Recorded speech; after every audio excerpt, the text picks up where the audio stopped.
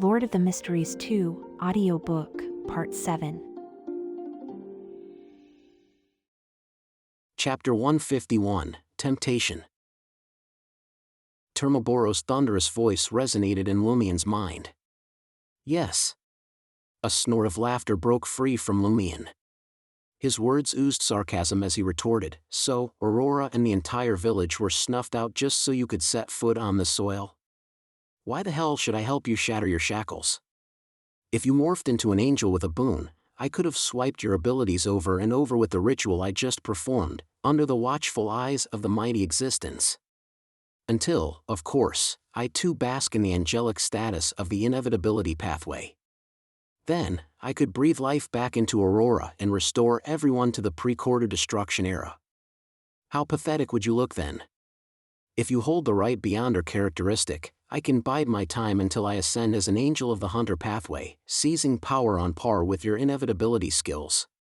Once my army is vast enough, I'll free you, crush you, subjugate you, and make you resurrect Aurora. Hell, I might be able to pull it off myself. I'll subject you to an eternity of torment till the end of time. I never had the hots for the inevitability pathway's boon, but now that I know the ritual was meant for your descent, I'm salivating at the thought of siphoning off all your might and pride." The more Lumien rambled, the higher his adrenaline spiked. His provoker potion seemed to digest a notch. Termoboro's voice was eerily steady, unfazed by Lumien's rant. "I've encountered my fair share of Beyonders in the cosmos, and I've seen legions of races graced by the Lord's touch. Most of them can't cross the threshold into divinity because that one extra step would obliterate their physical and mental existence. The quest for godhood is rife with peril. Are you so sure you can truly evolve into an angel? You should be aware that we're not talking about slim odds here. Saying it's a 1 in a million or 1 in 10 million chance doesn't even begin to capture the enormous task of ascending to the angel level. If you perish on the Beyonder path, Aurora Lee will follow suit. The seal binding you will naturally dissolve, freeing me from my predicament." Lumien threw his head back and laughed. His laughter bounced off the quarry's cavernous walls, heightening the eerie quiet and heaviness underground. "So, why aren't you sitting tight, waiting for me to kick the bucket?"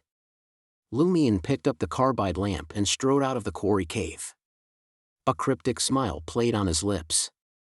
"I don't give a damn what you're plotting or what your endgame is. I couldn't care less whether you're a saint or a sinner. All I know is that Aurora and everyone in Corda Village are dead because of you." He paused for a beat, his face contorted into a maniacal grin. "Someone's gotta pay the piper for this. Guillaume Benet, you, and even your so-called lord." Termoboros fell silent. The booming voice that had filled Lumien's mind, heart, bloodstream, bone marrow, and cavities disappeared entirely. Phew. Lumien heaved a sigh, clutching the carbide lamp as he navigated the pitch-black underground. Despite the conversation's brevity, it had drained him. In Lumien's previous worldview, corruption was merely that, corruption. At its extreme, it was comparable to power granted by an evil god. The concept of an angel being shackled within him was beyond his wildest dreams. Amidst the wreckage of Corda Village, atop the crimson-hued mountain, stood the body of a 3-headed, 6-armed behemoth, a vessel designed for an incoming angel. It was a mystery how much it deviated from a bona fide angel, but it already filled Lumien with a sense of invincibility. Had he not remembered their vile deeds, he might have been swayed to give it a shot. From where he stood, pledging allegiance to the eternal blazing sun and the god of steam and machinery seemed no different than submitting to the hidden existence known as inevitability. At worst, he'd lose himself. Regaining his composure, Lumien's senses suddenly tingled. He darted into a side alcove, using loose gravel to snuff out the carbide lamp. Moments later, the hurried footfalls of 3 people echoed from the adjacent tunnel, soon swallowed by the inky darkness. Underground Trier is a hive of activity too. Lumien bided his time for a couple of minutes before digging out the carbide lamp and rejoining the upward path. The interruption allowed him to collect his thoughts and consider a conundrum.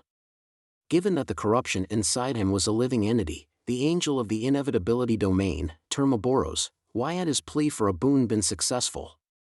Termoboros wasn't just raw power lacking consciousness, responding automatically to the correct ritual. He could deny granting the boon.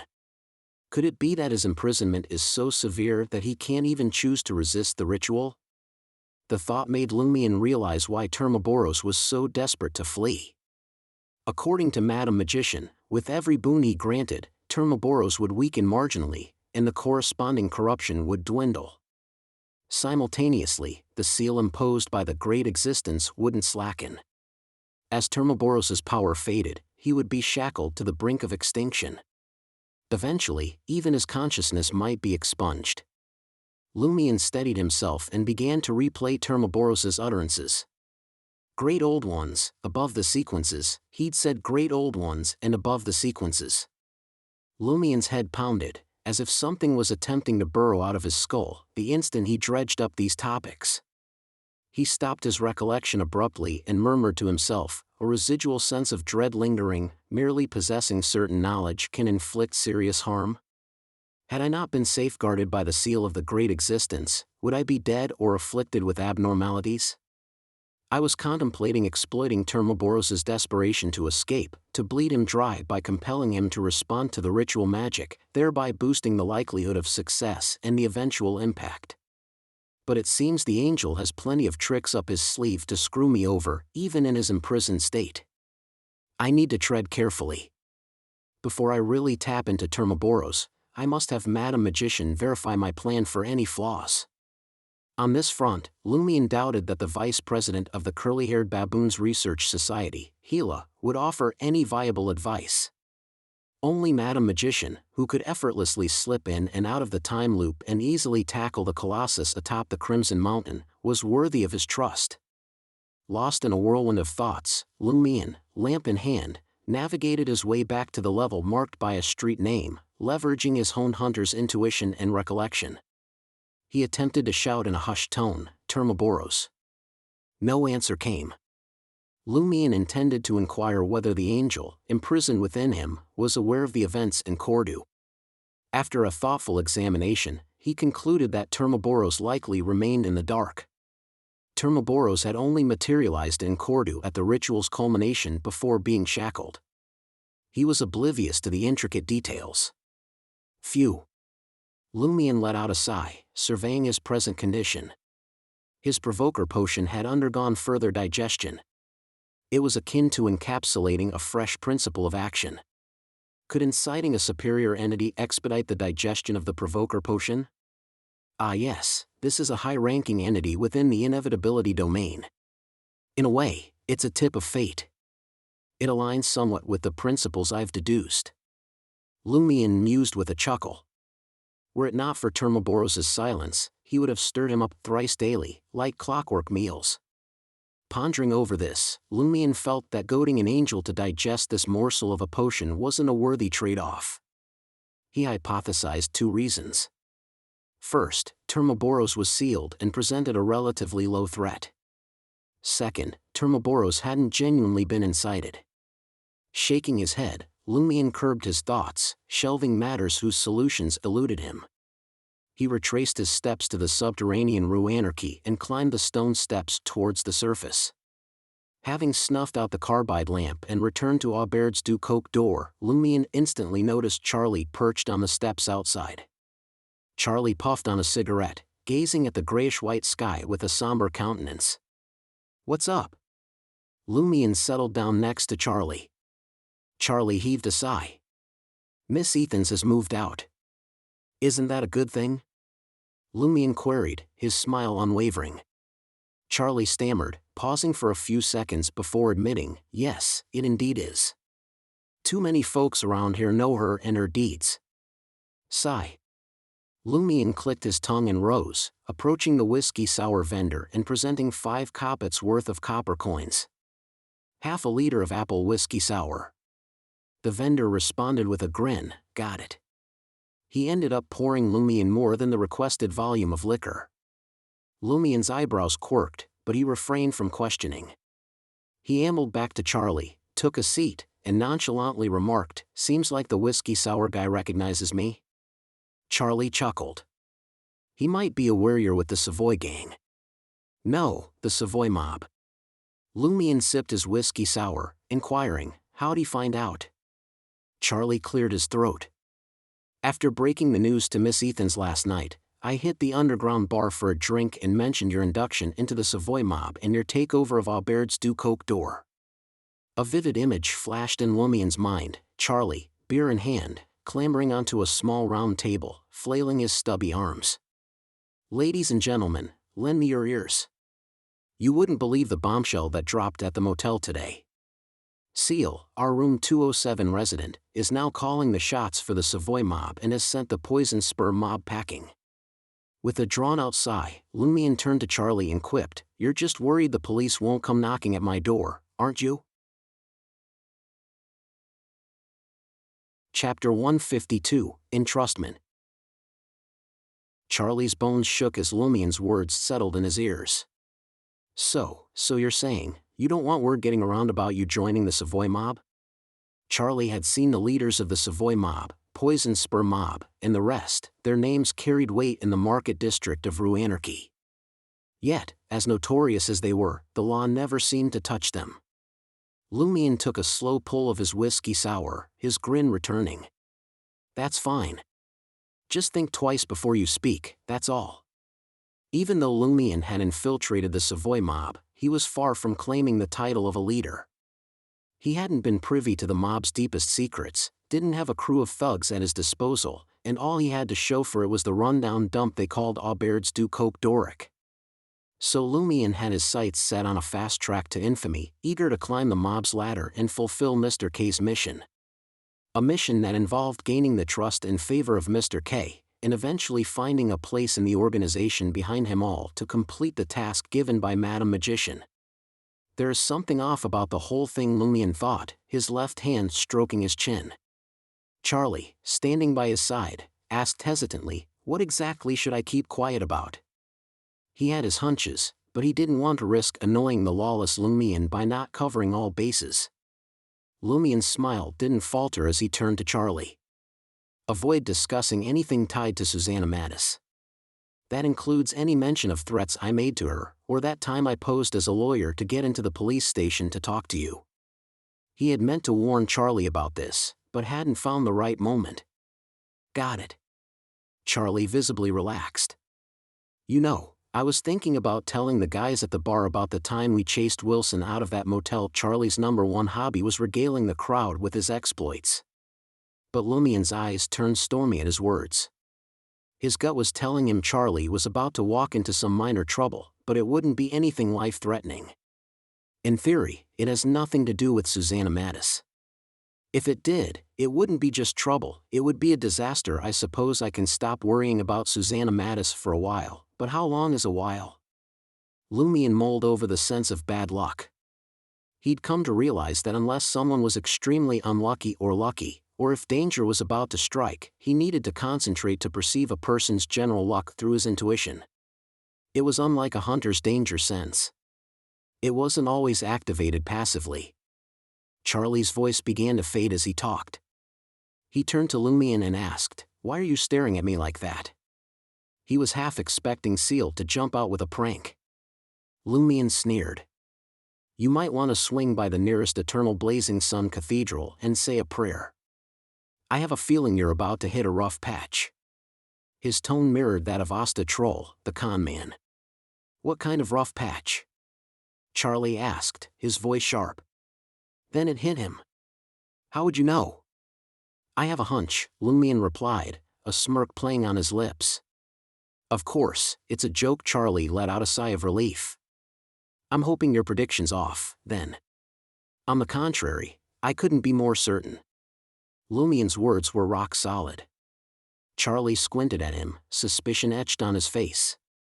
Lumian let out a low chuckle. "And if I'm wrong, I'll give you a thrashing. That way, even if something bad does happen, that just proves me more right." Charlie was speechless. Is that even allowed? Regardless, this approach could come in handy for some practical jokes with some slight modification. Lumian was about to rise when he noticed a thin, mangy mutt creeping towards Aubert's du Coq d'Or from the shadowy street, eyeing the trash he'd tossed from the fruit vendor's cart. The mutt moved with care, aware that many of the destitute locals would gladly turn him into dinner. Just then, Lumion lunged forward, pressing the dog's neck to the ground. Caught off guard, the mutt writhed helplessly, baring its teeth in a futile attempt to bite, but its head was immobile. With his free hand, Lumion pulled out a small vial of tulip powder, emptying its contents into his pocket. Then, he held the vial to the mutt's frothing mouth, collecting the saliva as the dog squirmed. Soon, he had 5 milliliters. He released his grip and stood up. The mutt, ready to snap at him, whimpered and scampered off, tail tucked between its legs, when Lumion shot at a menacing glance. Charlie, who had been standing by, was flabbergasted. A story he'd once heard came rushing back to him. The protagonist in the tale would often describe the villain's cruelty with a line penned by best-selling author Aurora Leigh: he would kick any dog that crossed his path. Lumion downed the rest of his whiskey sour and made his way into the motel. As he passed the front desk, the perpetually grumpy Madame Fells forced a smile. "Good morning, Monsieur Seal." Lumion gave the plump Madame Fells a sideways glance and asked nonchalantly, "No sign of Monsieur Ive today either?" Monsieur Ive, the owner of Auberge du Coq d'Or, was known far and wide in Rue Anarchy for his penny-pinching ways. As the new guardian of Auberge du Coq d'Or, Lumion figured he ought to have a word with Monsieur Ive, just to make sure he didn't run crying to the cops, afraid the Savoy mob would shake him down for more cash. Madame Fells pursed her lips. As stingy as he is, only paying for a weekly cleaning crew, he's a stickler for cleanliness and wouldn't be caught dead in the motel. "Who cleans his house?" Lumion asked, a hint of amusement in his voice. "He's a widower. He and his 2 kids take care of it." Madame Fells scoffed. If she were the one with that kind of money and a motel to boot, she would hire someone to handle such chores. She'd just sit back and enjoy life. Lumion nodded and chuckled. Madame Fells replied, a hint of fear in her voice, "I visit him thrice a week to deliver the motel's earnings and various bills. I'll let him know you want to see him." She mistook Lumion's words as a veiled threat to Monsieur Ive. If he didn't meet with the new guardian of Auberge du Coq d'Or soon, his survival might be at stake. Lumion didn't bother to clarify.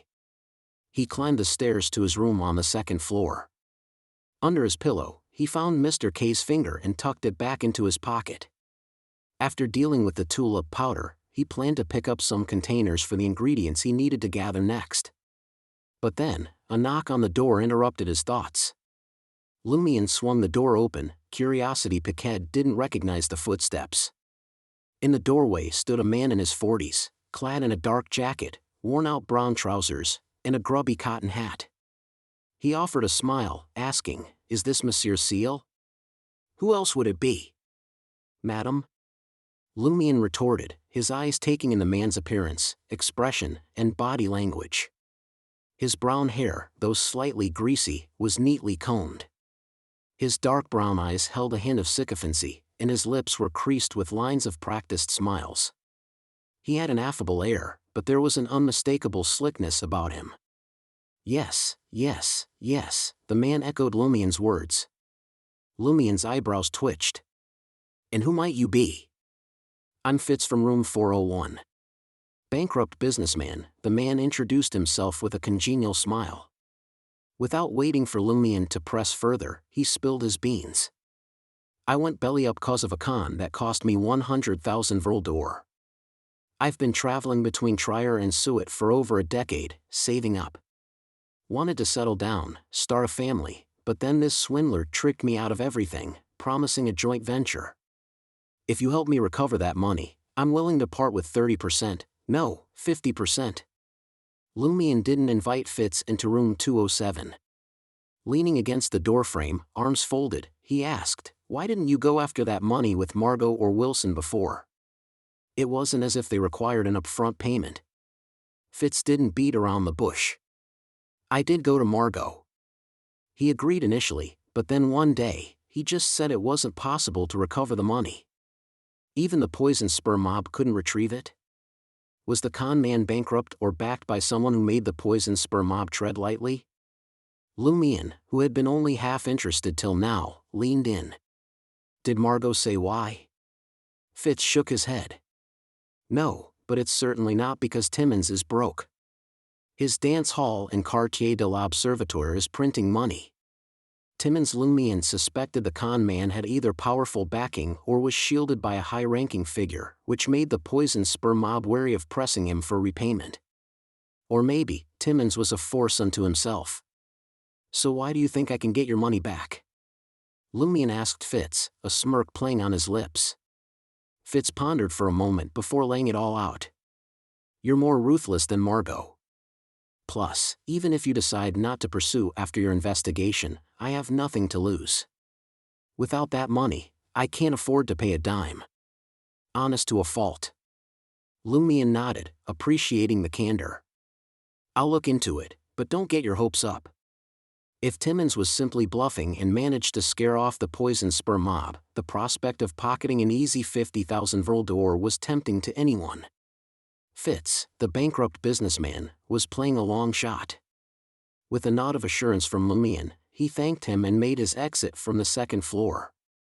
In that moment, Lumian realized that his spirituality had bounced back considerably. The recovered amount surpassed his original spirituality reserves. The alms monk has boosted my spirituality significantly.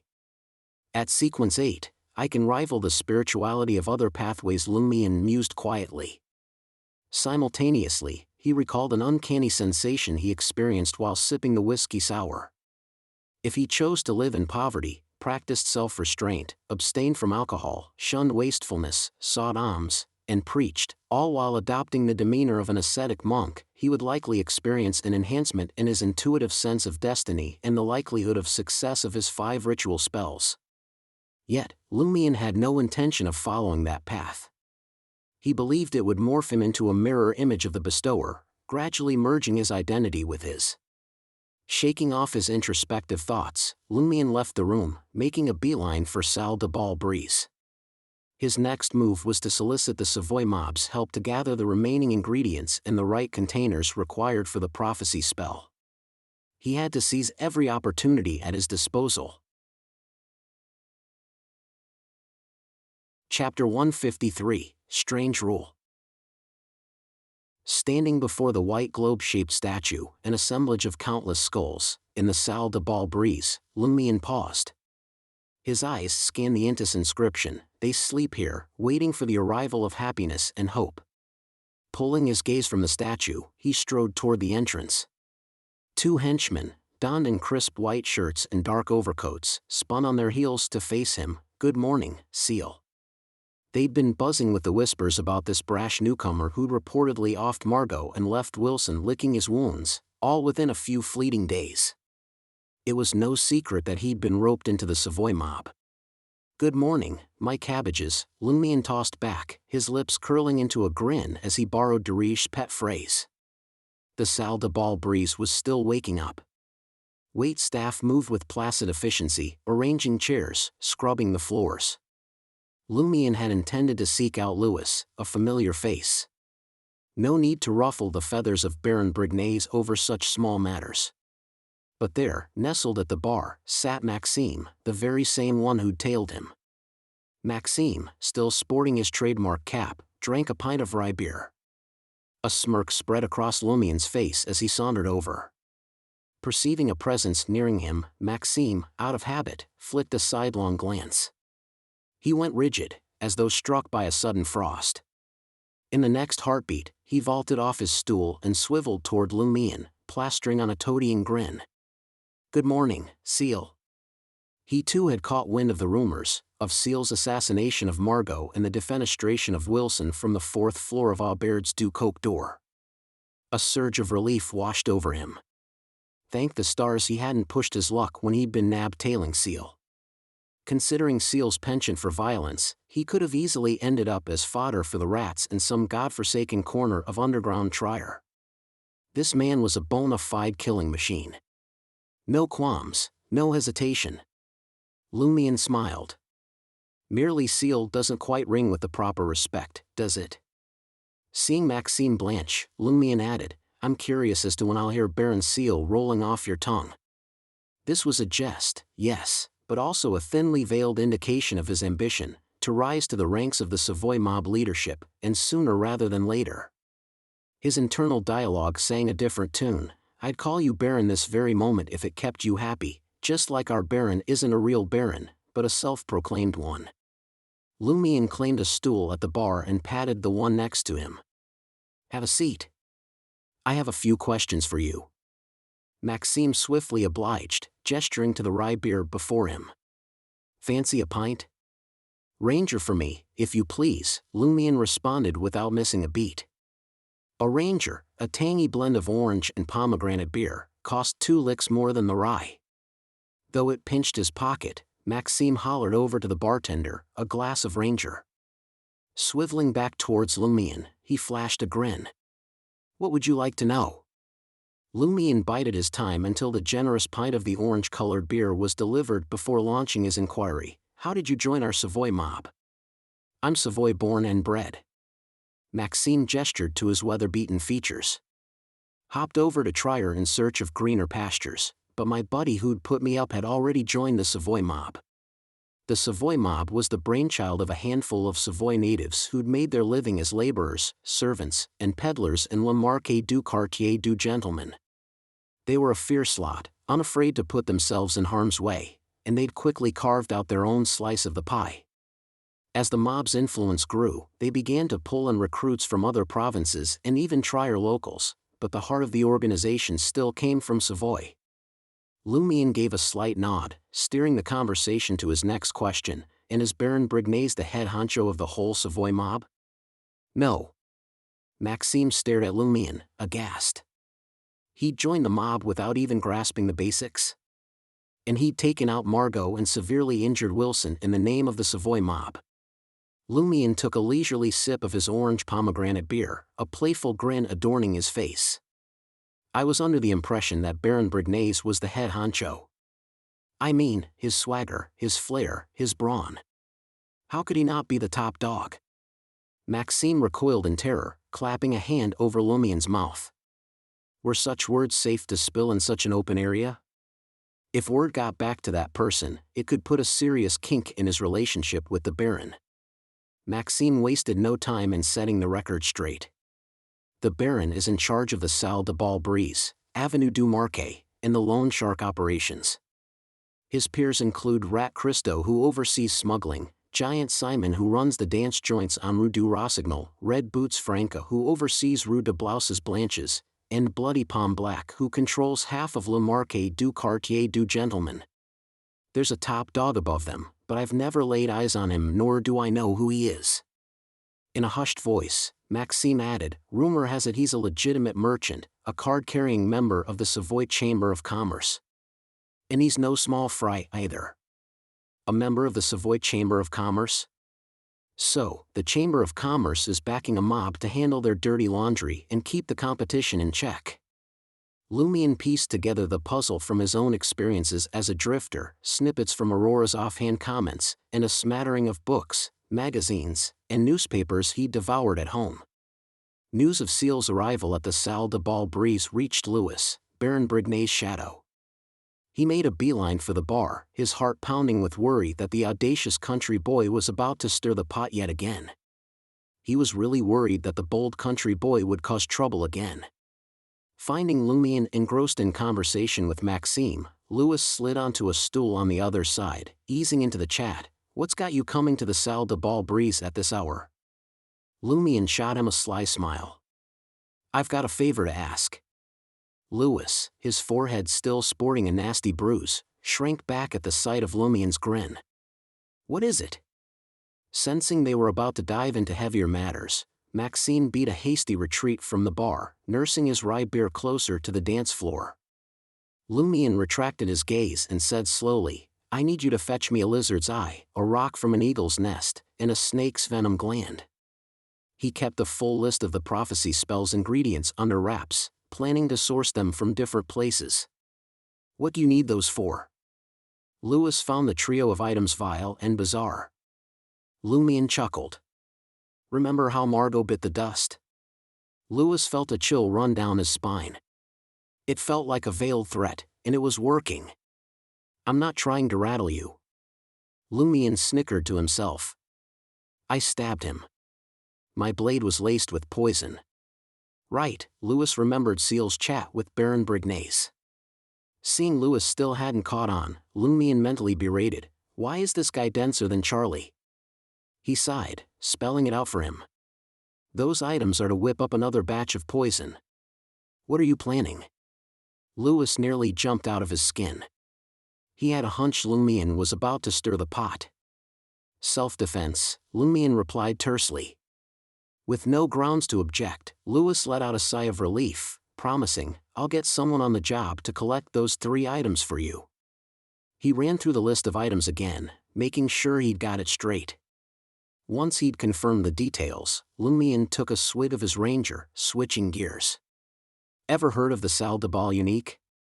Louis eyed Lumian suspiciously, advising, best steer clear of that place. The dance hall's owner, Timmins, is tight with the police commissioner of Quartier de l'Observatoire. And there's a shadowy organization pulling his strings. Anyone who's tried to squeeze them has found themselves in a world of hurt, and some have even vanished off the face of the world. Each quartier in Trier had its own police headquarters, each headed by a commissioner. The police commissioner's official title was the Commissioner of the Trier Police Affairs Committee, answering to the Minister of the Trier Police Department. So that's why the Poison Spur mob never had the guts to chase up Timmins' debt. Lumian nodded, deep in thought. Seeing the worry etched on Louis's face, afraid he was about to stir up a hornet's nest, Lumian threw him a curveball. Who else in the Poison Spur mob ranks up there with Margot? And who's their boss? What are you trying to do? Louis almost blurted out. Could it be that Seal's planning to knock off all the heavy hitters in the Poison Spur mob? Are you out of your mind? Keeping his cool, Louis replied, that's none of your concern right now. Lumian responded with a knowing smile, not pushing the matter. He downed his Ranger. In the shadowy enclave of Quartier de l'Observatoire, nestled near the catacombs, Lumian found Asta Troll huddled by the bonfire. He laughed mockingly. You're the most professional person I've ever come across.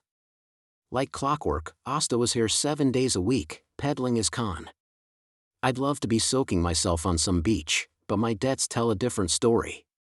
The thought of hopping a steam locomotive out of Trier and dodging his outstanding loans had crossed Asta's mind.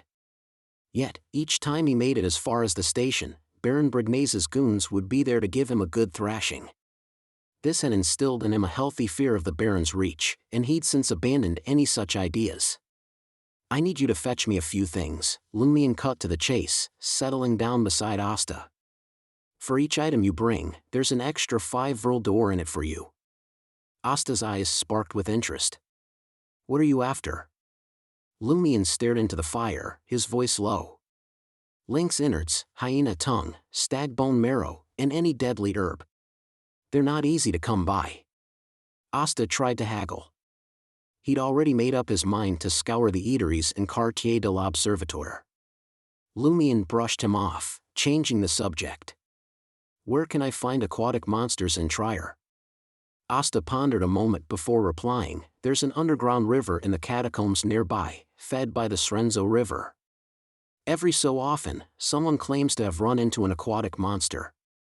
And occasionally, some surface along the Srenzo River banks, but they're quickly dispatched by the purifiers or the machinery hive mind. Lumian nodded. Do you know the Salle de Bal Unique? Sure do.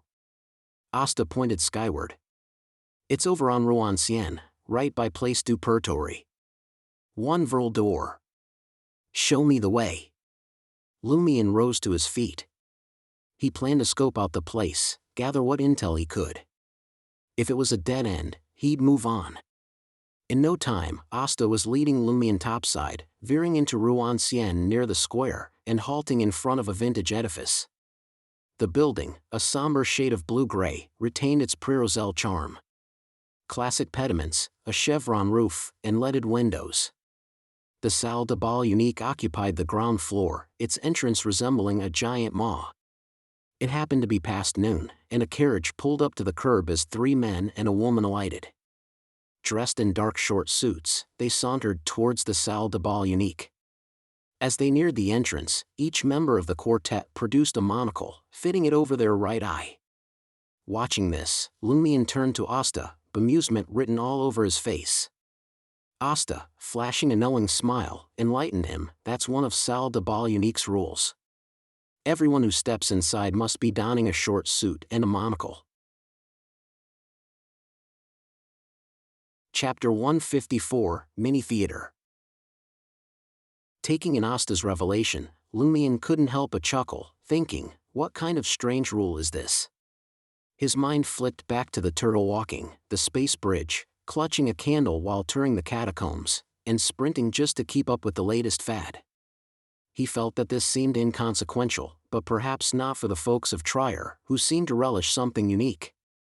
As the stream of monocle-clad patrons flowed in, Lumion queried with a casual air, what happens if a newcomer isn't privy to the rule? Asta gestured to the far end of Rue Ancienne. There's a place selling monocles and short suits there.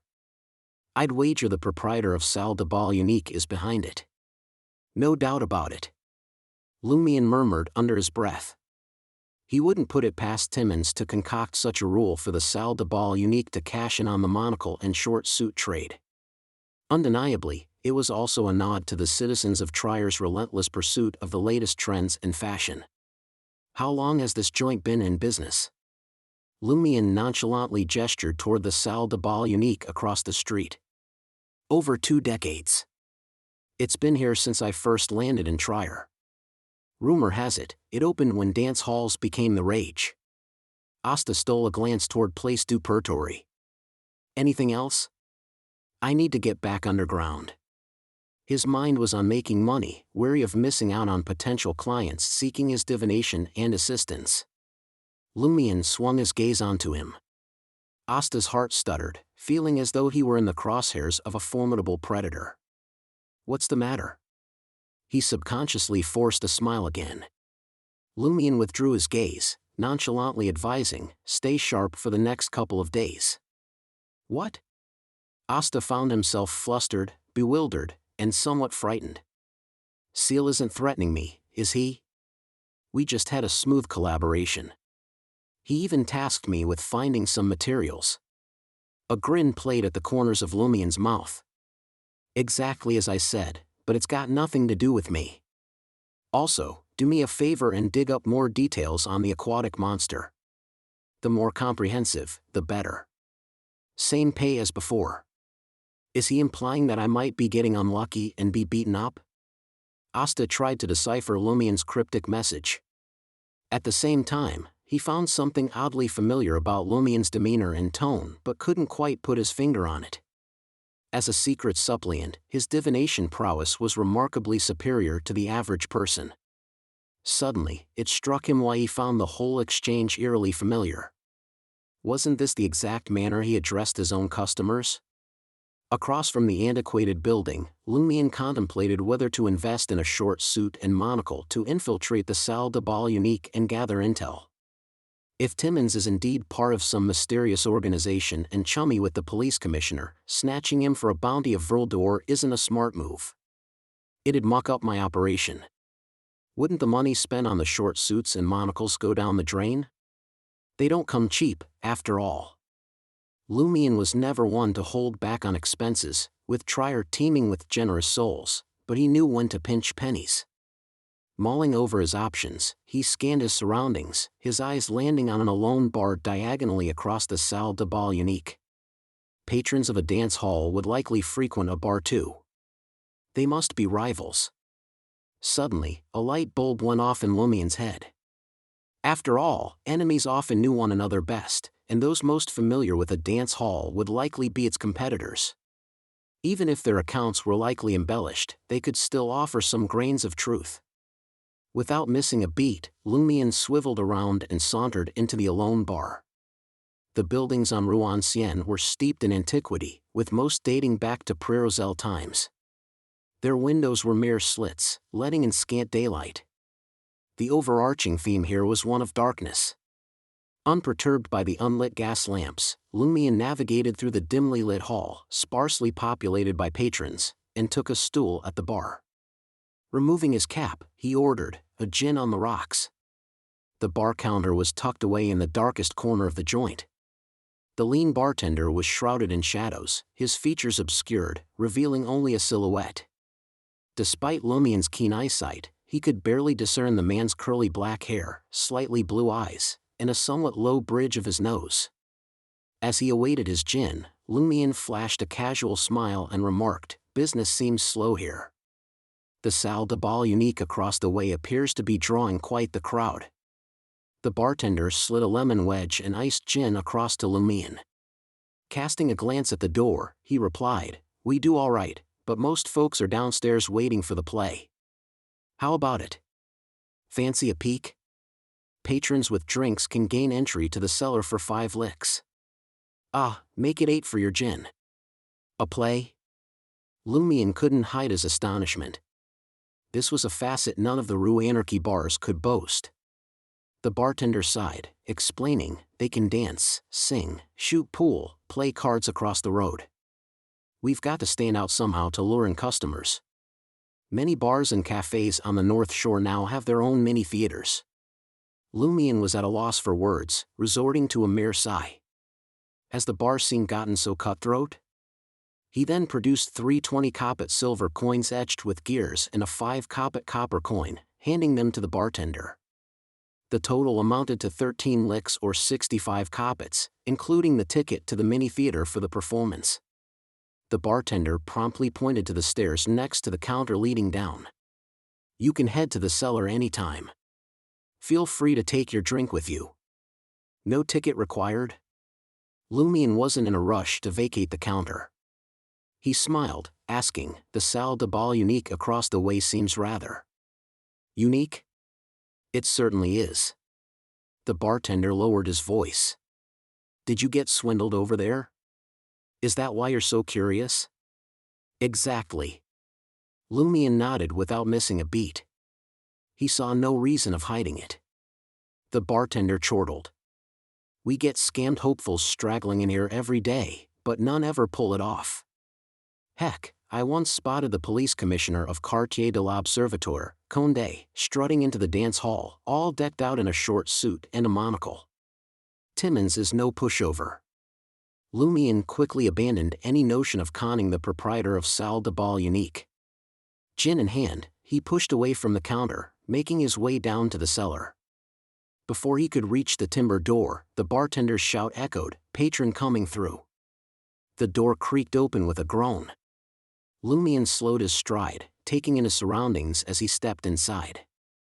It was a makeshift theater, a half-height wooden platform stretching across the far end. 2 gas wall lamps cast a feeble light. Where the illumination fell short, stools and chairs were scattered sparsely. At that moment, over 20 guests were settled in, engrossed in the show unfolding on the stage. The silence was deafening, punctuated only by the sporadic clink of glasses, the dimly lit cellar rendered almost eerily hushed. Lumien claimed a chair near the exit, his eyes drifting to the stage. The performer was not a person but a puppet half the height of a person. Adorned in a palette of yellow, white, and red paint, regardless of gender, each puppet bore an overstated grin. Guided by nearly invisible threads, the puppets moved, opening their mouths, turning, running, carrying out a variety of plays. From somewhere, a deep male voice and a slightly shrill female voice took turns delivering the lines. Bathed in the faint, yellowish glow from the gas lamps, against the looming darkness, the painted clown puppets took on a sinister edge. Lumien was instinctively put off by the ambience. Not one to squander the ticket cost, he stuck around a bit longer until the play wrapped up. Throughout, not a sound was made. The audience, some faces bathed in the yellow light, others shrouded in darkness, were far more engrossed than Lumien had imagined. Having drained his gin, Lumien took his leave of the mini theater, where only 2 gas lamps held off the darkness. As Lumien made his way back to Le Marquis du Quartier du Gentleman, he claimed a window seat in a public carriage. As the shops and pedestrians retreated in the backdrop, he mulled over his next moves. First order of business, secure some aquatic monster flesh and collect the necessary components for the prophecy spell. Second, elevate my standing in the Savoy mob, aiming for a leadership position sooner rather than later. What's the plan? Lost in his thoughts, his eyes snagged on a familiar figure. There was Wilson of the Poison Spur Mob, clad in a white shirt and black jacket, his craggy face framed by a mop of curly brown hair. With his two goons in tow, Wilson navigated Avenue du Marquet, disappearing down a side alley. He moved with an assured stride, his posture unscathed. Lumion was taken aback. He's up and about after being thrown down by him? The fall was from 4 stories high. That was some recovery. Made cockroaches look like amateurs. A theory started to form in Lumion's mind. The Poison Spur Mob has extraordinary healing powers? Possibly plantar pathways doctor? As he pondered, a memory surfaced. In his dream, Madame Pualis had demonstrated the power to heal wounds instantaneously. Although the dream might have distorted or exaggerated the reality, Madame Pualis's anomalous pathway did encompass a sphere related to life. And Louis Lund was suspected to show up on Avenue du Marquet. Could the force behind the Poison Spur Mob be linked to the evil god worshipped by Madame Pualis? As Lumion ruminated over this, a smirk slowly crept onto his face. Chapter 155, Jenna. The circumstances of Wilson's rapid recovery were riddled with uncertainty. Lumion toyed with the idea that it was the work of a Sequence 8 doctor from the plantar pathway, or a Sequence 9 apothecary from its namesake pathway. Yet, his heart clung to the hope of unmasking Madame Pualis and her subordinates. Had he pieced together the puzzle sooner, and had Wilson and his crew not gone far off into the distance, Lumion would have thrown himself from the moving public carriage, hot on their trail. He envisioned wrangling Wilson into some clandestine quarry cave, pressing him for answers about his miraculous recuperation. If this saga bore no link to the evil god that Madame Pualis revered, Lumion was prepared to swallow his pride and apologize to Wilson, who, in turn, would owe Lumion his life for not permanently silencing him. But, to snuff him out was also on the table. The ball was in Lumion's court. As the carriage came to a halt at its station, Lumion was the first to alight, retracing his steps to the alley where Wilson and his crew had disappeared. No barricades existed here. It was a bustling place, with people constantly coming and going. Wilson and his gang hadn't left any clear trail. Lumion devoted a painstaking quarter of an hour to trying to discern any signs of them, finally admitting defeat. But he wasn't beaten down. Wilson may have slipped through his fingers, but there were others like Will or Williamson. The Poison Spur Mob was a hydra of sorts, with a plethora of leaders just a notch above Wilson. Each had their own turf, their own dealings. They could run, but they couldn't hide. Lumion just needed patience. Sooner or later, he'd cross paths with one or two of them. And they, undoubtedly, were more intimately involved with the shadowy forces pulling the strings behind the Poison Spur Mob than Wilson. They knew more. Phew.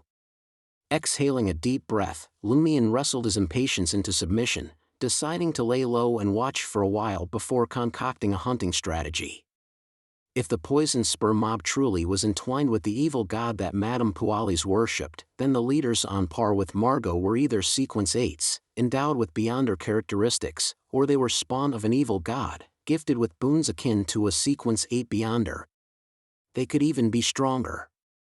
If Lumion didn't arm himself with enough intel and set an appropriate snare, he was likely to end up on the losing side. I can't forget I'm a hunter, just because I've become a provoker. Chiding himself, Lumion slipped down Avenue du Marquet and strolled into the Salle de Bal breeze. Given it was barely past 3 in the afternoon, the place was practically deserted. No music played, no one danced. His eyes immediately found Louis, the thug, nursing a glass of pomegranate ale at the bar counter. Soda? Lumion grinned, sauntering over. How about drinking something an adult would drink? Louis swiveled, meeting Seal's amiable smile draped over the bar counter. The sight left him momentarily stunned, as if he couldn't quite place the young man before him. Was this the same Seal who masked his wild ruthlessness behind a constant grin, one who'd resort to violence over the slightest disagreement? He seemed more like a greenhorn, a naive country boy who had just been roped into the Savoy mob. Lewis gave his soda a wistful swirl, a bitter smile tugging at his lips. I've got to be at the Baron's side later. Can't afford to get sloshed. Lumien's eyes flicked to the bruised knot on Lewis's forehead, a chuckle bubbling up. He pointed at his forehead, commenting, still nursing that bump? How long's it been? I ran into Wilson earlier. After I broke his arm and tossed him from the 4th floor, you'd think he'd be worse for wear. But he looked perfectly fine. Lewis was taken aback. Seemed so, at least on the surface. Wanted to say hello, but he hightailed it out of there too fast. Lumien's tone carried a hint of regret. Say hello? More like you want to rough up Wilson again and not even give the guy a chance to heal, Lewis thought, but he didn't dare voice it. His face took on a grave cast as he muttered to himself, when we clashed with the poison spur mob in the past, their wounded always bounced back in just a few days. The Baron thinks they've got some beyonders with a knack for healing. But for someone like Wilson to recover so rapidly from such serious injuries, that's unheard of. Could it be because you guys have never managed to put a serious dent in any of the poison spur mob members? Lumien's voice was laced with mockery. Lewis pondered, then conceded, there have been a few, but not many. Plus, we usually don't see them again for a good long while. By then, they're all healed up. So, Wilson's recovery outpaces even doctor and apothecary beyonder powers? Lumien managed to glean a crucial tidbit from Lewis's words. Although it could point to a higher sequence beyonder on the corresponding pathway, it at least narrowed down some possibilities for him. Just as Lumien was gearing up to probe the progress on gathering concoction ingredients, a stunning figure swept into the room. A woman, ostentatiously attired, with her chestnut hair tied up, loose tendrils framing her ears, cheeks, and falling down her back. Her face was dusted with powder, black eyeliner accentuating her blue eyes, lending them a deep, decadent allure. At present, she was decked out in a bold red dress that left little to the imagination, sequins catching the light at strategic spots. Isn't this the chanteuse known for her bawdy songs at the poison spur mob's salle de gristmill? Lumien did a double take. This was the Savoy mob's salle de bal brise. Still, Lumien couldn't be entirely sure if it was the same woman. The singer had a mole by her lips, while this woman sported one at the corner of her left eye. Catching your eye, is she? That little minx? Lewis followed Lumien's gaze. Lumien chuckled. How about we use a more respectful moniker? Manners matter. You sound just like the Baron sometimes, Lewis mused. Her stage name is Little Minx Jenna. She's known as a showy diva. And what exactly is a showy diva? Lumien didn't attempt to cover up his ignorance. After all, he was a newcomer to Trier, straight out of a backwater like Cordu. Lewis took a moment to recall the Baron's words and then delivered smoothly, it's all about her performance style, her acting, her flamboyant outfits. She's a standout singer. She's a chanteuse too?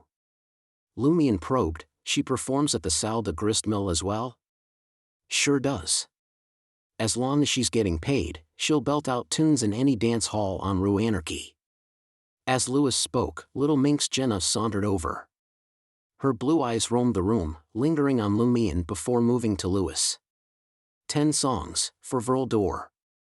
I'll keep a third of the tips thrown on stage. Deal. Lewis had the Baron's approval. Only 4 Vril d'Or for a night's performance? Lumien found himself questioning. Had he overpaid Asta Troll? In unfamiliar territory, he was woefully out of touch with the going rates. Spotting his lingering gaze, Jenna swiveled her head, flashing him a grin. Feel free to let your eyes wander a bit lower. She was referencing her scantily clad chest. For Lumien, whose only exposure to such scenarios was through novels, this was uncharted territory. Yet, his face betrayed no unease. Flashing a smile, he said, I was merely wondering. The last time I spotted you, your mole was by your lips. Now it's nestled by your eye. Jenna's reply came in the form of a captivating smile, which made Lewis swallow hard. Are you from out of town? Jenna queried. Lumien bobbed his head in affirmation. With a playful grin, Jenna leaned in, a finger tracing her cheek as she softly elucidated, "It's all the rage here in Trier. Ladies often sport a faux mole. Right in the middle of the cheek for elegance, smack in the middle of the nose for audacity, at the corners of the eyes for passion, by the lips for allure, and nestled in the décolletage for secrets."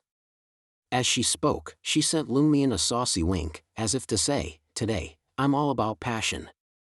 Ah, Trier. Lumion could only shake his head in amazement. Given their proximity, the intoxicating blend of Jenna's natural scent and the heady perfume she wore invaded his senses. This led Lumion to instinctively rub his nose. Jenna's reaction was immediate. "Don't tell me you still have your virginity? I'm not a street girl, but for you, I might make an exception." She took a moment to appraise Lumion, seemingly pleased with what she saw. Virginity? Something that magically returns every morning at 6 a.m.? Lumion scoffed inwardly, his smile nonchalant. "Right now? I'm afraid you might miss your performance tonight." Back at the old tavern in Corda Village, Lumion often had to match the locals in their coarseness, else he'd become the butt of their jokes. Jenna's response was a hearty laugh and a dismissive wave of her hand. "I'll find you after my set tonight." With that, she sauntered off towards the modest wooden stage at the front of the dance floor, keen to get a feel for the place. Isn't she jumping the gun a bit? Where's the agreement on a time and place? Lumion mused to himself. She was clearly just yanking his chain. Lewis chimed in, a tinge of envy coloring his voice, "Don't fall for her act. She gets a kick out of toying with good-looking men. She won't actually follow through. I reckon she's Franca's sweetheart." Franca, Red Boots Franca? Lumion's surprise was palpable. Red Boots Franca was a key figure in the Savoy mob, ruling over Rue de Blouses Blanches, and rumored to be a woman. "Exactly," Lewis affirmed. "Franca appears to be the boss's mistress, but she seems to swing both ways. She and Little Minx are thick as thieves. A lover's lover." Lumion once again marveled at the peculiarities of Trier. Lewis watched Jenna, now swaying gracefully on the stage, a look of longing etched on his face. She wasn't this mesmerizing when she first arrived in the market district.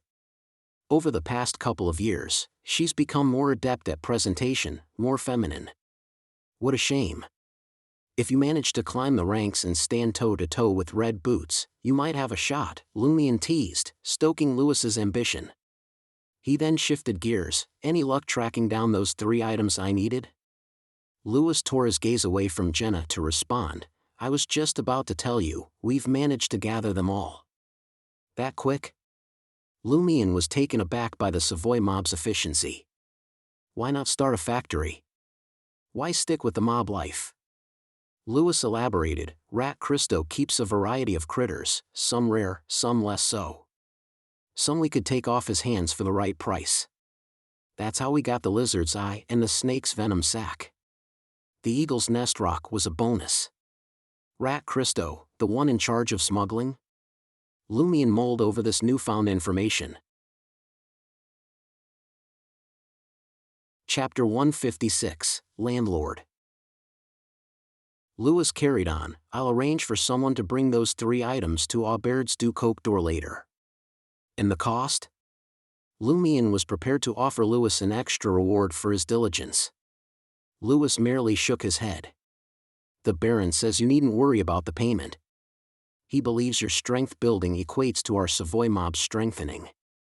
Even without Baron Brignace spelling it out, Lewis deduced his ploy of roping Lumion in.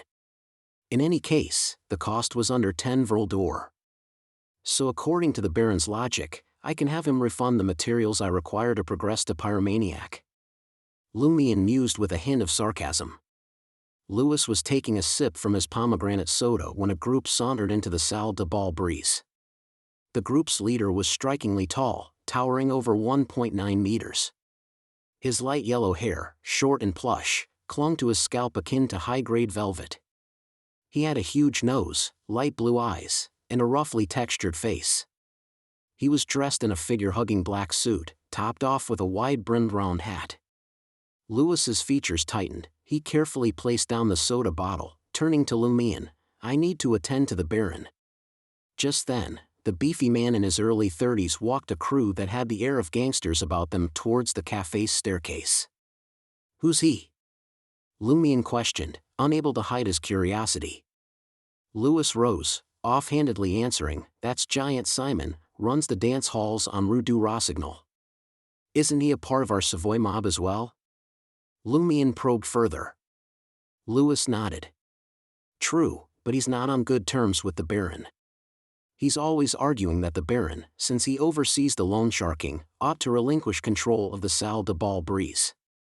I'm heading up, need to see what he's here for." Louis had barely taken 2 steps when he noticed Lumion, still planted at the bar counter, from his peripheral vision. He couldn't resist an inward sigh. He just doesn't grasp how to seize the moment.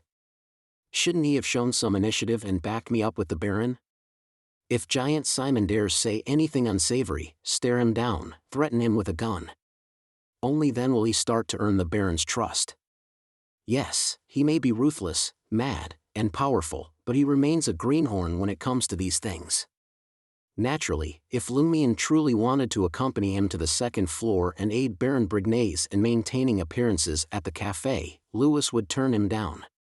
After all, the Baron and Giant Simon could potentially be discussing confidential matters concerning the Savoy mob. It was no place for a rookie to eavesdrop. Lumion ruminated, the Savoy mob seems riddled with internal strife. Suppose there's a showdown between Baron Brignaise and Giant Simon and one bites the dust. And then the head honcho needs a strong hand to quell the storm and take over their positions. Wouldn't I be the perfect candidate? When that time comes, as long as I pass muster, I'll have fulfilled Mr. K's mission. Now the trick is to pit Baron Brignaise and Giant Simon against each other without arousing suspicion. Lost in his strategic contemplation, Lumion requested a glass of absinthe. Before he could savor the last of the enigmatic emerald elixir, he spotted Giant Simon emerging from the staircase, henchman in tow, a thunderous expression on his face. "Well, he doesn't seem pleased," Lumion noted, retracting his gaze. He wasn't rushing to translate his thoughts into action, he was still woefully short on the ins and outs of the Savoy mob. Later that evening, on his return to Aubert's du Coq d'Or, Madame Fels, seated at the reception desk, rose and informed him, "Monsieur Ives has arrived. He's waiting for you in the 1st floor dining room, by the window." "Not bad." He came quite quickly. Lumion nodded approvingly, making his way to the small dining room opposite the lobby. Monsieur Ives had heard tell of Seal's eccentric yet stylish hair. On seeing him step into the dining room, he rose, all smiles. "Monsieur Seal, right this way." He was a man on the cusp of his 50s. His blonde hair, streaked with silver, was neatly arranged. He sported a faded dark suit with a pair of chestnut tweed trousers. His eyes were a bright blue, and he bore a thin beard. Lumion glanced at the cane resting against the dining table, then approached, a congenial smile playing on his lips. "Good evening, Monsieur Ives." Once both men were seated, Ives beckoned the waiter to begin serving. "My apologies for the delay in visiting, I've been swamped recently," Ives expressed remorsefully. His accent distinctly belonged to the Trier region. Feigning ignorance, Lumion questioned, "Do you own more than one motel? Otherwise, what's kept him so busy?" Ives was taken aback. He hadn't anticipated that Lumion would take his polite remark literally. He stammered, "There are some other affairs, but they're neither here nor there." As their conversation flowed, the waiter brought in the evening meal, a serving each. Bean soup, pork sausage, faina pot of rice, and a sauce that occupied a fifth of the plate. "This is their signature meat sauce," Ives informed, bubbling with enthusiasm. "Is that all?" Lumion's perception of the landlord's miserliness took a new dimension. It didn't overly concern him, though. He dug into the faina pot of rice, smothered in the mildly meaty sauce, laced with pepper and vinegar. After consuming his meal for about a minute, Lumion looked up, addressing Monsieur Ives with a wry smile, "With your penny-pinching tendencies, why provide each room with sulfur?" He purposely avoided the softer term frugal, his tone saturated with sarcasm. Monsieur Ives' face clouded over, evidently displeased. He kept his emotions in check, forcing a strained smile. The motel is riddled with bedbugs. Nobody would stay here without the sulfur we provide. Really?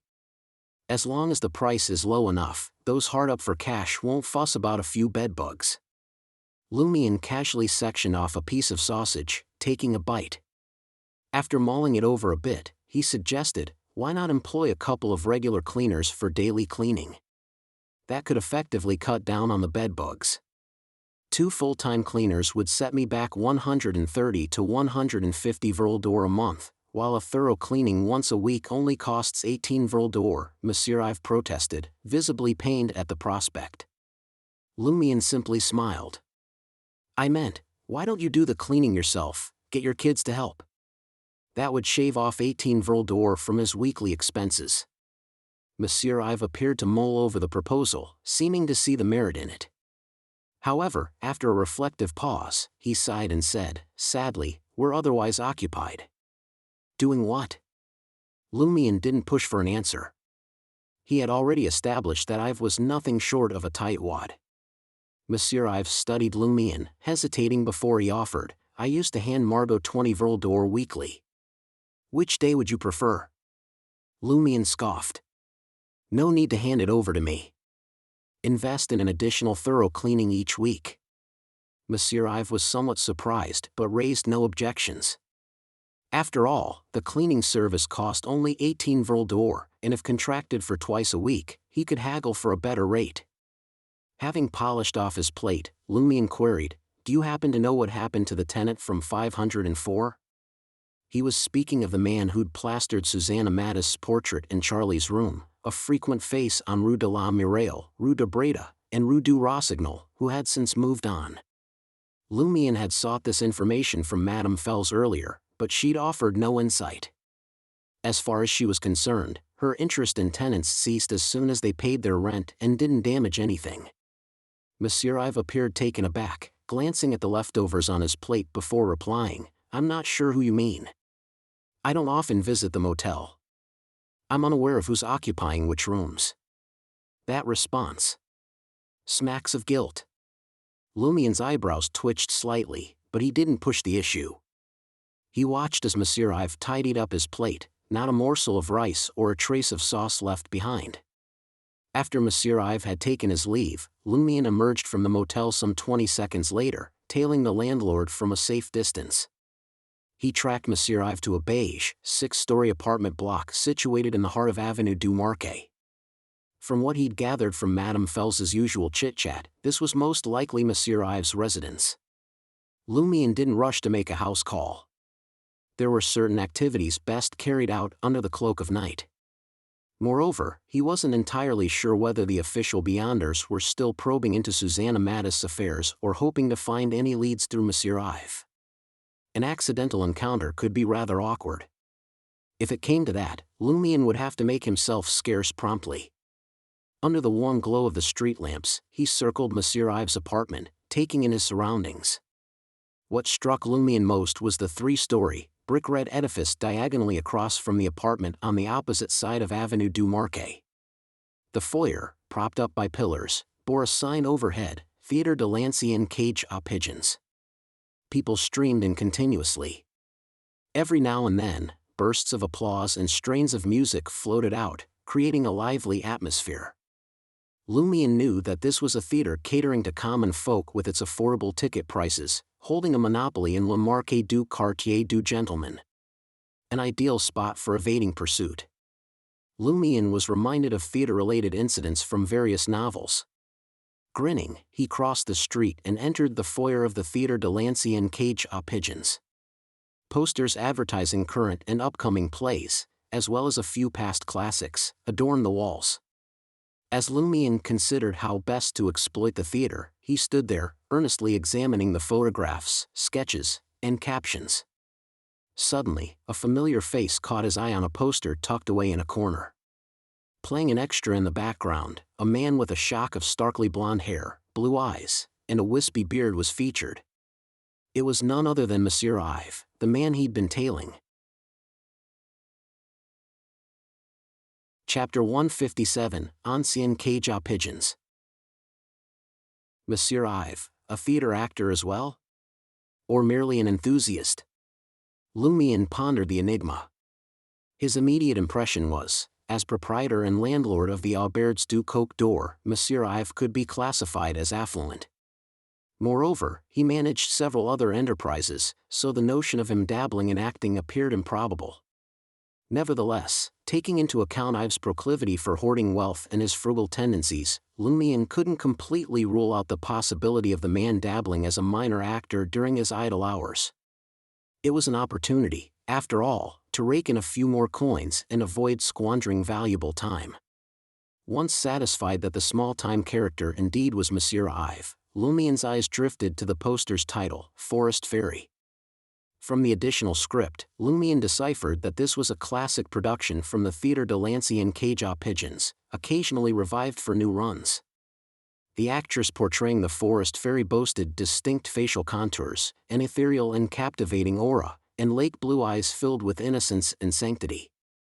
However, Lumière found her less than bewitching, given her adornments of bracelet, necklace, and belt fashioned from tree branches and verdant leaves, topped off by a floral laurel crown. She stirred memories of Ava, the spring elf from his dreams, and Susanna Mattis with her cascading turquoise tresses. For Lumière, these were not nostalgic musings. Especially the latter, bereft of the unusual allure her hair had once commanded, now evoked an eerie and revolting image. Charlotte Calvino. After noting the actress's name, Lumière scrutinized the other posters for more clues. Ultimately, he deduced that Monsieur Ive had performed in 3 plays at the Théâtre de l'Ancienne Pigeons, yet in each, he was but a mere supporting actor, easily replaced. Entering the theater with a thoughtful demeanor, Lumière forked out 10 licks for a ticket. The Théâtre de l'Ancienne Pigeons was a well-designed edifice. A large stage dominated the far end, illuminated by gas wall lamps, cloaked by lofty curtains and equipped with several steam-powered machines. Neat rows of seating lined the theater, progressively ascending like terraced staircases. Lumière took his ticket stub and located his seat. The ongoing play was Princess and the Beast. The actor's attire tended towards the liberal, with hints of risque, entirely in keeping with the aesthetic sensibilities of le Marquis du Quartier du Gentleman.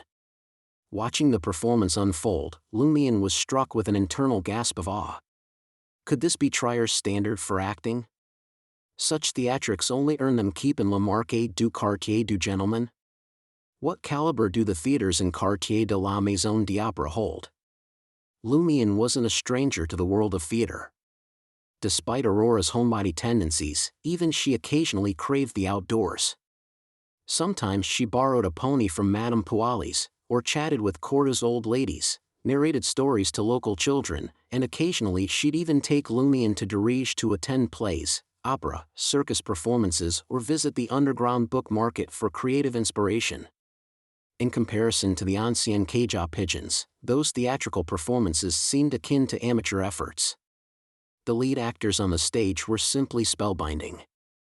Whether through their facial expressions, physical gestures, or delivered lines, they were as though plucked from the narrative's pages and set into the world of the living. Lumière, initially focused on scouting for anomalies, found himself unexpectedly engrossed in the unfolding drama.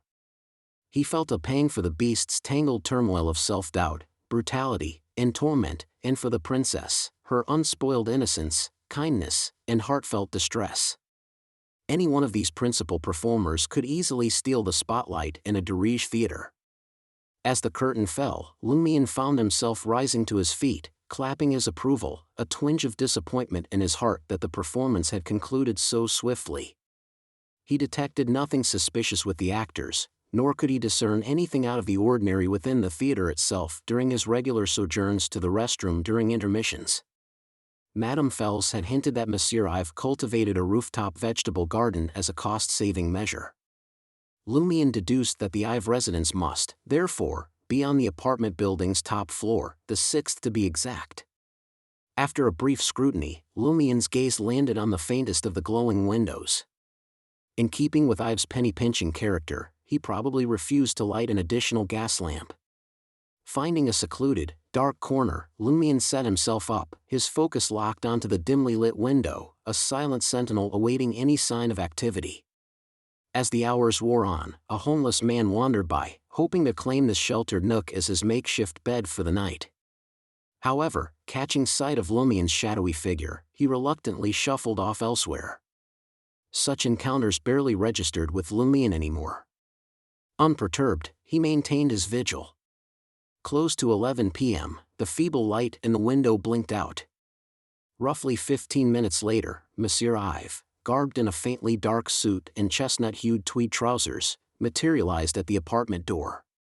With cautious glances cast about him, clutching a carbide lamp, he made his way along the street's shadowy cloak towards the underground Trier entrance a stone's throw away.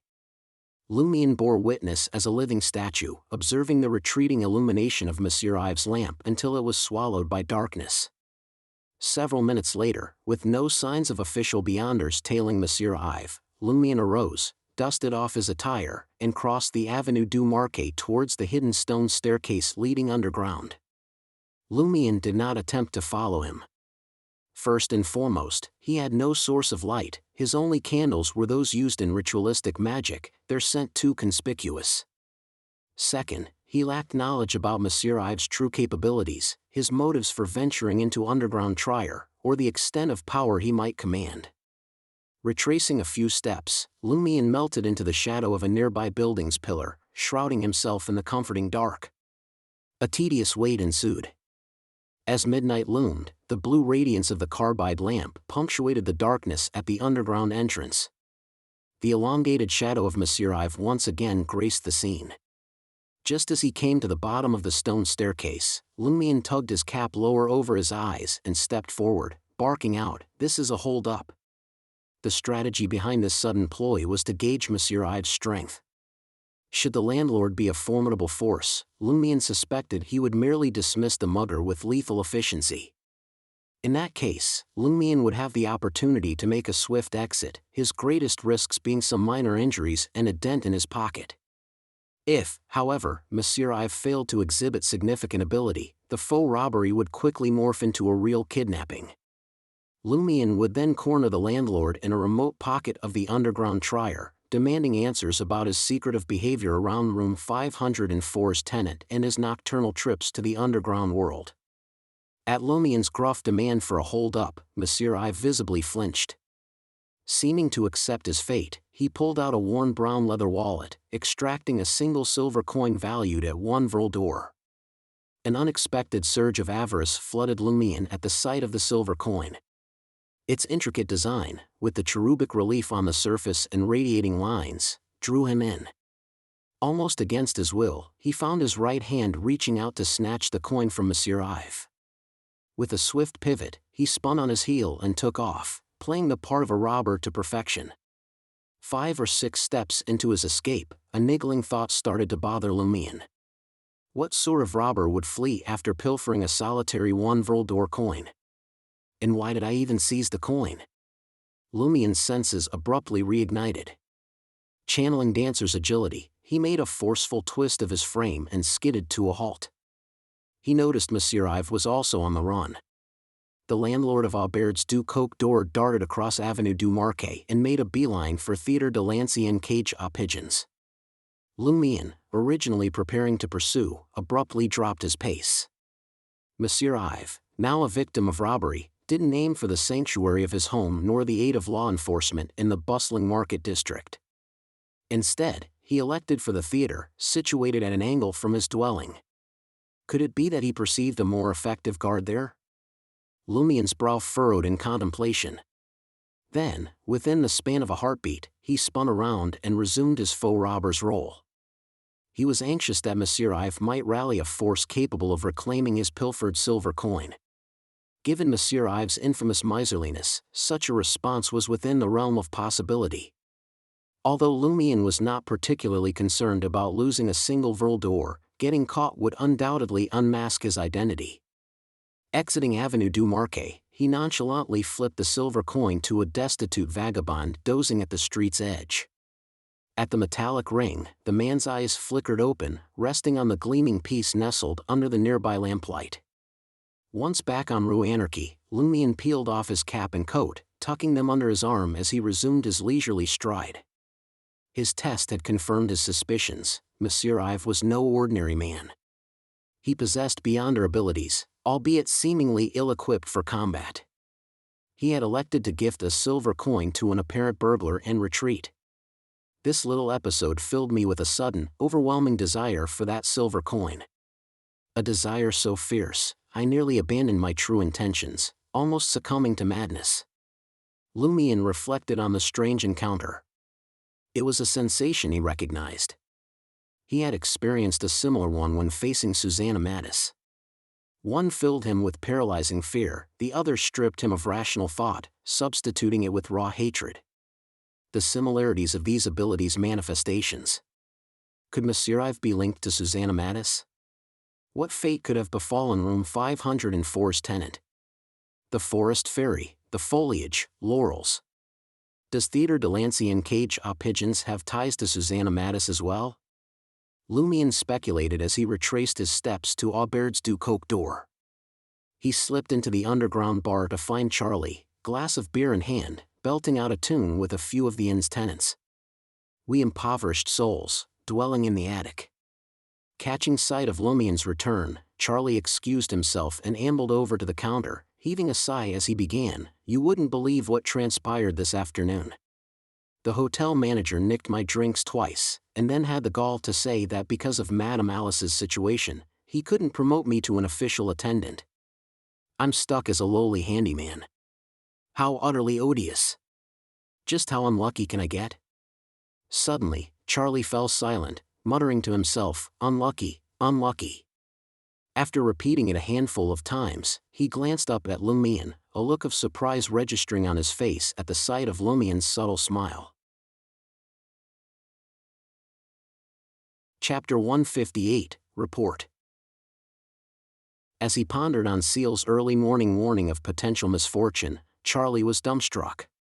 The very afternoon he had lost the job prospect he'd been eagerly awaiting and even squandered a few Vril d'Or hosting a round of drinks.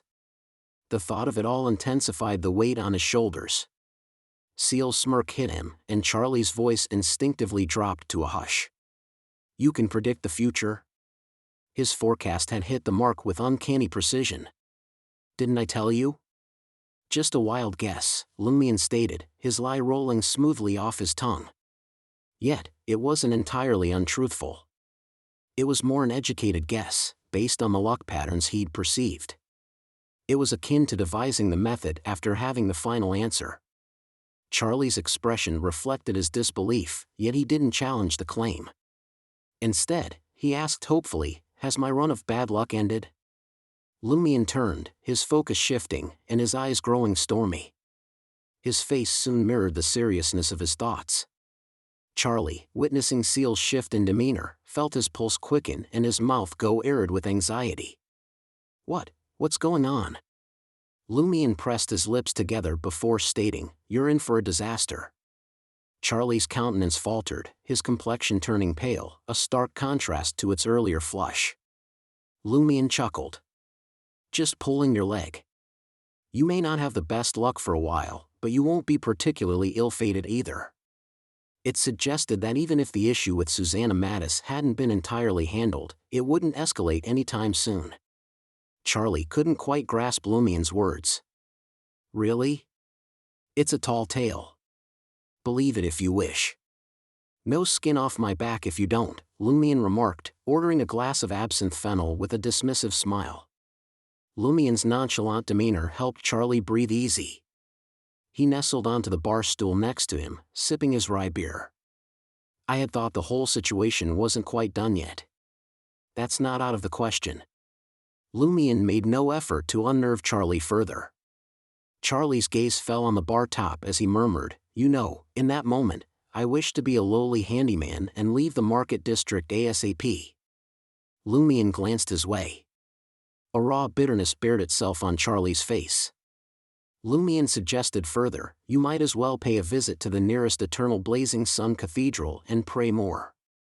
And by the way, I dined with our landlord, Monsieur Ive, today. He seemed a bit odd when room 504 came up in our chat, almost as if he knows something about the previous tenant but isn't keen on sharing. Charlie froze for a moment before comprehending Seal's reference. He lowered his voice again. The one who hung that woman's portrait? Lumion confirmed with a slow, assertive nod.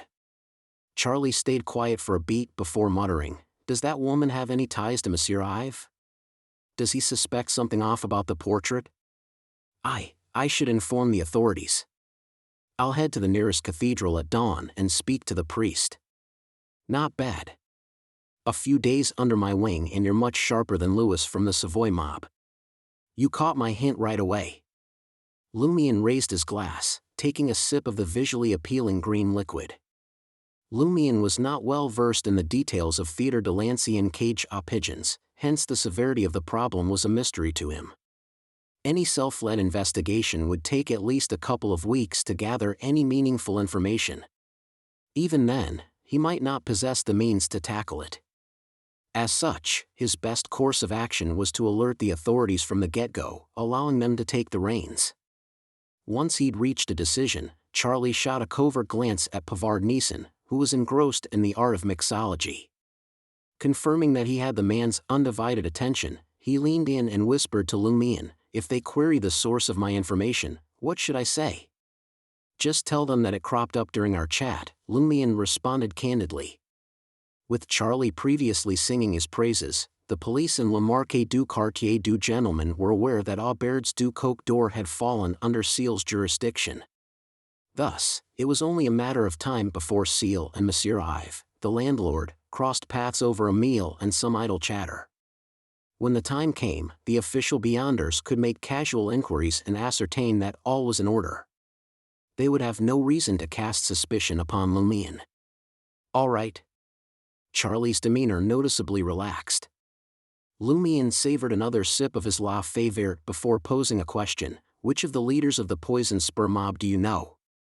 Charlie had previously alluded to the leaders of the Savoy mob, the Poison Spur mob, and several other smaller gangs having a certain notoriety in Le Marquis du Quartier du Gentleman, enough to frighten the youngsters. "Were you scheming?" Charlie's countenance lit up with excitement. "I intend to ask them a question or two." Lumion chose to frame it in the most courteous manner possible. Charlie's enthusiasm dipped a notch, realizing he wouldn't be privy to any spectacle. "Besides Margot, I know of two others. One's Hammer 8. He was a regular at Le Marquis du Quartier du Gentleman, but he's been frequenting Rue Anarchy of late. Then there's Harmon, sans any nickname.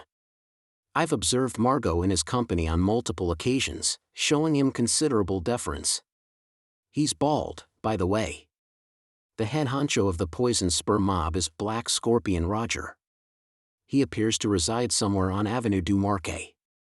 Garnering Margot's respect implies Harmon's status and power within the Poison Spur mob superseded his. Perhaps Hammer 8 has taken control of Salle de Gristmill and Rue Anarchy, hence his regular appearances here. Lumion pondered, setting his sights on Hammer 8. His plan was to shadow the gang leader over the ensuing days, familiarizing himself with his routines and behaviors.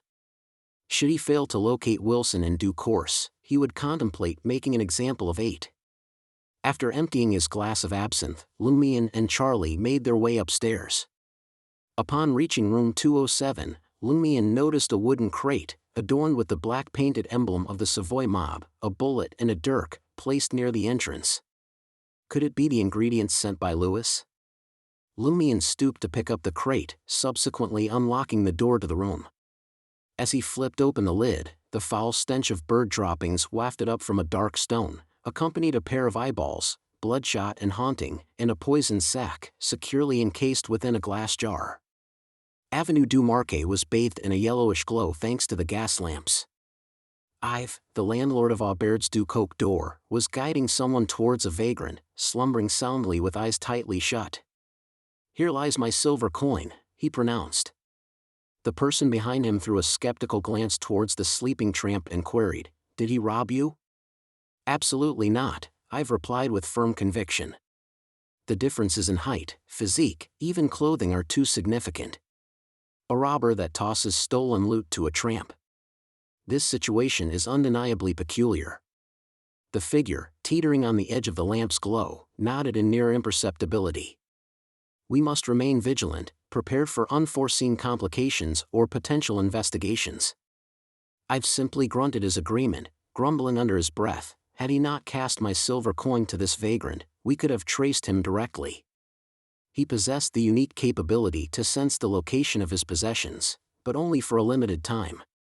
The following morning found Lumion holed up in Aubaird's du Coq door, engrossed in Aurora's grimoire. He needed to keep an eye on Hammer 8 and his cohorts, which meant altering his study routine to the morning. These gangsters only made their appearance in the afternoon, and their nightly escapades ended in the early morning hours. Charlie had left at dawn for the closest eternal blazing sun cathedral. Upon his return, his calm demeanor was underscored by a radiant smile. He seemed to have found a source of solace and received validation. As the clock approached noon, Lumion stowed his grimoire and ambled over to Avenue du Marquet. He positioned himself a short distance from Monsieur Ives' apartment and the Theatre de l'Ancienne cage aux Pigeons, hoping to witness any activity from the official beyonders. The streets were bustling as usual, the shops brimming with activity, and carriages weaving in and out. Yet, none bore any hints of the recent events. After observing for some time, Lumion was about to seek out a restaurant to satiate his hunger when he spotted Monsieur Ives in the distance. Still clad in his faded formal suit and chestnut tweed trousers, donning a gray wide-brimmed hat, and grasping a black cane, he made his way towards his apartment. The official beyonders haven't made their move yet? Lumion contemplated briefly before crossing Avenue du Marquet to intercept the landlord. "Good afternoon, Monsieur Ives." Out on an errand, he greeted, all smiles.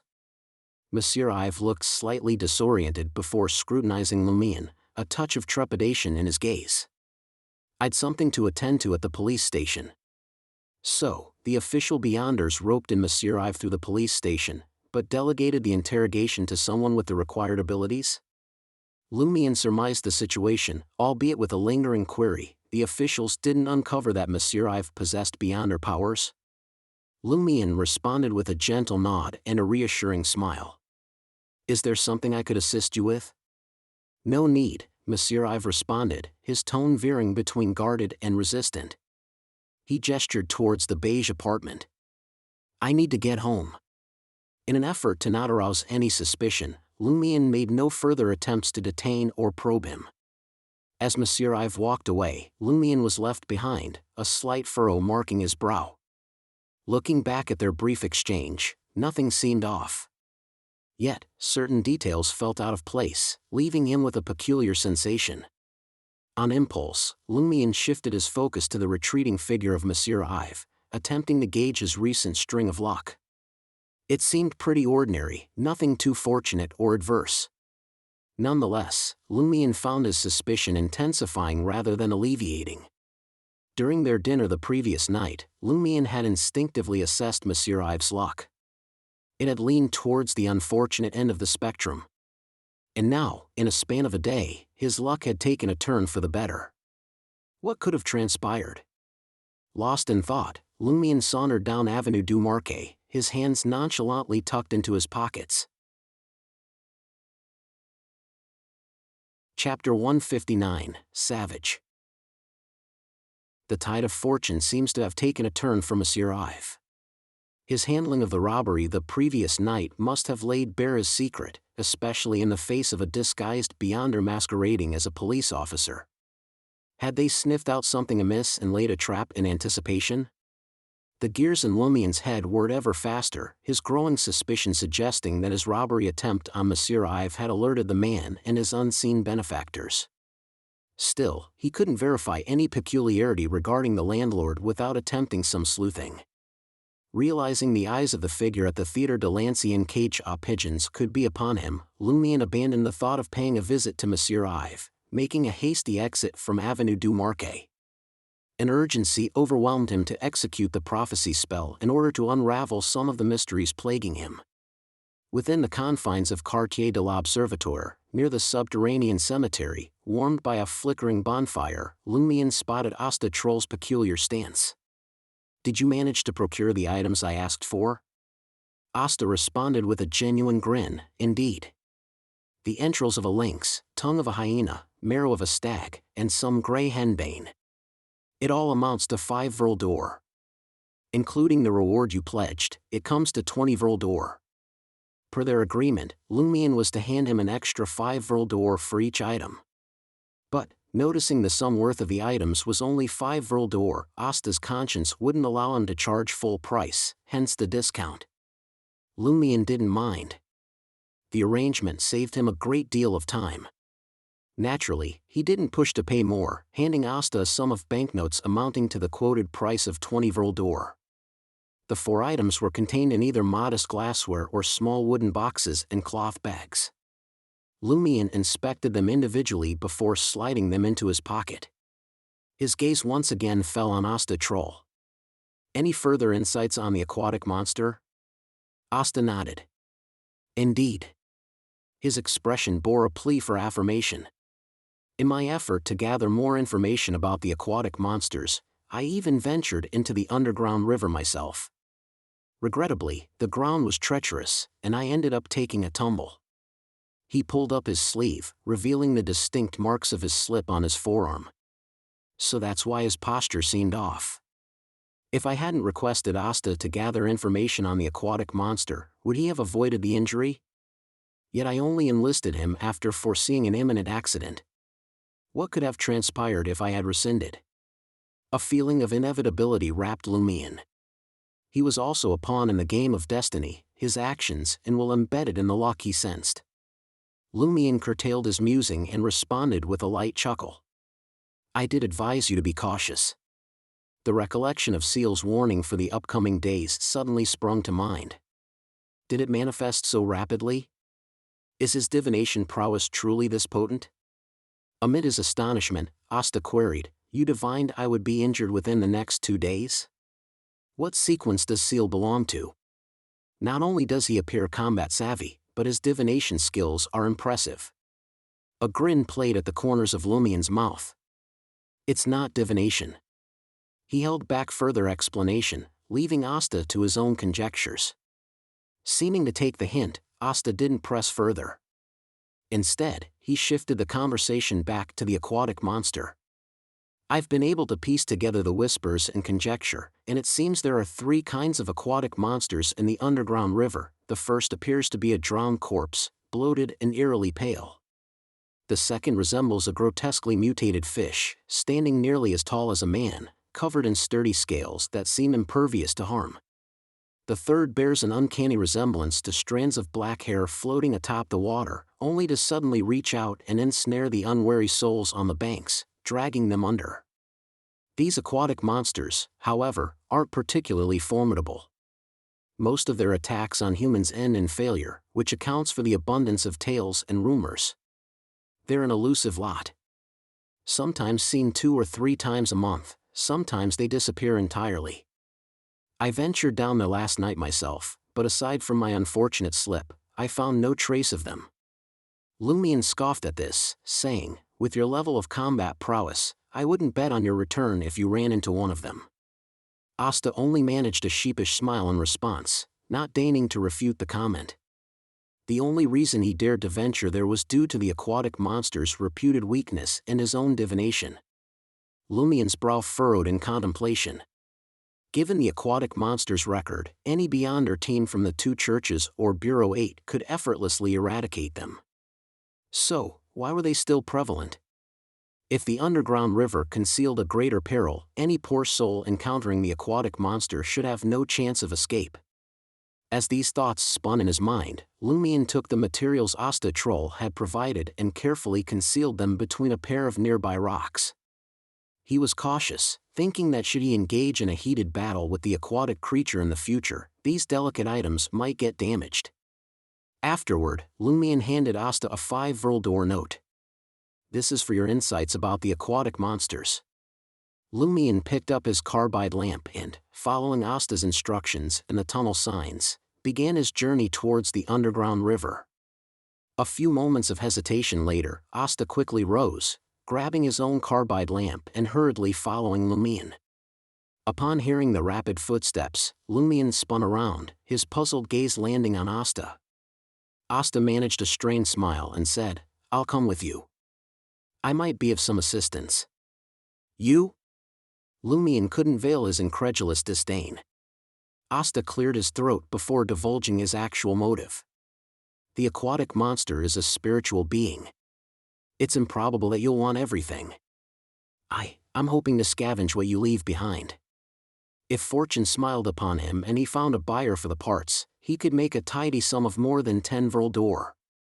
Lumion merely stared at Asta, letting the tension build before finally breaking into a grin. "You're welcome to tag along, but don't expect me to play your bodyguard." From what he could discern, Asta's luck was veering away from a bloody end and instead showing promise of a minor financial windfall. Essentially, if Asta joined him on this underground river expedition, it implied that the hunt might be relatively safe and potentially lucrative. Of course, Lumion couldn't be entirely sure that his decision wouldn't sway the course of Asta's luck. "No problem," Asta replied, devoid of apprehension. In his mind, he'd merely be tailing seal from a distance. If they happened to encounter an aquatic monster, he'd simply keep a wider berth. The threat to his own life seemed minimal at best. Asta's unwavering resolution prompted Lumion to study him a moment longer. Seeing that his luck hadn't shifted, Lumion lifted his gaze, picked up his carbide lamp and resumed his journey forward. In a way, having someone like Asta trailing behind had its benefits. Sometimes, the art of fishing required bait. On other occasions, in the face of a formidable monster, one needn't outrun the beast. One just needed to outpace their so-called allies. The two of them ventured deeper into the subterranean world, each step guided by the flickering light of their carbide lamps. After roughly 10 minutes, they were engulfed by an escalating humidity, and Lumion could discern the faint murmur of flowing water. He held his lamp aloft, casting an eye over the tunnel signage before veering into a pathway shrouded in darkness to his right. Soon, the telltale shimmer of water, distorted by the lamp's radiance, beckoned ahead. Lumion approached the underground river with caution. It stretched 5 to 6 meters wide, ensconced beneath a naturally formed stone dome peppered with stalactites. The water was relatively clear, meandering through the carved gullies. Apart from a scattering of moss, Lumion detected no signs of life at first glance. Asta had already ceased advancing, observing from a safe distance as the dangerous beyonder meticulously combed through the riverside. The pair maintained a distance of over 10 meters, sporadically progressing and halting. 15 minutes elapsed, and Lumion's search bore no fruit. Half an hour passed, and the situation remained unchanged. As the path ahead began to constrict, Lumion's keen eyes spotted some anomalies. By the riverbank, several rocks lay scattered, their edges tinged with soil. A struggle here? This thought nudged Lumion's heart as he cautiously neared the area.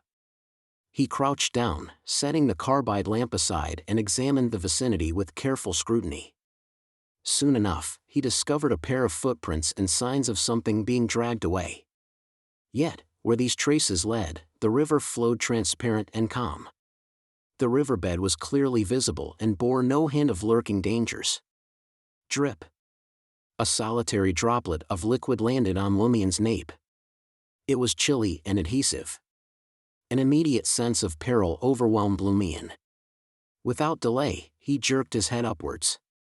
In the cavernous interlude between stalactites, a glistening figure of grayish-white writhed. Its head resembled a python, the body slick with scales akin to a fish. From where fins should have been, emerged 2 arms and a single leg, eerily human-like. The monster's mouth gaped open, unveiling a neat row of ferocious white teeth. From its mouth corner dripped a viscous and foul-smelling liquid. In the following heartbeat, the monster pounced, soaring towards Lumion. Crouched on the ground, Lumion tumbled backwards. Simultaneously, his body coiled like a spring, catapulting his right leg upwards in a swift whip-like motion. With a satisfying crack, Lumion, teetering on the brink of falling, landed a solid kick on the airborne monster who failed to evade the strike, hurling it towards the opposing stone wall. Crash! The monster collided with the rocky facade. Lumion was back on his feet, charging at his opponent with the feral urgency of a cheetah. As the monster slid off the wall, Lumion's form was mirrored in its muddy yellow eyes. Lumion reached out, seizing its arm. The monster didn't evade but opened its palm to welcome the assault. Each of its digits sprouted sharp scales, glinting ominously with a deep blue sheen. Without warning, Lumion twisted his elbow and flicked his wrist, clasping the monster's wrist with both hands to thwart the menacing blue scales. He then extended his right foot, sweeping away the monster's lone leg. With just one leg, the monster was powerless to resist.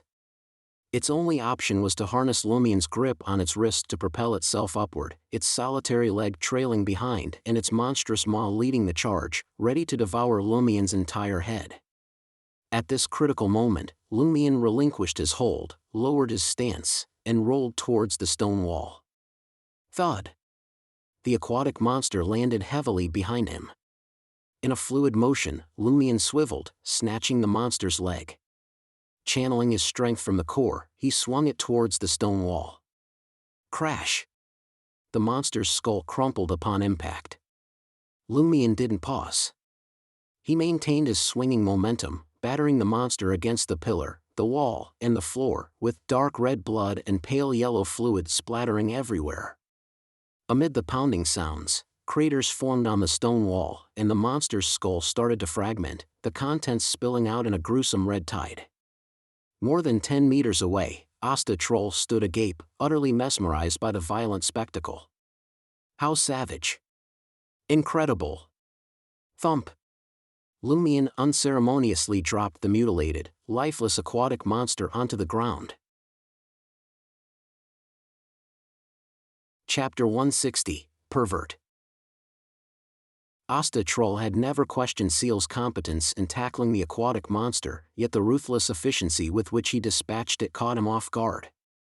It felt much like witnessing an adult landing a blow on a child. A persistent inquiry bobbed to the surface of Asta's thoughts. To what path and sequence could Seal possibly belong? Why could he engage in combat and appear to wield formidable prophetic capabilities? Within a region speckled by dark crimson and dull golden symbols, Lumion crouched, brandishing his ceremonial silver dagger. He slid the blade into the monster's open wound, cleaving through its flesh, and deposited it in the hollow timber container prepared earlier. Once 2 containers brimmed with the monster's flesh and scales casting a dim cerulean glow, he uncapped a metallic flask and began collecting the monster's blood that burbled ceaselessly. Witnessing this, Asta methodically closed the gap between him and the vanquished monster, lingering nearby. Before too long, Lumion rose, pivoted, and retraced his steps. Scrambling, Asta hastily crouched and started amassing blood, scales, and what he believed to be spiritually rich organs. His gaze frequently darted to Lumion, who was steadily increasing his distance, showing no signs of halting for Asta. A sense of unease began to seep into Asta. After all, Seal had dispatched the aquatic monster with terrifying ease. Given his earlier performance, Asta feared that Seal could also eliminate him without much effort. Should he remain alone by this subterranean river in the depth of the darkness, and should another monster be lured by the scent of blood, he would find himself in dire straits. With a sense of urgency, Asta hastily stowed the harvested materials, not daring to dawdle. Fighting the temptation to salvage more of the monster's remains, he left a good 90% behind and hurried after Lumion. As their carbide lamps winked out at the tunnel's end, darkness reclaimed the area, save for the perpetual whisper of water. After an indeterminate time had passed, a group of thrill-seeking university students made their way through the cavernous labyrinth, kerosene lanterns in hand. They discovered a partially collapsed stone wall and a pathway disordered and fragmented. Apart from that, all was serene and silent. Not a trace of the aquatic monster or bloodstains were found. Having bid Asta Troll adieu, Lumion found himself a seat in a public carriage, bound for Le Marché du Quartier du Gentleman. Retrieving the remainder of his ingredients from Aubaird's du Coq d'Or's room 207, he grasped his carbide lamp and plunged once more into the realm below ground. As Lumion descended from the floor, mimicking the surface world, his pace slackened. Under the glow of the carbide lamp, he noticed fresh, evident footprints marking the slightly damp path. Heavy footprints. Lumion studied them for a moment, voicing his puzzlement. From the looks of these prints, he concluded that the passerby must have weighed upwards of 100 kilograms, or been shouldering something hefty. Who could it be? An underworld smuggler? Lumion had his suspicions, but he didn't intend to tail them. Trier's subterranean labyrinth was brimming with people. Obsessing over each footprint would only exhaust him. Besides, the other party had no quarrel with him. Provided they didn't interfere with his upcoming ritual magic, he had no concern even if he was ready to ensure their silence. Turning the lamp's dial, Lumion tempered the reaction between carbide and water, thus dimming the flame's intensity and casting less light. He was concerned that the maker of the footprints was near, and might detect the bright light closing in from behind. Continuing his journey, Lumion suddenly halted, nose twitching. He detected a familiar aroma. A musky perfume designed to awaken masculine desires, intermingled with a citrus hint. After a brief moment of mental rifling, Lumion identified the scent's owner. Little minx Jenna, the showy diva. Could these be her footprints? Preposterous. Surely she doesn't weigh more than 100 kilograms? She's not cast of iron.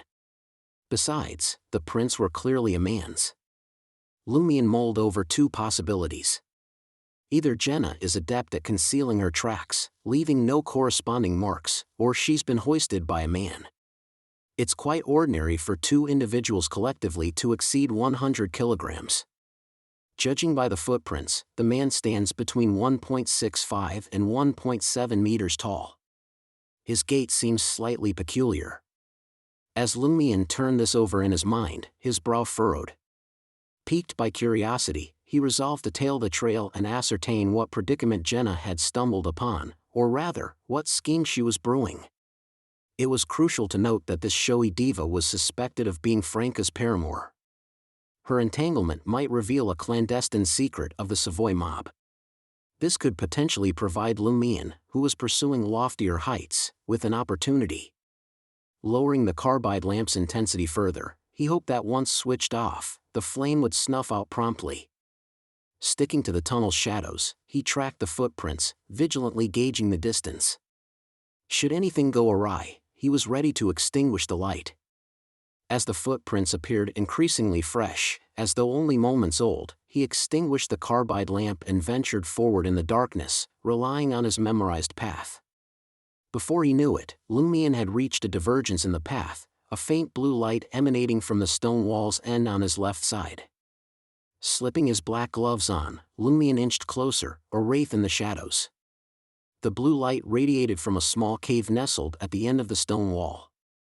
Stationed against the stone, Lumion tucked himself into the shadow's embrace, craning his neck ever so slightly to catch a glimpse of what lay within. At the cave's heart, a rather primitive iron-black carbide lamp sat in a relatively flat expanse. Nearby, a capacious bag of grayish-white fabric bulged, seemingly at its full capacity. A man loomed beside the bag, adorned in a blue cap, a common tweed suit of brown that one would see in Le Marquis du Quartier du Gentleman, with a linen shirt peeking out from beneath his darker jacket. The man's breathing was noticeably labored. Standing nearly 1.7 meters tall, his side profile revealed a thin and slightly worn countenance, his brown eyes ablaze with unmasked desire. Lumion's gaze dropped, registering the man's arousal. He inwardly chided, impatient, "Aren't we?" No wonder he was lagging. That explains the irregularity in his footprints. Lumion grew more convinced that the bag concealed none other than Jenna, the little minx. She must have fallen prey to a kidnapper and rapist. The man proceeded to remove his cap, casting it aside as his heavy panting echoed through the cave. His countenance was laid bare before Lumion. His eyebrows, pale and disordered, were sparse. His eyes sagged slightly at the corners. His nose was a hint of red at the tip, and his mouth bore dry, cracked lips. His complexion was a shade too pale, betraying signs of fatigue and exertion. The man squatted, loosening the bag's ties, revealing its contents. Lumien's intuition proved correct. It was indeed Jenna, the showy diva. Her customarily tied brownish-yellow hair was in disarray, cascading over her body. Her eyes were sealed shut, framed by a layer of deep shadows. Adorned in a white blouse and a beige fluffy short skirt, it was unclear whether she had lost or hadn't yet donned her mole. As the man drew Jenna from the bag, his breathing was so labored that Lumien could discern it effortlessly, even if he wasn't a hunter. Such a strong desire. Bordering on the perverse.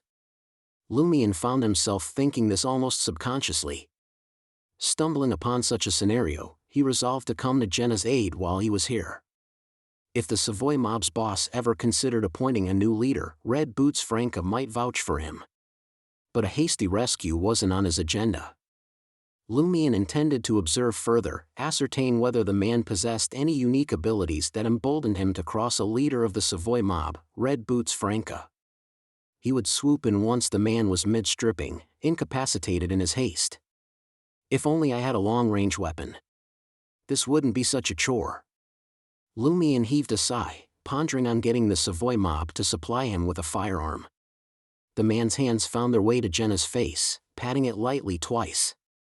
Next, he withdrew a small metal bottle, unscrewing the cap and brought it to Jenna's nose. Achoo!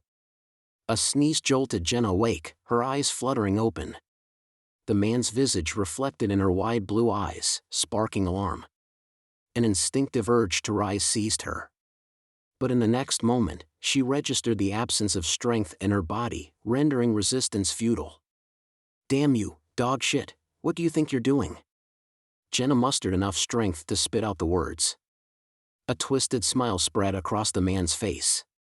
Do you know? I've watched you sing countless times. Each time, the desire to tear away your clothing and have you perform solely for me is overwhelming. Jenna hurled back, her voice seething with rage. You lunatic, a bastard who deserves being fucked by a donkey. You're done for. The Savoy mob will have you sleeping with the fishes. The man remained silent, his brown eyes gleaming with a peculiar light. Jenna's cheeks flushed crimson, and her breathing grew shallow. Her body twitched involuntarily, her eyes widening in shock at her own reaction. This is just perfect. Not only a hint of resistance but a subconscious acquiescence too. The man stood up, brimming with anticipation, rapidly disrobing his clothes, trousers, and shoes. Lumien, observing from his hidden spot, felt a sudden jolt of alarm. Jenna's reaction is abnormal. Could she be under the influence of some beyond her power? Did every human and dog in Trier have access to beyond her powers? Has Jenna been coerced into arousal? This bears an uncanny resemblance to Susanna Mattis and Monsieur Ives' act. Lumien's thoughts spiraled as he drew out the ritual silver dagger, tucking it into his right pocket with the blade pointed inward and the hilt pressing against the outer cloth. Lowering his body, he silently moved from the stone wall into the cave, stealthily approaching the man from the shadow's edge. The man's attention was fully riveted on Jenna. His eyes blazed with a fanatic light, his face twisted into a perverse grin. As he worked his belt loose and shed his trousers, his gaze roved over Jenna's form. Emerging from the shadows, Lumien sprang forth like a cheetah on the prowl.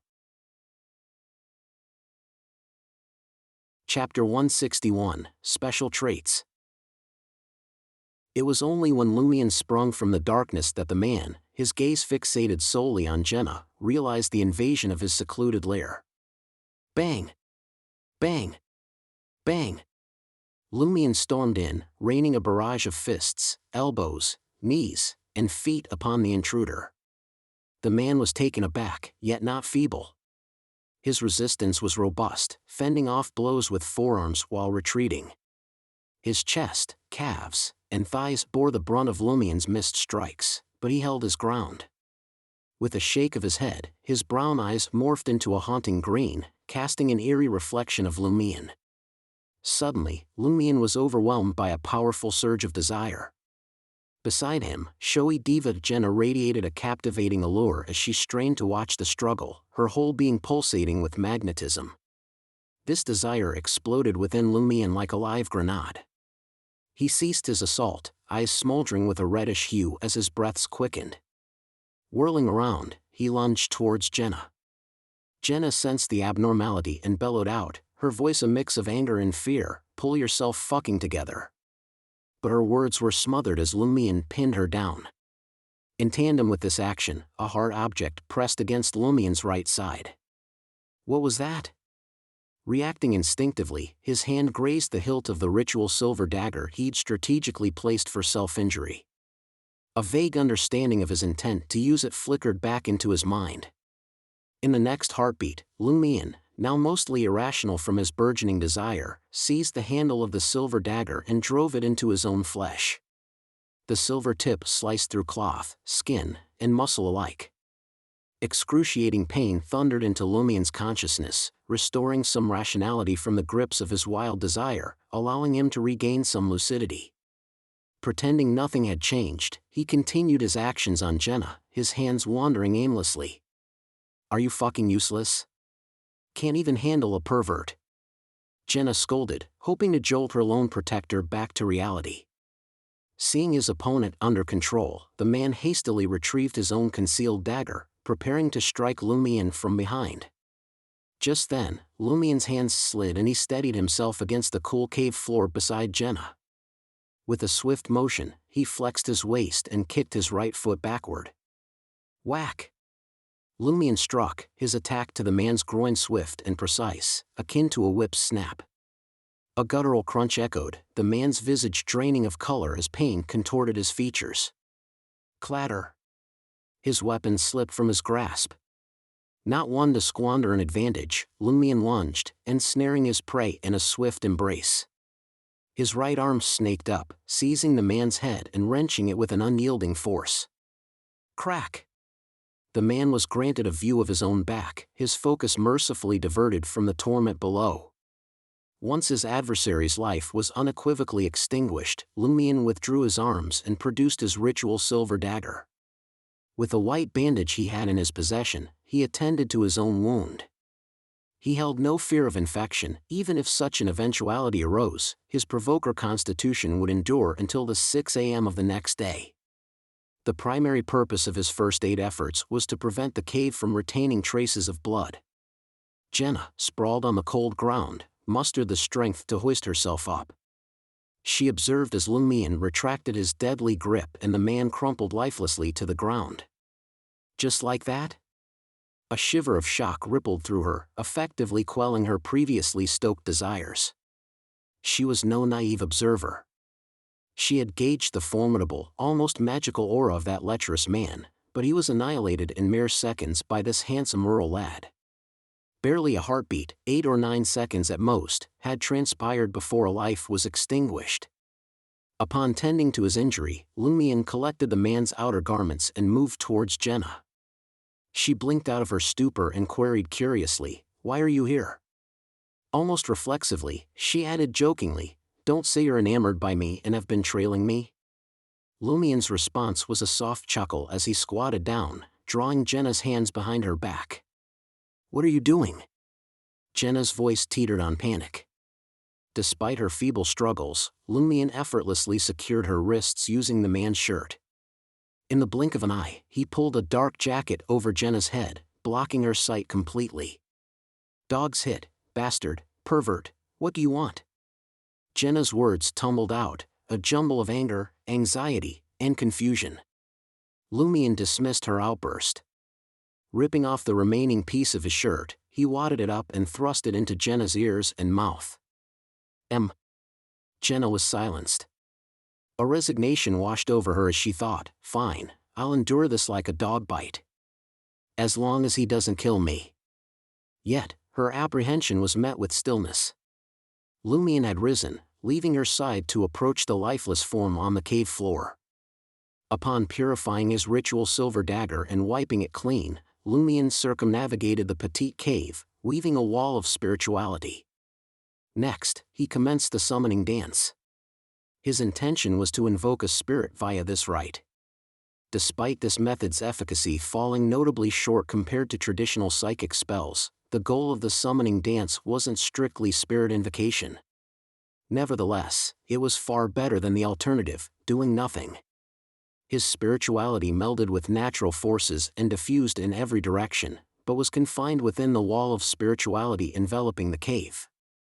Thus, the summoning wouldn't attract any unwanted entities. In the midst of the chaotic, mesmerizing dance, Lumion perceived the spectral form of the man. Drawing the ritual silver dagger, he let a droplet of blood fall, commanding the spirit to bond with him. Almost instantaneously, Lumion was gripped by a chilling sensation as an unusual and fervent heat ignited within him. This was accompanied by an overwhelming desire for women.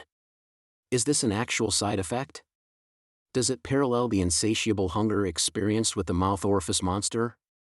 Lumion made a conscious effort to avoid glancing at Jenna, who was now bound and blindfolded, as he noted his newly acquired head. Since the man had recently perished, his other head was saturated with lingering emotions such as lust, pain, fury, loathing, and the instinctive urge to utilize his distinctive traits. Also present were traces of obsessions and the most profound memories. Analyzing the situation, Lumion understood that this pervert possessed far more abilities and traits than the mouth orifice monster.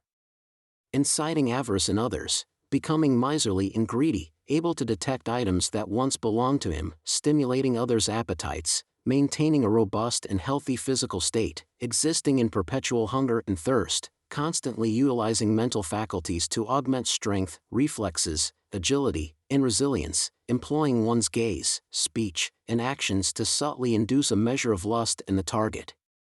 Through direct contact and spell-like abilities, the target will experience varying degrees of lust. Preparing rape drugs and the like. Differentiating hormonal information of various individuals. Did Monsieur Ive utilize the first one? This pervert is indeed connected to Monsieur Ive and Susanna Mattis. A constant state of hunger and thirst. No wonder he targeted Jenna and dared to abduct her. Can this be categorized as a negative effect? Indeed, Jenna may not be his first victim. Lumion didn't select any specific trait. He was limited to general observations of the spectral companion and was unable to comprehend any of the more nuanced abilities. Lumion made an attempt to amplify the man's most profound memories.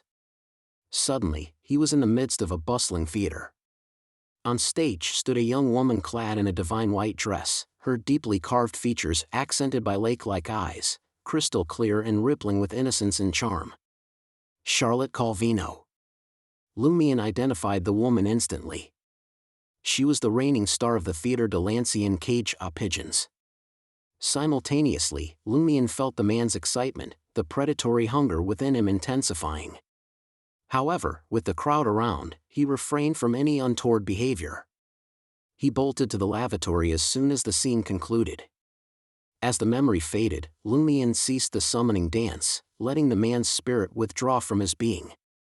Almost immediately, he performed the summoning dance again, inviting the spirit to rejoin him. This was because each possession allowed Lumion to select only one trait, one memory, or one obsession. Once chosen, it was irrevocable. Lumion had opted for one of the spirit's most poignant memories. In the next instant, Jenna appeared before him, giving an overtly dramatic performance on stage. The situation became clear to Lumion. He couldn't resist clenching his jaw and cursing, "Is there nothing else in your mind but women, women, women?" He abandoned the idea of spirit channeling, regretting that he hadn't yet achieved the status of a contractee, unable to forge a long-term contract with the spirit and borrow a skill. Lumion appraised the man's traits, certain that some of them would prove immensely useful in combat. If only I could rear this spirit. Lumion sighed, conceding his present limitations. Subsequently, he dissolved the spiritual barrier, sheathed his ritual silver dagger, and returned to Jenna. He removed the jacket shrouding her eyes and the shirt binding her hands. Jenna winced, plucking the cloth from her mouth and ears. She massaged her reddened wrist, throwing a skeptical look at Lumion, who was busy searching the pockets of the man's clothing. She inquired, "Why did you blindfold me and block my ears earlier?" "I was protecting you." "You shouldn't see or hear what isn't meant for you," Lumion responded in a half-jesting tone, his search yielding a total of 8 Vrildor coins and 3 somewhat antiquated metal canisters. Perceiving no threat from him, Jenna huffed. What could possibly be unseen or unheard here? Unless you didn't. With the corpse. Her voice faded as she connected a few dots, roughly guessing that Lumion might have been using some power to extract information from the corpse. Upon noticing Lumion evaluating the 3 metal canisters, Jenna deflected the topic and reminisced, one of these bottles contains a gas that knocks you out, leaving you feeble. That's how he abducted me. Also, another bottle has this gas, extremely foul-smelling, but strangely enough, it wakes you up. Damn, that pervert deserves being fucked by a donkey. I don't know what's in the remaining bottle, and I can't distinguish between the other 2. Chapter 162, Fresh Corpse. Lumion crouched down, clutching the 3 metal canisters in his hands. He cast a glance at Jenna, a mischievous smile playing on his lips. I know just the way to confirm it. What? Jenna's curiosity piqued, but soon a hint of nervousness and panic crept into her expression, triggered by Lumion's enigmatic smile. Unfazed by her reaction, Lumion responded with a smile of his own. Help me determine which canister is which, he suggested. What sort of joke is this? Jenna thought, grateful for the fact that had Lumion not saved her and aware of her own weakened state, she would have unleashed a stream of curses. However, Lumion's expression turned serious. Rest assured, if it contains the gas that knocks you out, the worst that can happen is you fainting again. I won't harm you, and even if I wanted to, you wouldn't be able to resist. Besides, once we ascertain which canister is which, I can use a stimulating gas to revive you and bring you back to normal. If luck is on your side and you encounter the stimulating gas, you'll regain most of your strength immediately, Lumion added. That makes sense. Regardless of the outcome, it can't possibly be harmful. She was almost convinced by Lumion's words. However, snapping out of her daze, Jenna clenched her teeth and voiced her concerns. But what if you end up selecting the other canister? We have no idea what it contains. If it turned out to be poisonous gas, there was no one present with the knowledge to treat her. Lumion responded with a mocking tone, a smile still tugging at the corners of his mouth. Are you daft? Canisters filled mostly with gas and those containing liquid have a significant weight difference. This particular bottle should be filled with liquid. He picked up one of the metal canisters and gave it a slight shake. He clearly heard the unmistakable sloshing sound of liquid inside before pocketing it. Is that so? Although Jenna had been mocked, her attention was focused on the experiment, and anger didn't consume her. After a few seconds of hesitation, she closed her eyes and tilted her head slightly, determined. Go ahead, give it a try. Lumion stowed one of the metal bottles in his pants pocket, leaving only one in his grasp. With a leisurely pace, he brought it near Jenna's nose. In the next moment, Jenna slowly cracked open her eyes.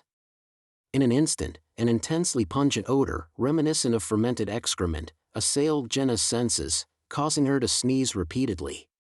Tears threatened to spill from her eyes, and her nose threatened to drip. However, each sneeze served as a catalyst, restoring a significant portion of her strength. As Lumion sealed the canister and rose from his crouch, Jenna leaped to her feet, instinctively stretching her limbs. Jenna happily adjusted her clothing and skirt, muttering to herself, seems like luck is on my side. On her first attempt, she managed to obtain the canister with the foul-smelling gas. But then she noticed Lumion's playful expression. Jenna's heart skipped a beat, sensing that something was off. Curiosity getting the better of her, she inquired, did you already know which gas canister was which from the start? Is that the reason he was able to accurately select the metal canister containing the pungent gas? Lumion grinned and handed the metal canister to Jenna. Smell the cap for yourself. Jenna eyed the canister suspiciously before cautiously sniffing the bottle. A faint odor lingered, not particularly stimulating or potent, but still unpleasant. The other canister has no scent, Lumion added with a smile. Jenna's flushed face turned an even deeper shade of red. She felt foolish, having believed the words of the other party and willingly taken part in the so-called experiment. Any feelings of gratitude she had prepared were instantly quashed. Ignoring Jenna's enraged state, Lumion pocketed the 8 Vril banknote and marked the metal canister with a scratch before stowing it away. Though the man possessed the ability to sense the whereabouts of items that had once belonged to him, Lumion wasn't afraid of being tracked since the man was already dead. As for the function of the liquid in the remaining metal canister, he planned to test it on rats, stray dogs, and other animals. Having completed the necessary tasks, Lumion pointed at the pervert's lifeless body and instructed Jenna, "Take a good look at him and commit his face to memory. We'll need to investigate who he is. He probably has accomplices." "All right." Jenna strode toward the corpse, earnestly engraving his face into her memory. After observing for a while, the recent events flooded back into her mind, fueling her anger. She raised her right leg and ruthlessly kicked the pervert's groin. Again and again, without restraint. "Dogs hit, pervert, damn your mother, damn your entire family." Jenna vented her emotions to her heart's content. Lumion winced, feeling a twinge of pain, as he lowered his head to clean up the remnants at the scene. Once Jenna had calmed down, he approached her with a large grayish-white cloth bag. As he stuffed the corpse and clothes inside, he casually inquired, "How did he abduct you?" Jenna smoothed her disheveled brownish-yellow hair and tied it back into a simple ponytail. Gritting her teeth, she recounted, "I encountered him in an alley next to the Salle de Bal Brise. He claimed to be a fan of my singing and asked for an autograph. The paper he handed me was sprinkled with that odorless gas. As soon as I signed it, I sensed something was wrong and lost most of my strength. After that, he attacked me, restrained me, and brought the bottle to my nose. That's when I passed out." Lumion couldn't help but mock, "Aren't you being too careless?" Jenna didn't agree. "I've seen him several times while singing. I was certain that he genuinely enjoyed listening to me. Otherwise, I wouldn't have given him the time of day. And, as an unknown singer, it's an honor to have someone ask for your autograph. Besides, the gas doesn't have any smell. How could anyone have guarded against this?" Lumion scoffed. "That's not what I meant. It's obvious that the gas dissipates quickly on paper. It needs to be used within a short period of time to have a certain effect. In other words, that pervert has been tailing you for a while and has probably figured out your routines. Otherwise, he wouldn't have cornered you so accurately in an empty alley and tainted the paper with the gas 10 to 20 seconds in advance. Didn't you notice despite being followed for so long?" Jenna fell silent, at times clenching her teeth, at times frustrated. Lumion shifted his gaze and chuckled. It was understandable that she didn't notice. That guy could discern hormonal information from different individuals. If it weren't for the fact that Monsieur Ives was clearly weaker than the pervert and probably hadn't mastered the power of lust, Lumion would have suspected that his identity as a robber had been exposed. He resealed the grayish-white cloth bag and used it to further erase any traces at the scene. Observing this, Jenna lent him a hand. She's quite skilled at dealing with evidence. Lumion glanced at Jenna and left the cave with the cloth bag slung over his back, harboring some suspicions. Due to Jenna intentionally not mentioning her unusual behavior under the influence of the pervert, Lumion believed that this showy diva had some understanding of the beyonder world, or she might even be one herself. And her source of information or power most likely stemmed from Red Boots Franca from the Savoy mob. When Lumion arrived at his hiding spot, he ignited the carbide lamp and held it in his hand, glancing back at the depths of the path. The path descended. There was darkness in the distance, a void that swallowed everything as it lay in wait for its prey to approach. "What are you looking at?" Jenna asked curiously.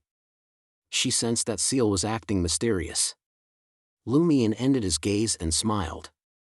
"I'm wondering where we'll end up if we keep going down. Perhaps the trier from the fourth epoch?" In reality, what he was truly pondering was, the abnormal ability displayed just now was strikingly similar to Monsieur Ives.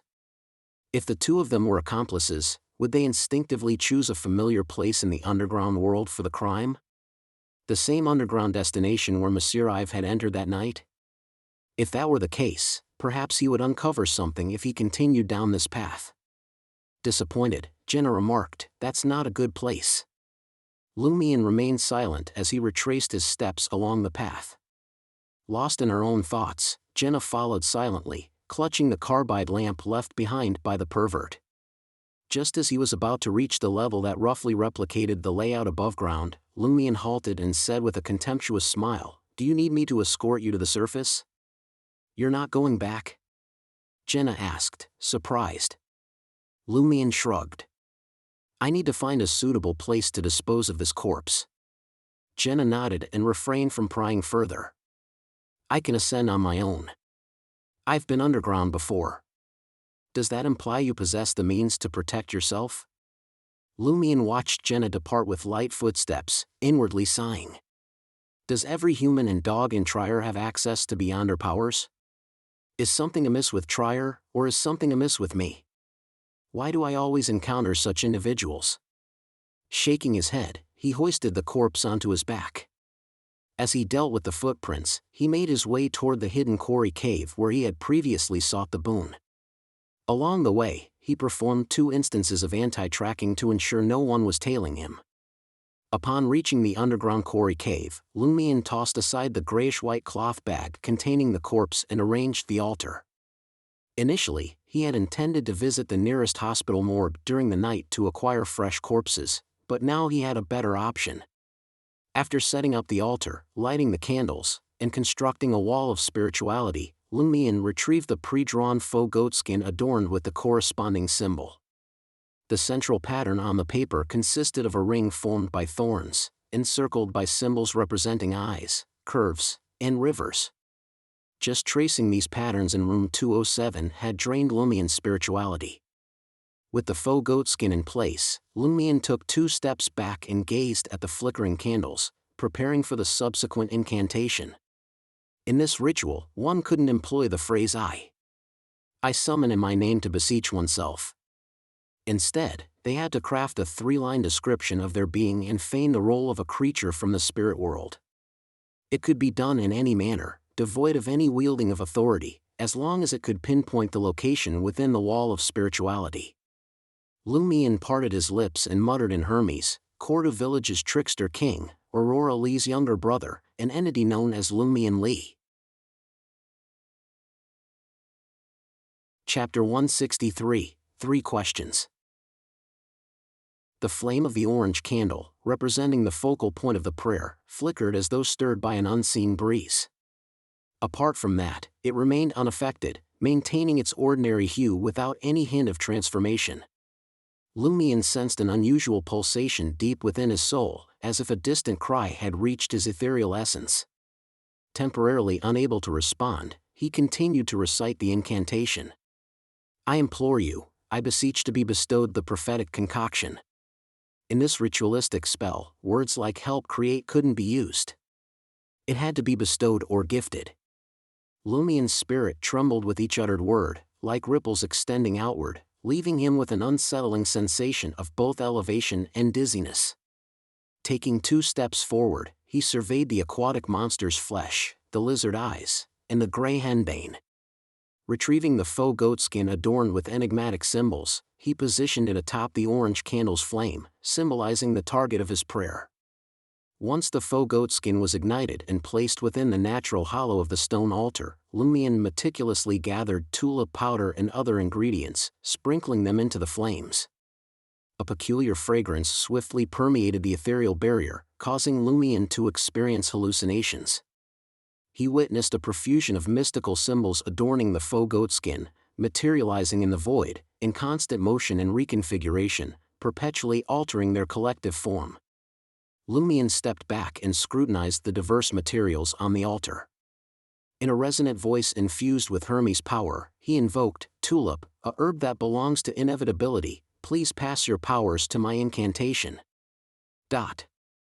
As Lumion uttered the final word, his spirit's ripples merged, granting him the illusion that he could graze the candle's flame with a mere touch of his palm. Simultaneously, a searing sensation ignited within his chest, accompanied by a faint hum resonating in his ears. His surroundings spun, akin to being tossed into the air and spun around repeatedly. Guided by his spirituality, Lumion extended his right hand, pressing it toward the candle's flame. His vision dimmed as his spirituality surged forth, intertwining with the flames. The candle's flame promptly expanded, casting a radiant and ethereal glow upon the entire altar. The disparate ingredients of the prophetic concoction, once gathered, stirred and converged. Blood churned, and shadows undulated, crafting an exceptionally sinister tableau. Struggling to maintain a steady flow of his spiritual essence, Lumion observed the physical components fade into specters, completing their reassembly. A dark crimson phantom, infused with silver-black tincture, materialized before him, condensing into a murky liquid. The liquid incessantly bubbled, each burst releasing sinuous tendrils of silver-black light, reminiscent of slithering serpents. Lumion advanced 2 steps, seizing a metal canister from the altar. Unscrewing its lid, he positioned it beneath the liquid's surface. Having placed the vessel containing the prophetic concoction back on the altar, Lumion composed himself, preparing his mental state. As Lumion calmed the ripples within his spirit, he recollected the entire process of the ritual. If the thorn symbol hadn't reached a certain level of activation, elevating my status, I wouldn't have been able to respond and the endeavor would have failed. I can only perform 2 similar ritualistic spells consecutively. Lumion ruminated, gradually finding his thoughts settling. Completing the 5 ritualistic spells required a minimum of sequence 7, or even contract T. Lumion, an alms monk of sequence 8, could only accomplish it by relying on the corruption within his body. Correspondingly, his spirituality couldn't endure for much longer. After concluding the ritual and tidying the altar, Lumion dispelled the ethereal barrier and approached the grayish-white cloth bag to drag out the lifeless body. With gentle care, he twisted the other party's head to its original position and opened the mouth. Bathed in the glow of the blue carbide lamp, Lumion retrieved the prophetic concoction, unscrewed its lid, and poured the dark liquid into the corpse's mouth. Rather than immediately permeating through the larynx, the liquid remained within, akin to a pool of water. Suddenly, Lumion sensed the quarry's breeze turning colder, and the carbide lamp's light deepened to a richer blue. Almost simultaneously, he heard a rumbling sound, witnessing the corpse's throat writhe as it consumed all of the prophetic concoction. In the next moment, the naked corpse sat upright, engulfed in an unnatural darkness that defied illumination. His eyes snapped open upon his pallid, worn face. The once brown irises had lost their color, now crystal clear and devoid of hue. Within the depths of those translucent eyes, layers of vibrant colors seemed to reside. A pure light hung high, countless nearly imperceptible figures, and flickering silver radiance. Withstanding the bone-chilling cold, Lumion composed himself and inquired, "Will Guillaume Binet, the former padre from Cordoue village in Dariche, Riston province, Intis Republic, appear in a month?" During the interim, Lumion had contemplated the 3 questions he wished to pose. 4 primary rules govern the questioning. First, it must pertain to the future. Inquiries regarding someone's whereabouts or past actions were forbidden. Secondly, the description had to be precise enough, or an unanswered query would arise. The name Guillaume Binet was commonplace in other parts of Intis. Numerous individuals shared the same name. Unless the village of origin was specified, the corpse might reveal the future fate of a different Guillaume Binet. Thirdly, regardless of the corpse's country of origin or familiarity with the corresponding language, it would respond in the same language as the question posed. Lastly, a question could only contain one element requiring an answer. It could not be framed in the manner of "when and where will it be?" The corpse's pale countenance took on a dark green tinge. It parted its lips and uttered in Intis, "Triers quartier de la Princesse Rouge." The voice resonated with an illusory and ethereal quality, as if it emanated from another realm. It bore no resemblance to the deceased's living voice. "So, it can only be narrowed down to the Quartier de la Princesse Rouge?" Lumion's brow furrowed slightly. He could comprehend the reason behind it. This was not a prophetic concoction obtained from hidden entities. Its creator was essentially an alms monk, hence the effects naturally wouldn't be outstanding. Lumian proceeded to raise his second question. Where will I encounter Louis Lund, the former butler of the village administrator in Corda village, Dirige, Riston province, Indus Republic? He refrained from mentioning Madame Pualis since he was uncertain of her connection to Madame Knight. He feared that her elevated status might interfere with the prophecy's accuracy. The corpse's eyes remained vacant and translucent as it gazed ahead. It responded with an ethereal voice, Triers le Marquet du Quartier du Gentleman Avenue du Marquet. Avenue du Marquet? It seems Louis Lund's presence there isn't mere happenstance. Lumian mused, a sense of satisfaction washing over him. As he contemplated, he noticed the strange visions reflected in the corpse's transparent eyes gradually fading. Acting swiftly, he posed his third question. Where will Monsieur Ives, the proprietor of Auberges du Coq d'Or and Le Marquet du Quartier du Gentleman, be from 11 p.m. to 12 p.m. this Sunday? Having observed Monsieur Ives previously entering the underground at this time, Lumian sought to ascertain the specifics of his destination.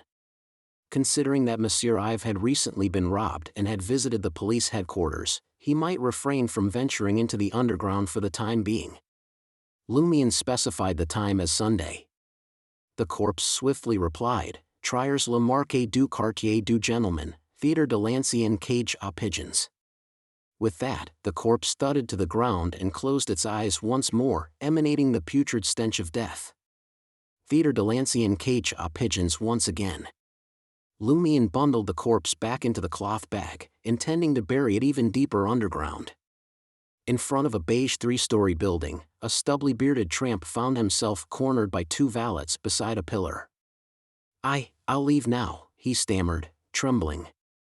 At that moment, a man dressed as a butler approached, his face filled with surprise. Master, is that you? Master. What? The tramp was perplexed. The butler couldn't contain his excitement. Don't you remember? You're the owner of this place, and we are all your loyal servants. You suffered a head injury and lost many memories. One day, you suddenly ran away from home. It's been months. I've finally found you. You've returned. I'm not. The tramp remembered his past clearly. However, the butler and the two valets refused to listen to his explanation. They encircled him and led him into the building. Madam, the master has returned, the butler shouted with elation. Before long, the tramp laid eyes upon an elegant and beautiful woman. She wore a light green dress, her eyes exuding a mature allure. Overwhelmed with joy, she burst into tears and threw herself into the tramp's arms. You're back. You're finally back. As he inhaled the sweet scent of her perfume and felt the softness of her body against his, the tramp attempted to argue that he wasn't her husband, but the words caught in his throat. In a daze of confusion, he was guided to the dining room. There, under a crystal chandelier, he beheld a sumptuous feast, a dozen oysters, a pot of succulent chicken, a plate of beef stewed with prunes, suet pudding, salad, and a bottle of white elixir wine. Simultaneously, the tramp's gaze fell upon the oil paintings adorning the walls of the dining room. One of them was a portrait, strikingly similar to him. Could it truly be me? But I recall every experience. Could there be another who bears my resemblance? The tramp grew even more bewildered. After indulging in a hearty meal and savoring fine wines, he was led to the bedroom. Soon, the beautiful and elegant madam entered, dressed in a silk nightgown. Her eyes shimmered with tears as she spoke. Do you still remember my passion? The tramp's breathing quickened, and he couldn't resist taking a step forward. The two of them embraced passionately, tumbling onto the bed, their desires overwhelming them. In that moment, the tramp began to believe that he truly was the owner of this grand house. He had a beautiful wife, a professional butler, and a multitude of servants. Even if the original master were to return, he would ensure that the other was exposed as a fraud. Lumian resurfaced and entered Auberges du Coq d'Or, carrying the extinguished carbide lamp. Madame Fels, who manned the front desk, immediately stood up upon seeing him. Seal, Monsieur Seal, Baron Brignaise wishes to meet you at the Salle de Bal Brise after dinner. Baron Brignaise is seeking me? What could it be about? Lumian nodded. Chapter 164, Intelligence. Salle de Bal Brise, the cafe on the second floor. Lumian strolled over to Baron Brignaise with an air of nonchalance and took a seat.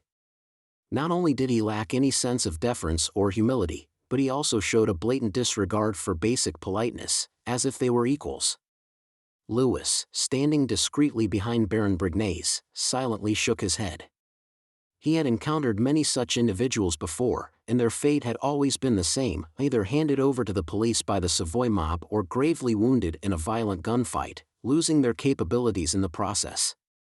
They had no choice but to become subservient, like dogs wagging their tails, in exchange for the gang's protection. Some met their demise due to various reasons, their bodies cast into the dark recesses of the underground world or packed into wooden barrels filled with stones and thrown into the depths of the Srenzo River. "Good evening, Baron," Lumian greeted with a disarming smile. Baron Brignaise betrayed no sign of anger on his face. He leisurely took a puff from his mahogany-colored pipe and casually inquired, "Where have you been this afternoon?" "Underground," Lumian responded, resembling the corpse that had imbibed the prophecy concoction. He answered the other party's questions without any elaboration. If Little Minx Jenna and Red Boots Franca concealed the fact that he had dispatched the pervert and saved the former, his response would have been a display of utmost candor. Baron Brignaise appeared momentarily taken aback but refrained from further probing. As he rubbed the mahogany pipe in his hand, he calmly stated, "I have a task for you." Without waiting for Lumian to inquire, he explained with a smile, "I hold great expectations for you. I believe you can become a crucial member of our Savoy mob, entrusted with significant matters. However, my favorable opinion alone is insufficient. You must demonstrate strength that surpasses most and make contributions that garner their recognition." A carrot dangling before a donkey? Lumian scoffed inwardly. Outwardly, he deliberately narrowed his eyes. And what might this be about? Baron Brignaise set aside his mahogany pipe, took a sip of his coffee, and adopted a soothing tone as he spoke, "Assault any prominent member of the Poison Spur mob. It would be best if you inflict severe injuries. Killing them outright works too." Lumian chuckled. "Just 2 days ago, you cautioned me against causing a commotion and provoking an all-out conflict between the Poison Spur mob and us. Aren't you concerned that such actions might transpire, ultimately leading to you becoming a target of the police headquarters?" Although he had intended to lie in wait for the Poison Spur mob's Hammer 8, Lumian refused to be treated as a fool by Baron Brignaise. "You are far more intelligent than those who surround me. For the past 2 days, I've been closely observing the Poison Spur mob's reactions, and it seems they have no immediate plans for revenge against you." "What does that imply?" "It means they're terrified of our Savoy mob," Lumian replied with a jest. It was, of course, a jest.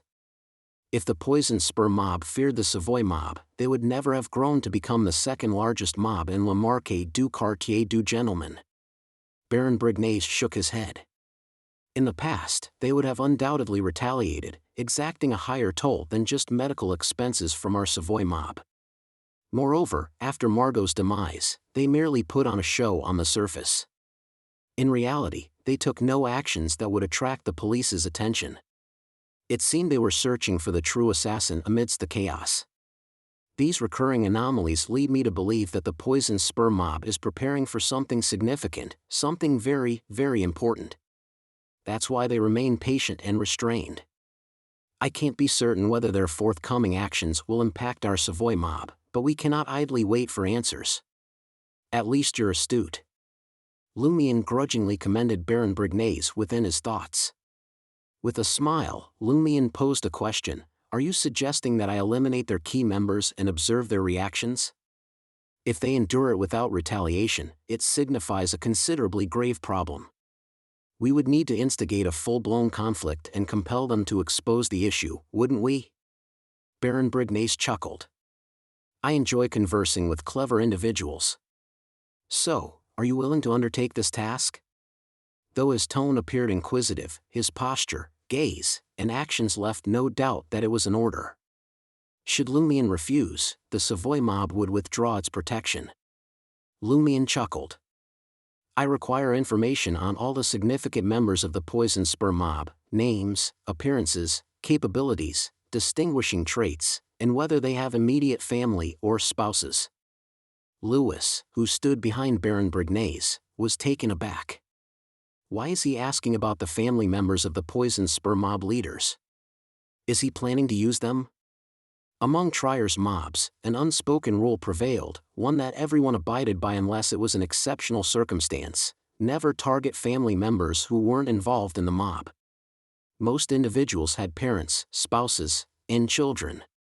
If they were to abandon all moral boundaries and kill without hesitation, none would be spared. Everyone would be in jeopardy.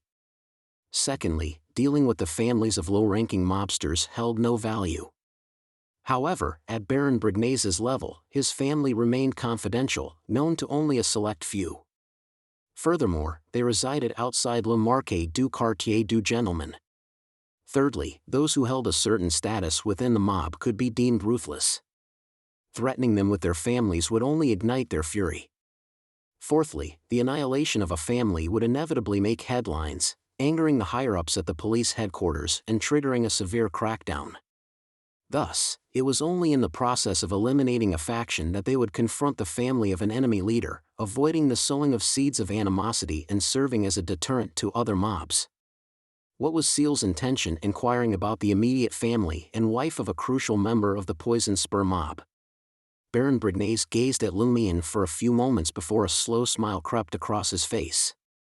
The boss of the Poison Spur mob is Roger, known as Black Scorpion. He resides at 126, Avenue du Marquet. I'm uncertain if he has a wife or immediate family. Even if he does, they aren't in the Market District. They might not even be in Trier. He possesses sinister spells and magical powers. Even I wouldn't dare to confront him. Baron Brignaise seized the opportunity to caution Lumion about the formidable strength of Black Scorpion Roger. It was wise to avoid any designs against him, for death would be the only outcome. Sinister spells. A Beyonder focused on spellcasting? Considering Roger's ability to subdue Margot, he must be at least a Sequence 7. He might even possess a mystical artifact or Beyonder weapon. If Beyonders of this caliber lack robust bodies or special life-preserving abilities, they may resort to traps, close-range assassinations, and other methods. If their bodies aren't weak and they excel in close combat, or if they possess a substitution spell like Leah's paper figurine, I'll have hardly any chance of victory. Unless I employ the luck enhancement spell to prearrange his misfortune and make him sufficiently unlucky. Lumion's thoughts raced like lightning, fleeting as they disappeared. He nodded and inquired, what about the others? Baron Brignaise took a leisurely puff on his pipe before responding. The Poison Spur mob once had 4 powerful and significant members who were slightly inferior to us in the Market District. However, after Margot's demise at your hands, his replacement, Wilson, is quite feeble. Their overall strength has greatly diminished. Roger's deputy, Baldy Harmon, is one of them. Initially, he and Roger arrived in the Market District, establishing the Salle de Gristmill and gradually recruiting a group of individuals to form the Poison Spur mob. He's highly skilled in combat, on par with Margot in that regard. Additionally, he possesses peculiar abilities. For instance, he can withstand a blade and only suffer minor injuries. At times, he exhibits sudden bursts of violence, as if under the influence of some drug. He can instill fear in others. Oh, and he wields a knife coated with poison. He's exceedingly cruel. He doesn't have a family or a mistress, but he takes a keen interest in women. He often dallies with street girls under the Poison Spur mob. His usual residence is Black Scorpion Roger's house. When he seeks the company of a woman, he opts for a relatively clean motel or hotel within the Market District. Lumion listened attentively, gradually formulating a plan. There's a highly effective trap for Baldy Harmon. Regardless of how Harmon acquires such formidable defenses that only result in minor injuries after being slashed, it suggests a high probability that he's willing to trade injuries for victory. He relies heavily on his strengths in this aspect. If that's the case, I can provide him an opportunity. However, Fallen Mercury will be the one to inflict those minor injuries upon him. Even minor wounds can bleed. Baron Brignaise continued, most of the dancers under the Poison Spur mob are under the supervision of Castina from Fainapotter. She was abducted to try her and later became Black Scorpion Roger's mistress. Short-legged Candlestick was her nickname back when she worked as a dancer, owing to her relatively petite stature. Lumion envisioned a compact Candlestick and formed a rough image of Castina in his mind.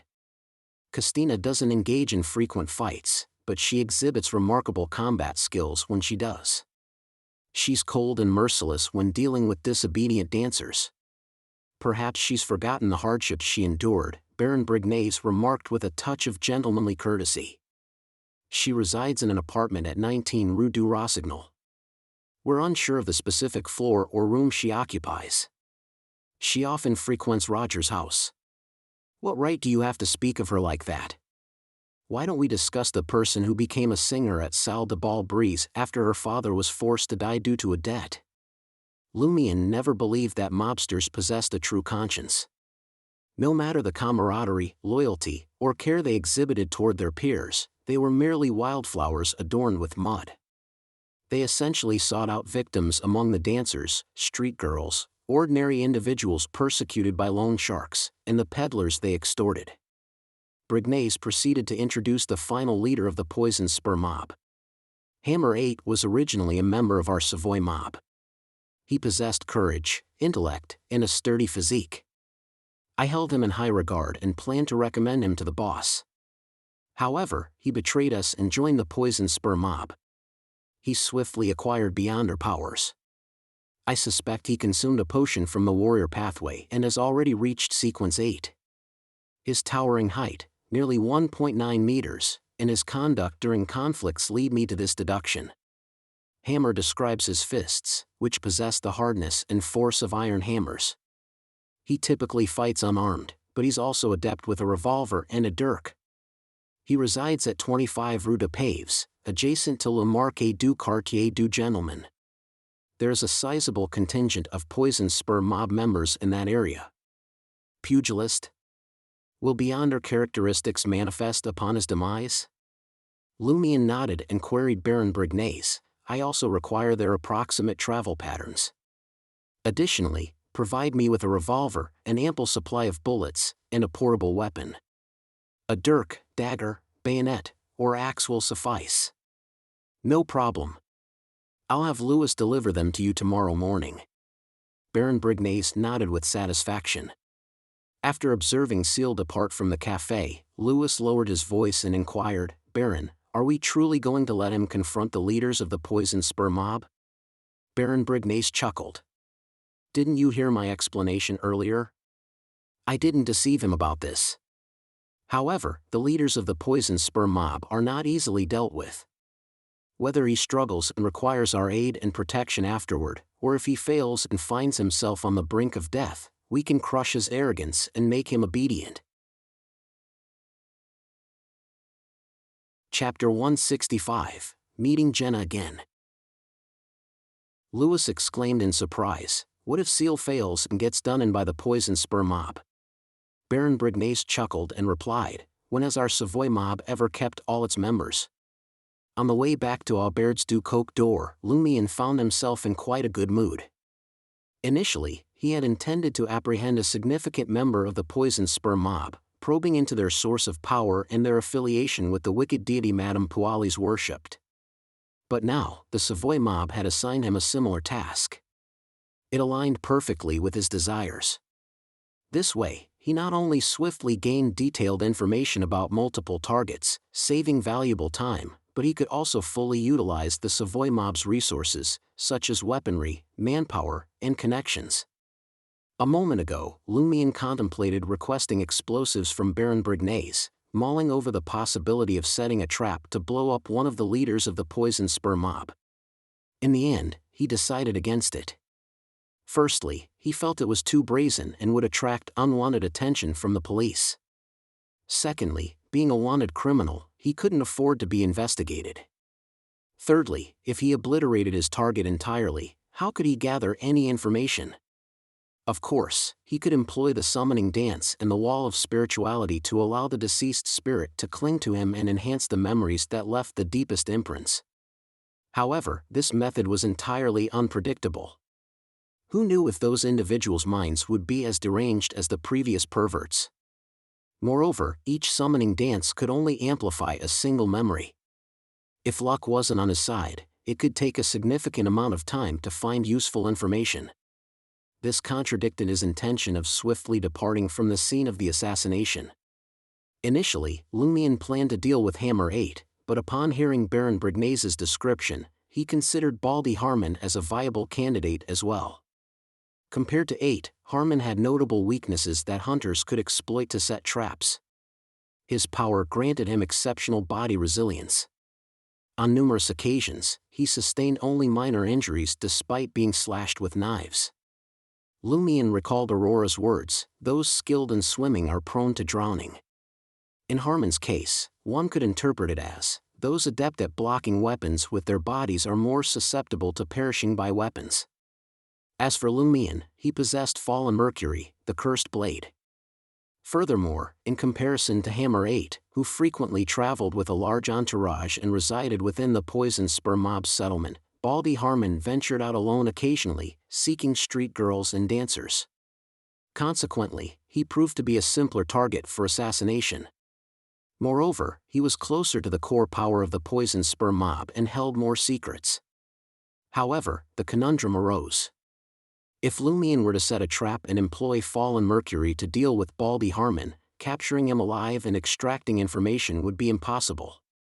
If Lumion could overpower Baldy Harmon after stabbing him and dragging him to a secluded corner in underground Trier, why bother stabbing him initially? If he couldn't, his only recourse would be to stab the enemy and allow him to flee. Alternatively, after his escape, Lumion could await the intervention of the Montsurus ghost to assist in the target's demise. Whether this would implicate the target's family wasn't his concern. Hence, the pursuit of Baldy Harmon and Hammer 8 presented their respective pros and cons. Lumion was not yet able to reach a decision. He intended to contemplate his target selection after receiving more detailed information, weapons, and ammunition from Baron Brignase the following morning. "What's all this?" Lumion inquired curiously as he traversed the lobby. Weren't these the same elderly folks peddling counterfeit street maîtresse d'atelier photos at Suet Steam Locomotive Station? Why were they bringing back such a sizable bag? Ruhr ceased pulling at the cloth bag, wiping the sweat from his forehead. He forced a smile and replied, "Don't you know, Monsieur Seal? We moonlight as scavengers by night. We salvage discarded items that might still hold value." Informed by Charlie's advertisement, the couple was aware of Seal's newfound leadership role in the Savoy mob. Consequently, they saw no issue with Seal seeking answers from them since Aubaird's du Coq d'Or was his turf. From their perspective, as the guardian of Aubaird's du Coq d'Or, Monsieur Seal needed to stay informed about the establishment to prevent any mishaps. Juggling two occupations, one of which involves deception. It certainly reeks of all sorts of rubbish. Lumion pinched his nose and silently muttered. He pondered and asked thoughtfully, "Do you hoard all this trash in your room?" Ruhr wore an ingratiating smile and confirmed, "Indeed. We visit the waste disposal site every few days. People drop off various items there. While scavengers are filthy, without us, Trier would be overwhelmed by foul odors. Every nook and cranny would be brimming with refuse. In Trier, scavengers served as supplementary cleaners. No wonder there's a stench in the room. No wonder you perpetually reek and forego bathing." As Lumion ascended the stairs at a leisurely pace, he stole a glance at the wrinkled faces and slightly stooped postures of Ruhr and Michel.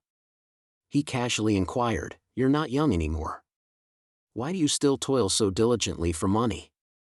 Ruhr and Michel were taken aback, their smiles faltering subtly. After a brief pause, Ruhr mustered a pained and helpless smile. "It is precisely because we are old that we must labor so strenuously. We arrived in Trier when we were very young and took up various occupations. We had a child, but he did not survive to adulthood. The monthly wages we received merely sustained our survival. As our health began to decline and our strength waned, fear gripped us. We were uncertain of what the future held. What if we grow too old to engage in our usual work someday? What would we do? Deplete our meager savings within a few months and rely on the charitable acts of the church and the government to eke out a meager existence until we perish from hunger? I do not wish for such a fate.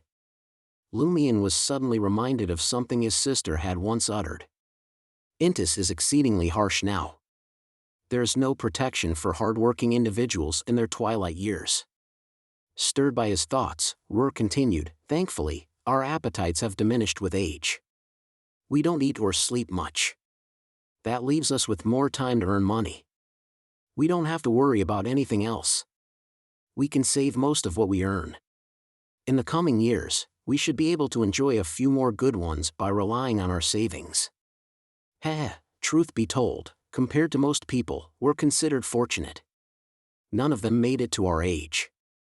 Madame Michel, standing beside him, wore a wistful expression.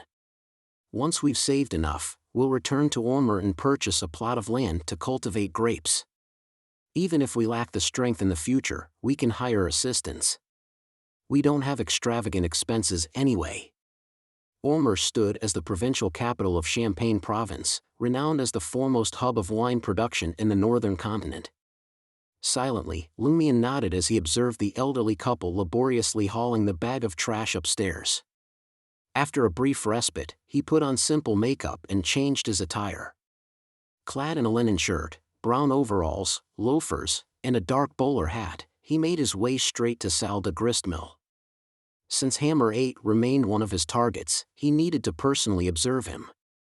It was the late hours of the night, and Salle de Gristmill buzzed with activity. Amid the pulsating music, men and women gyrated on the dance floor, releasing their frustrations. Concerned about being recognized by the poison spur mob, Lumion approached the bar and ordered a glass of rye beer before making his way to the dance floor. As he swayed to the rhythm, he surveyed his surroundings. Before long, he spotted little minx Jenna appearing on the raised wooden platform in front of him. She wore a similar outfit to the one she had donned in the afternoon, a short white blouse and a flouncy skirt, showcasing her fair chest. This time, she sported a mole on the bridge of her nose. It signified audacity. Impressive mental strength she possesses. Despite the afternoon's events, she's back at work in the evening. Lumion couldn't help but marvel. In his opinion, since Jenna was Red Boots Franca's lover, there was no need for her to be so committed. The rhythmic drum beats halted, and all eyes on the dance floor turned to Jenna, panting. Jenna began with a high-pitched tone. "Ernest, stay away from my wife and pipe." Laughter erupted from the crowd as if a collective realization had struck them. In sync with the cheerful and bawdy singing, they swayed their bodies gently. As Jenna sang, she executed high kicks, shifting her position and winking at the audience from different angles, even performing an exaggerated split. During this display, her gaze briefly crossed paths with Lumion. She appeared momentarily stunned before returning to her normal demeanor. Once she finished her song, the intense drum beats resumed. Jenna wasted no time resting. She leaped onto the dance floor, navigating through the sudden eruption of cheers, whistles, and men vying for proximity. She approached Lumion and shouted with a playful smile, "Handsome lion, dance." In Intis, the lion was often used to describe alluring men due to their radiant mane, akin to the sun. Lumion sensed that Jenna had something important to share. He set aside his beer and joined her on the dance floor, engaging in a lively dance with the showy diva, face to face. Just as they were about to embrace, Jenna threw herself into Lumion's arms and whispered into his ear, "You're quite the talented dancer. By the way, I've discovered the identity of that pervert. His name is Headsy. He used to reside in room 504 at Aubaird's du Coq d'Or." Charlie's room? The occupant of room 504 who put up Susanna Mattis' portrait. Lumion was taken aback. Chapter 166, In Return. Lumion had always believed that the tenant, like Charlie, had been enchanted by Susanna Mattis in his dreams. His vitality had been gradually drained, until he met a sudden demise in the room. Monsieur Ives, the hotel owner, had secretly transported the lifeless body to a secluded spot in underground Trier. Little did he expect that the tenant would transform into a pervert with beyonder powers. He now roamed Le Marché du Quartier du Gentleman, preying on attractive women. Lumion was convinced that Headsy's newfound abilities stemmed from a boon granted due to the absence of beyonder characteristics after death.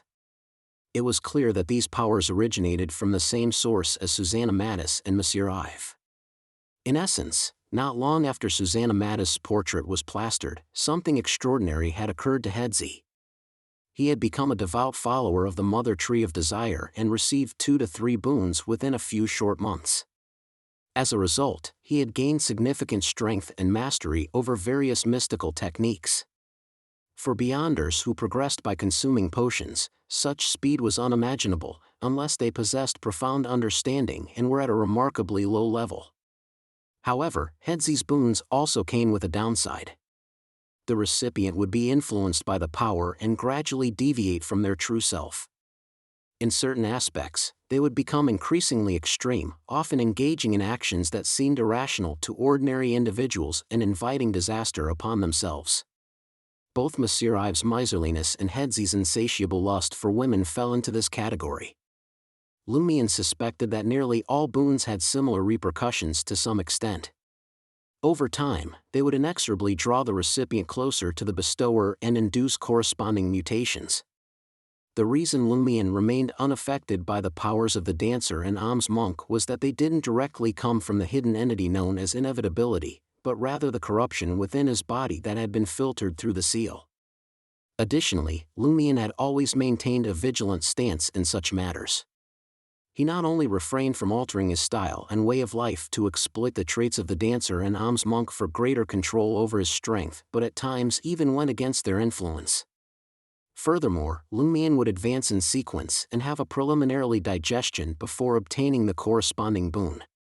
He sought to preserve the balance of power within his body. Lowering his head, Lumion whispered to Jenna in a hushed voice, "How did you discover this?" As Jenna swayed to the rhythm, she pursed her lips and replied, "It's quite evident that the pervert cannot exist without women. Kidnapping a woman every day and dragging her underground simply isn't feasible, or else he would have been apprehended long ago. Damn it, there must have been several victims. Do those incompetent black-skinned dogs even notice? Then how does he usually solve his problem? Clearly, relying on himself isn't sufficient to satiate his desires. So, I enlisted Franca's help and inquired with the dancers and street girls from the Savoy mob. I swiftly obtained an answer. How can that pervert, who deserves to be fucked by a donkey, possess such virility? He can perform multiple times a day. Why doesn't he pursue those wealthy old ladies? Both parties would be satisfied."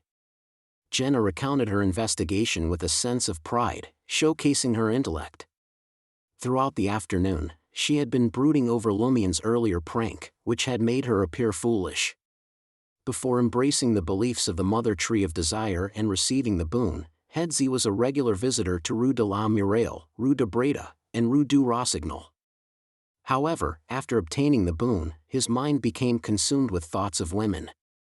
Lumion couldn't help but acknowledge that Jenna occasionally demonstrated some intelligence. With that in mind, Lumion decided to share some information. That abnormal desire must be a result of his beyonder powers' influence. Beyonder powers. Jenna glanced up at Lumion. She had expected him to feign ignorance, just as they did in underground Trier, where neither side openly acknowledged Headsy's displayed beyonder powers. To her surprise, he spoke candidly. After a brief pause, Jenna, who was dancing closely with Lumion, whispered in confusion, "Why do beyonder powers make him so perverse?" Lumion smirked once again. "It's an abnormal beyonder power. Do you think I can't tell that it's abnormal?" Jenna grew infuriated once more. Lumion chuckled. "As for why it's abnormal, go back and ask Franca. If Franca doesn't know either, have her inquire with the boss."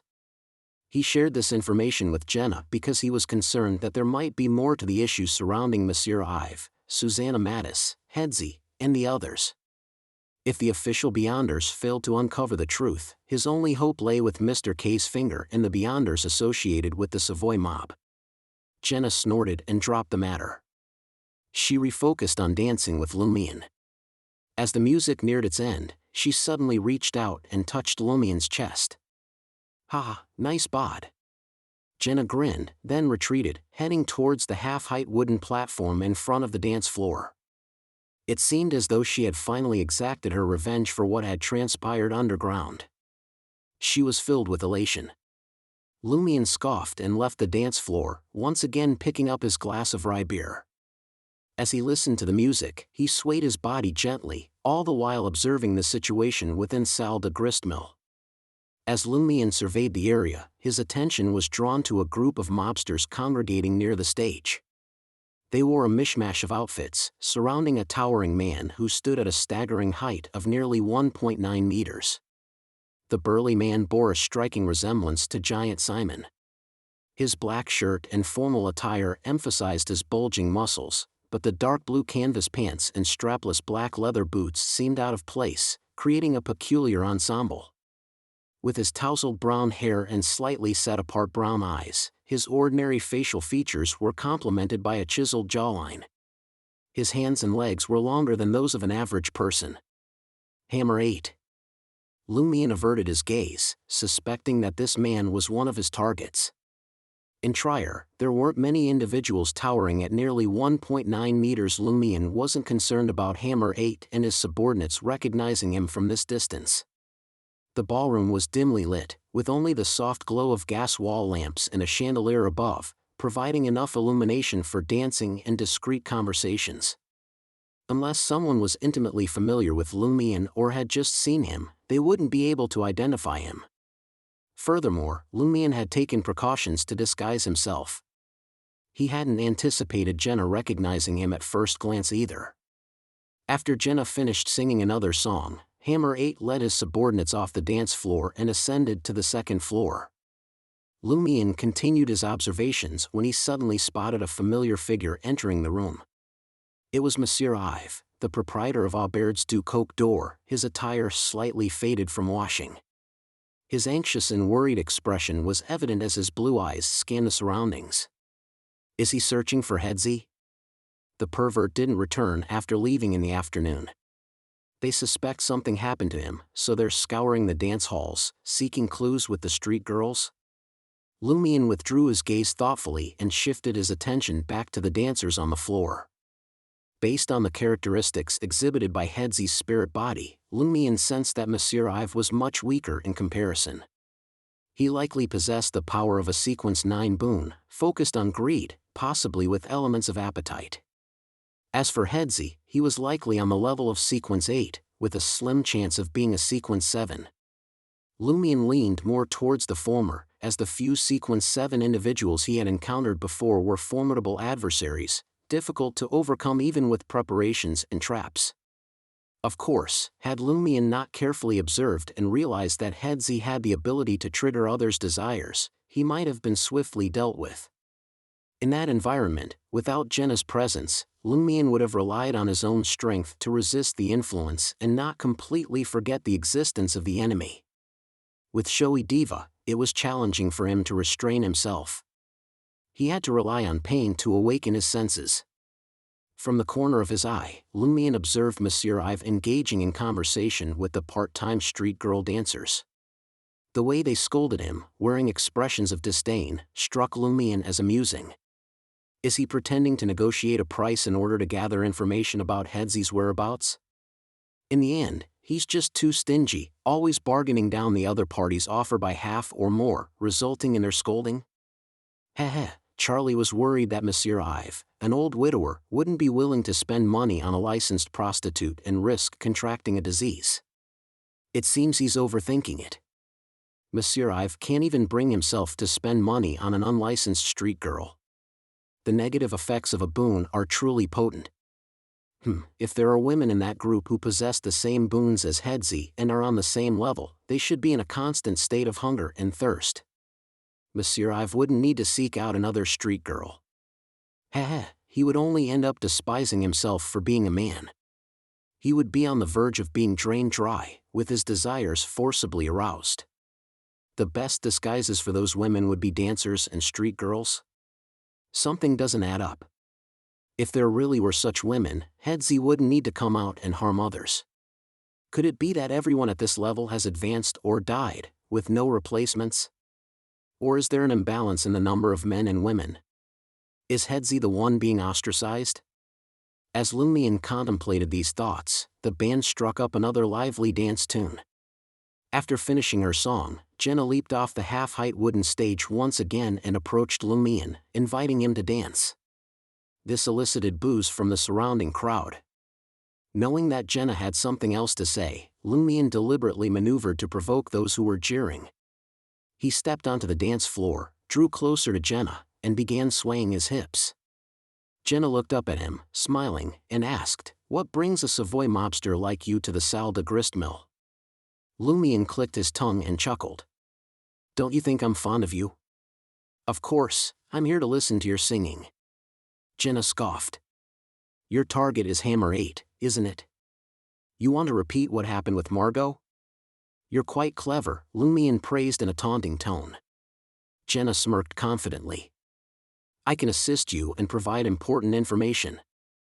Lumion suppressed his nonchalance and asked thoughtfully, "What do you desire in return?" Jenna snorted and cursed, "Are you fucking underestimating me? Although I didn't thank you this afternoon, I won't forget that you saved me. Coincidentally, I'm familiar with all the dance halls in the Market District. Moreover, I just had a chat with 8 about some matters after the performance. I should be able to help you." Without waiting for Lumion's response, she gritted her teeth and continued, "Hammer resides in the innermost room on the 2nd floor, towards Aubaird's du Coq door. He has 10 thugs by his side. 4 stationed at the door, 2 inside and 2 outside. 2 by the window, 2 near the sofa, and 2 always behind him. They're all armed. The security wasn't this tight before, and there weren't as many people. It's all because of what you did to Margot. That room has an attached washroom. It's currently unoccupied. If the window is fully opened, it can just about accommodate a person. From the ventilation pipe in the ballroom kitchen, you can climb up to the 2nd floor and bypass the guards stationed at the stairs. Then, enter the adjacent room and leap from the windowsill onto a narrow ledge outside the washroom. It requires considerable skill to pull off successfully." Chapter 167, Convergence. Upon hearing Jenna's account, Lumion instinctively twirled and spun, his surprise evident as he asked, "How do you know all this?" It made sense that Jenna would have a basic understanding of the room layout and the thugs' positions after venturing to the 2nd floor room and conferring with Hammer 8. However, how did she know about the ventilation pipe in the ballroom kitchen leading to the 2nd floor? Or jumping from the neighboring windowsill to the washroom? And what about the ledge on the outer wall of that specific room? Were these details within the grasp of an underground singer, known for her bawdy songs and exaggerated performances? She shouldn't possess such knowledge. Jenna, her face adorned with black eye shadow and a fake mole, sported a smug expression. "Don't fret about how I know. I avoid seeing what I shouldn't, hearing what I shouldn't, and asking questions I shouldn't," she retorted, cleverly turning Lumion's words back on him. This brought her considerable satisfaction. Only those planning an assassination or devising an escape in dire circumstances would pay attention to such particulars and observe with a purpose. Which category does Jenna fall into? Her powers of observation in this environment are nearly on par with a hunter's. Sequences leaning toward assassination required gathering environmental information. Assassination. Lumion's mind raced, concocting a plan to bluff Jenna. Grinning mischievously, he uttered, "So you're an assassin." He stressed the word assassin. Jenna's expression changed, her smile freezing. "How did you figure it out?" she blurted out, shocked. "By using my brain," Lumion replied, his smile unwavering. There were still a few sequences that excelled at environmental observation. Lumion had taken a bold guess, considering Jenna as an assassin. He recalled Ryan and his companions mentioning that Demonis was a relatively common pathway in the central and northern regions of Intis, especially Trier. In any case, he had nothing to lose if he was wrong. Meanwhile, Lumion pondered to himself, not long after arriving in Trier, I encountered an assassin and came to her aid. Can this be seen as a manifestation of the convergence of Beyonder characteristics? Jenna can't have reached sequence 7, she isn't a witch. Otherwise, even if weakened by the sedative on the paper, she could have effortlessly overpowered Hedzi with her mystical abilities. The term which clearly indicates proficiency in spells and curses, as Aurora's notebook had mentioned. She is unlikely to be a sequence 8 instigator. How could an instigator be fooled by me repeatedly? But it isn't out of the question. Perhaps Jenna had been more foolish in the past and relied on the instigator path to enhance her intelligence? Furthermore, her willingness to provide information on Hammer 8 could be interpreted as a form of instigation. Heh, Jenna is a woman, so there's no need to worry about her gender changing after consuming the witch potion. Where had Jenna obtained the potion? Had Franca given it to her? Could Franca also be a Beyonder following the Demonis pathway? If Franca is only a sequence 8, that would be fine. But what if she were a sequence 7 witch? Who knows if Franca had been male or female before? Well, her behavior towards women is certainly peculiar. She is in a romantic relationship with Jenna. Jenna quietly contemplated her recent words, but she didn't uncover any information that might have revealed her own sequence. Although you can fight, I believe there's a high chance you'll be killed on the spot if you engage him in a place like the washroom, which isn't spacious enough. Madam, are you persuading me or taunting me? It seems you still possess some potential as an instigator. Lumion candidly voiced his thoughts, not holding back his criticisms. He realized that Franca knew Hammer 8 better than Baron Brignaise. She had mentioned a crucial point that the latter had omitted. Setting aside the possibility that Franca had a personal grudge against Hammer 8, Franca either had a formidable background or had earned the trust of the boss of the Savoy mob, gaining access to more mysticism knowledge and sequence information than Baron Brignaise. Jenna was taken aback. You know about instigators? Is this still a country bumpkin from the countryside? How does he possess such extensive knowledge about the Beyonder pathways? Franca had mentioned that he's wanted by the authorities.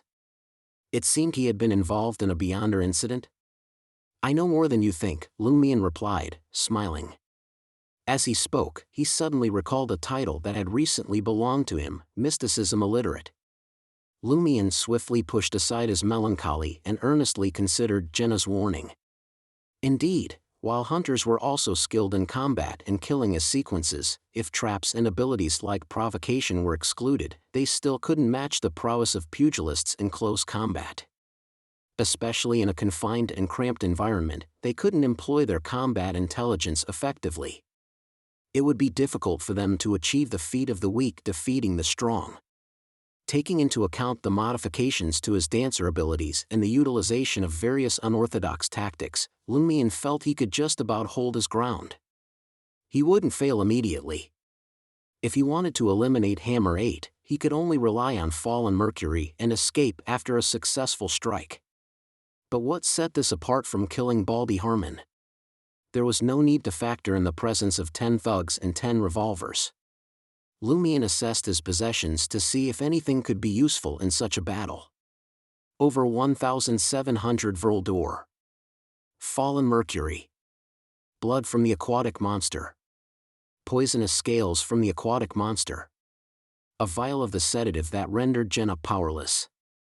A bottle of stimulating gas to counteract the effects of the sedative. A bottle of liquid with unknown properties. A dagger left behind by that pervert. A ritual silver dagger. Several white bandages. As he contemplated, a plan gradually took shape. As he swayed to the rhythm, he cast a sidelong glance at Jenna and posed his question. Is that washroom spacious? Jenna made confirmation. No, it's not. Besides the bathtub, toilet, and sink, it can only accommodate 4 to 5 people. In other words, if Lumion and Hammer 8 engaged in close combat, there wouldn't be room for anyone else. Is there a curtain outside the bathtub? Lumion inquired further. Yes, Jenna pondered for a moment. Do you have a gun with you? I believe it would be better to use a gun. It's safer and gives you a higher chance of success. I don't, Lumion replied, shaking his head. Jenna sneered, you intend to carry out the plan tonight with just that? She paused briefly before continuing, if you truly wish to kill Hammer 8 tonight, I can lend you my revolver. You still have a revolver on you? Lumion was surprised this time. He hadn't suspected that Jenna had a concealed revolver. The showy diva wore a short white blouse with a wide collar that allowed her bra to peek out. Her beige fluffy short skirt and black boots that didn't reach her knees added to her attire. Moreover, she kept raising her legs as she danced. It seemed impossible for her to have a gun holster strapped to her inner thigh. Lumion speculated that the only possible place for her to hide the revolver was within her pair of boots. Jenna assumed Seal was questioning why she carried a revolver, so she responded with a disdainful sigh. I perform in dance halls in places like the Market District. Do you think all those monsters are upstanding citizens? Do you think they won't act impulsively and try something on me? Those pieces of filth have twisted minds all day. When their thoughts are controlled by their desires, they won't consider that I have a connection with Franca and a good relationship with her. Damn it, if deterrence always worked, there wouldn't be so many criminals. While speaking, Jenna followed the rhythm of the drums and crouched down, searching inside her boots. Swiftly standing up, she pressed herself against Lumion. Twisting her body, she slipped her hand into his naturally lowered and swaying palm. Lumion immediately felt the cold metal texture and the solid wood. Without missing a beat, Lumion withdrew his hand and discreetly tucked the gun into his pocket. Afterward, Jenna continued, I bought it with most of my savings when I first arrived in the Market District, before meeting Franca. That blasted black market merchant even tried to bed me, but I kicked his shin, making him scream in pain. Carrying a gun for self-defense at all times. You're quite vigilant. Otherwise, those mobsters could have controlled you before meeting Franca. You might have even become a part-time dancer or a street girl. Lumion replied with a smile, well done. As the accompanying music reached its end, Jenna fell silent. With the drum beats fading away, Lumion observed Jenna as she walked toward the stage. He left the dance floor and returned to the outer circle. Taking advantage of the opportunity to visit the washroom, he carefully examined and familiarized himself with the revolver Jenna had given him. It was a compact revolver with a short barrel, ideal for concealed carry. Its color was a dark iron black, and the grip was crafted from walnut wood. It held a total of 6 bullets.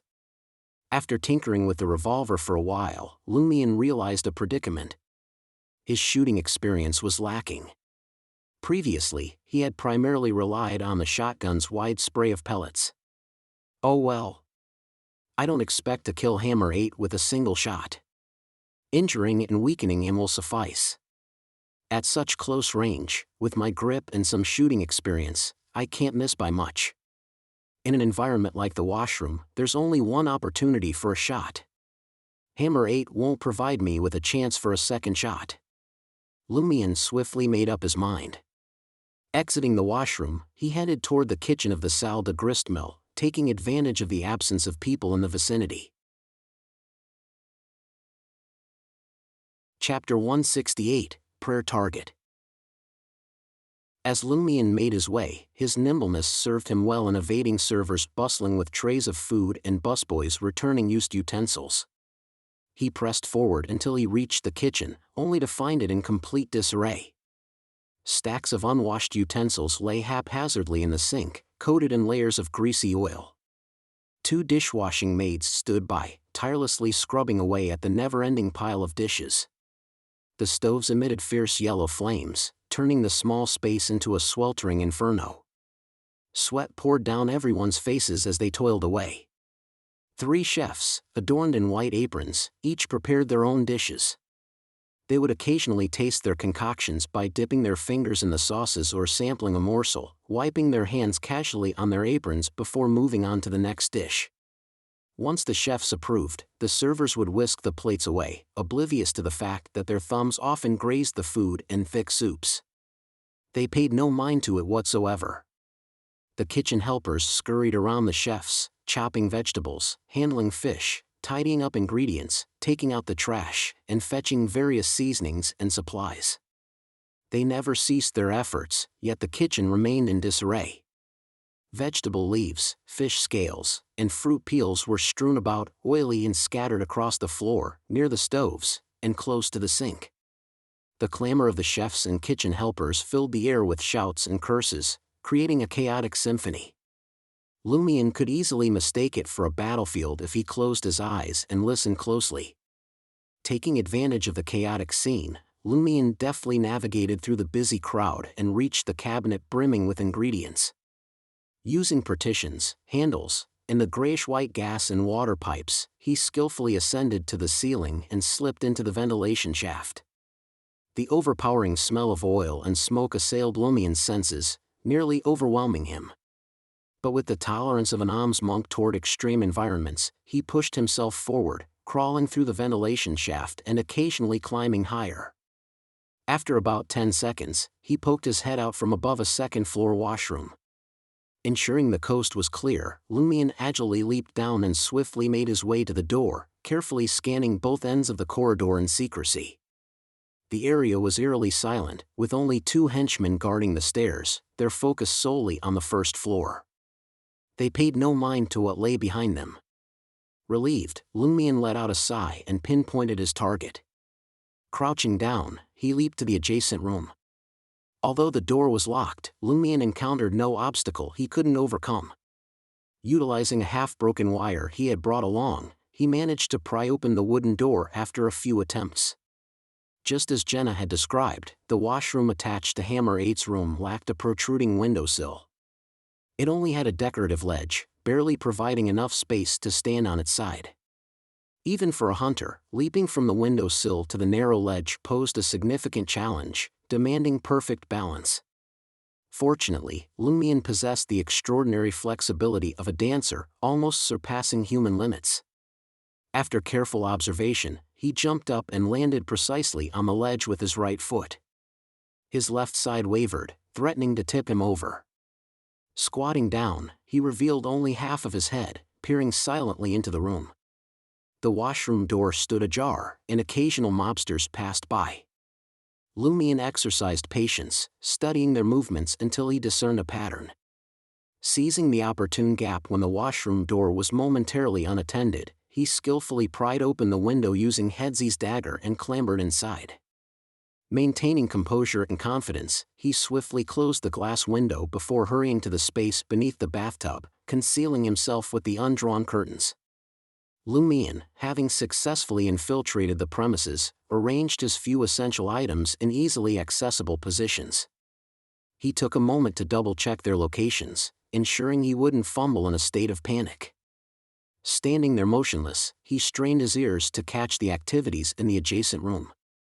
Hammer 8 occasionally inquired about their recent earnings to the dance hall manager, scolded his subordinates with anger, or engaged in flirtatious exchanges with the star dancer, accompanied by seemingly intimate gestures.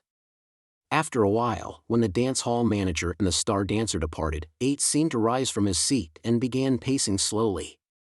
He addressed the mobsters in the room, saying, "In the following days, send out all your boys and have them visit every individual within our territory. I want you to ensure that we know who can be elected as the Market District's Member of Parliament in next week's election." "Oh, so your mob is meddling in the parliamentary elections?" Lumion felt a mixture of surprise and lack thereof.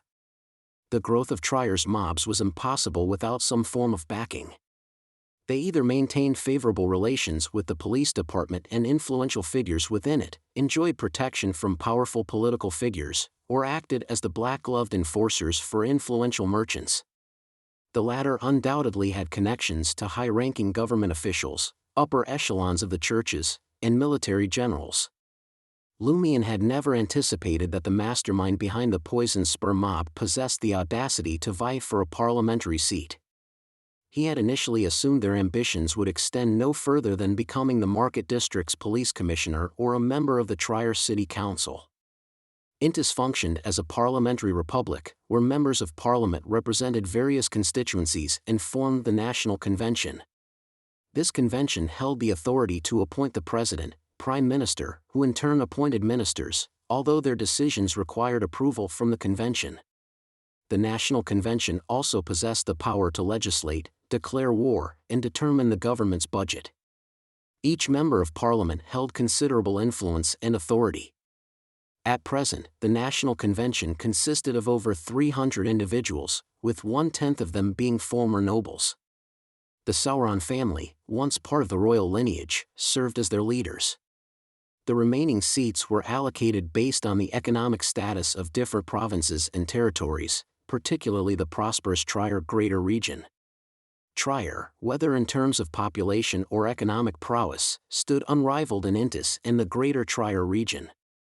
It held nearly 40 seats in the National Convention. These approximately 40 seats were distributed among 20 districts, accommodating as few as one member of parliament or as many as 4 to 5. These representatives also held ex officio positions as councillors in the city council. The Le Marquis du Quartier du Gentleman, a relatively small constituency, possessed only one seat in the National Convention. The individual chosen to fill this seat would wield immense power and influence within the region. Currently, the ruling National Party, the Popular Enlightenment Party, and the Revolutionary Party, seeking to address existing flaws, were vigorously preparing for the upcoming National Convention elections. The party that secured a simple majority in the convention would become the new ruling party. Otherwise, they would have to negotiate, compromise, and form a coalition with another party. In addition to the National Party, the Enlightenment Party, and the Revolutionary Party, Intis also had the Emperor Party, restorationists who advocated Roselle's rule, and the Carbonari. They voiced discontentment with the current system and sought to bring about change through force. The mobsters replied one after another, assuring Hammer 8 that nothing would go awry. However, they remained tight-lipped about which faction or candidate they supported, leaving Lumion feeling a sense of disappointment. "Tell me." After briefing them on the election, Hammer 8 instructed his subordinates, saying, "Leave for a while. Return only when I summon you." What is his plan? Lumion's eavesdropping had taken him by surprise. Soon enough, the mobsters vacated the room, leaving Hammer 8 alone. Lumion refrained from taking immediate action. After careful analysis, he believed that the confrontation between him and Hammer 8 in the washroom would have a more targeted impact than engaging outside, even without resorting to the use of fallen mercury. The room beyond fell into an eerie silence. Lumion strained his ears and managed to catch faint voices. It seemed like Hammer 8 was muttering to himself, "Protector of evil people. The lady who births deities. The lady who births deities. That sounds impressive. Is 8 praying to some secret entity?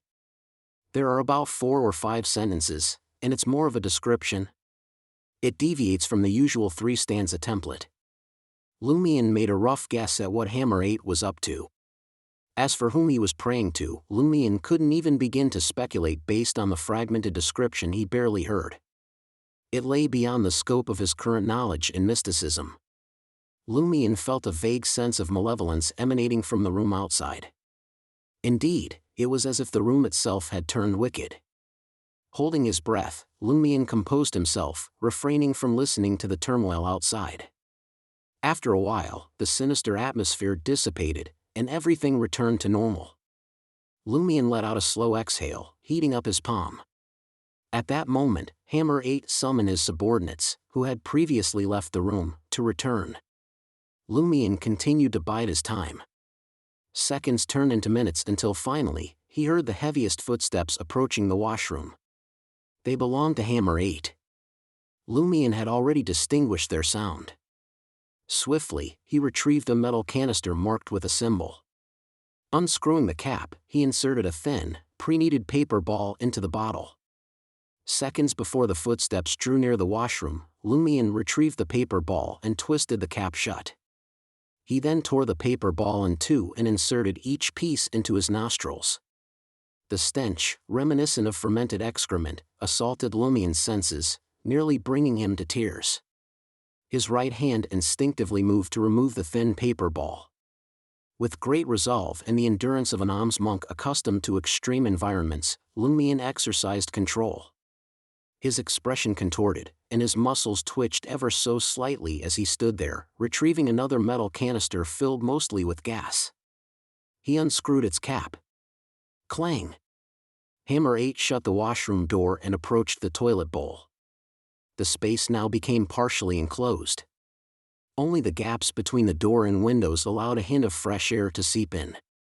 Yes, a gruesome encounter awaits him. Lumion observed the fluctuations in his target's luck, silently tossing the open metal canister into the air, allowing the colorless and odorless gas within to disperse and fill the washroom. This was the sedative concocted by the perverted Headsy. Even catching a whiff of it at close range could severely weaken an assassin's strength. It was ideal for a confined, partially enclosed space like the washroom. This was the trap Lumion had set for Hammer 8. Of course, it would take some time for the gas to spread throughout the washroom and take effect to a certain extent. After all, Lumion himself wasn't breathing it in at close proximity. What Lumion needed to do next was to prevent Hammer 8 from leaving the washroom or allow anyone outside to open the door. He placed the open metal canister by the edge of the bathtub and retrieved Jenna's revolver, aiming it at the toilet bowl through the curtain. Chapter 169, Battle in the Room. The rush of water persisted, and Lumion grew anxious, fearing that Hammer 8 might sense danger. He needed to calculate the height just right before pulling the trigger. Bang! The bullet tore through the drapes, leaving behind searing scorch marks. Hammer 8's hair stood on end before any of this happened. He paid no mind to the fact that he was midstream and promptly collapsed to the side. Yellowish liquid splattered in all directions. The bullet grazed 8's arm, striking the wall and narrowly missing Lumion on the rebound. Lumion's revolver flew from his grip after a missed shot. He seized the edges of the curtain, yanked it off, and used it to ensnare 8. Before 8 could recover from the agonizing cramps, darkness enveloped his vision, and he found himself wrapped in a cream-colored shower curtain. Unfazed, he rolled and concealed himself beside the bathtub. Then, he grasped the shower curtain with both hands, using it as an improvised weapon. With a soft whoosh, the curtain, now wrapped around Lumion's fist, veered off course, thwarting his attempt to strike 8's head. 8 seized the moment and rose, inadvertently tearing his pants in the process. He swung his heavy fist at Lumion, hammer-like. Lumion quickly raised his arm to shield himself, realizing that his opponent possessed exceptional strength. He couldn't withstand it. Forced to retreat a step in order to regain his balance, Lumion found himself on the back foot. 8 wasted no time, relentlessly bombarding him with a flurry of punches from both hands. Leveraging his height, long arms, and superior strength, 8 employed straightforward punches akin to cannonballs, neglecting any fancy techniques. It was only then that he could clearly discern the assailant's visage. Golden hair tinged with black, bright and light blue eyes, nostrils stuffed with bits of white paper, creating a peculiar sight. Seal? The same Seal who killed Margot and gravely injured Wilson. 8 felt initial surprise, followed swiftly by delight. He isn't that formidable. I can take him down completely. The washroom proved confining, with Lumion enduring the putrid stench. He suffered 2 blows from the towering 1.9-meter giant before finding himself forced 2 steps back, cornered near the door. At that moment, the mobsters outside heard the gunshots and hurriedly approached. One of them gripped the handle and pushed open the door. Just as 8's leg aimed for a low kick, Lumion's left leg suddenly swung back, forcefully striking the door. With a resounding clang, the partially open wooden door snapped shut again, narrowly missing the mobster's nose. Realizing they couldn't breach the door for the time being, the mobsters drew their revolvers and aimed at the wooden barrier from various heights, but they dared not open fire. Capitalizing on his kick against the rear door, Lumion contorted his body, evading 8's straight punch and positioning himself beside his adversary. Delivering a series of rapid strikes, punches, elbows, knees, and kicks, Lumion sought to disrupt the enemy's assault before they could fully unleash their power. It resembled a pugilist, the kind who habitually expelled force with grunts of heh and ha, but now capable of only a single heh. Each time 8 tried to strike with force, Lumion took the initiative and forcefully blocked him. After altering his combat strategy, Lumion managed to narrow the strength gap between them. Not only did he regain some control, but he also utilized his greater agility to shift his body and change positions. Soon enough, the figure blocking the washroom entrance turned out to be 8, his back against the door. Worried that his subordinates might lack intelligence and open fire from outside, accidentally killing him, 8 quickly diverted his attention and shouted, "Do not fire." Despite Seal utilizing his technique to bridge the gap, 8 remained unfazed. He exuded immense confidence. As long as he acted in a normal manner, he was certain he could eliminate his opponent in the confined washroom environment. The only uncertainty was the duration it would take. Nevertheless, 8 remained vigilant. He continued to unleash powerful punches and kicks, attempting to force Lumion toward the window, creating an opportunity for his subordinates to enter. Fearing that Lumion possessed some kind of beyonder power, 8 believed that using the threat of a revolver would expedite the process of dispatching his enemy. Bam! Bam! Bam! Bam! Bam! Bam! Lumion faced the relentless onslaught of the pugilist's full-powered attacks without showing any signs of surrender. However, he found it increasingly strenuous. Throughout this ordeal, 8's eyes darted to his surroundings, wary of potential traps or powerful allies lying in ambush. His gaze swept across the edge of the bathtub and landed on an open metal canister. What purpose does it serve? Before 8 could ponder further, Lumion's mocking smile appeared, accompanied by a curse as he struggled to block 8's onslaught.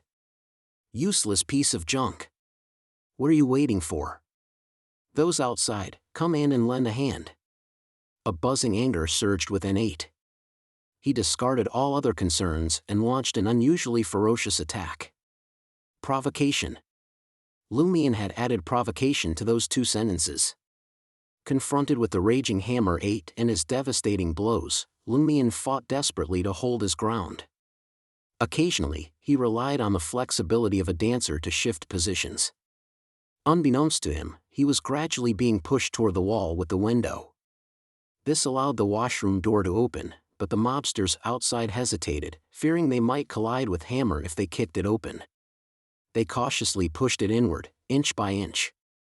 In that moment, Lumion, nearly overcome by the putrid odor, keenly sensed 8's waning strength and slower attacks. The sedative took effect.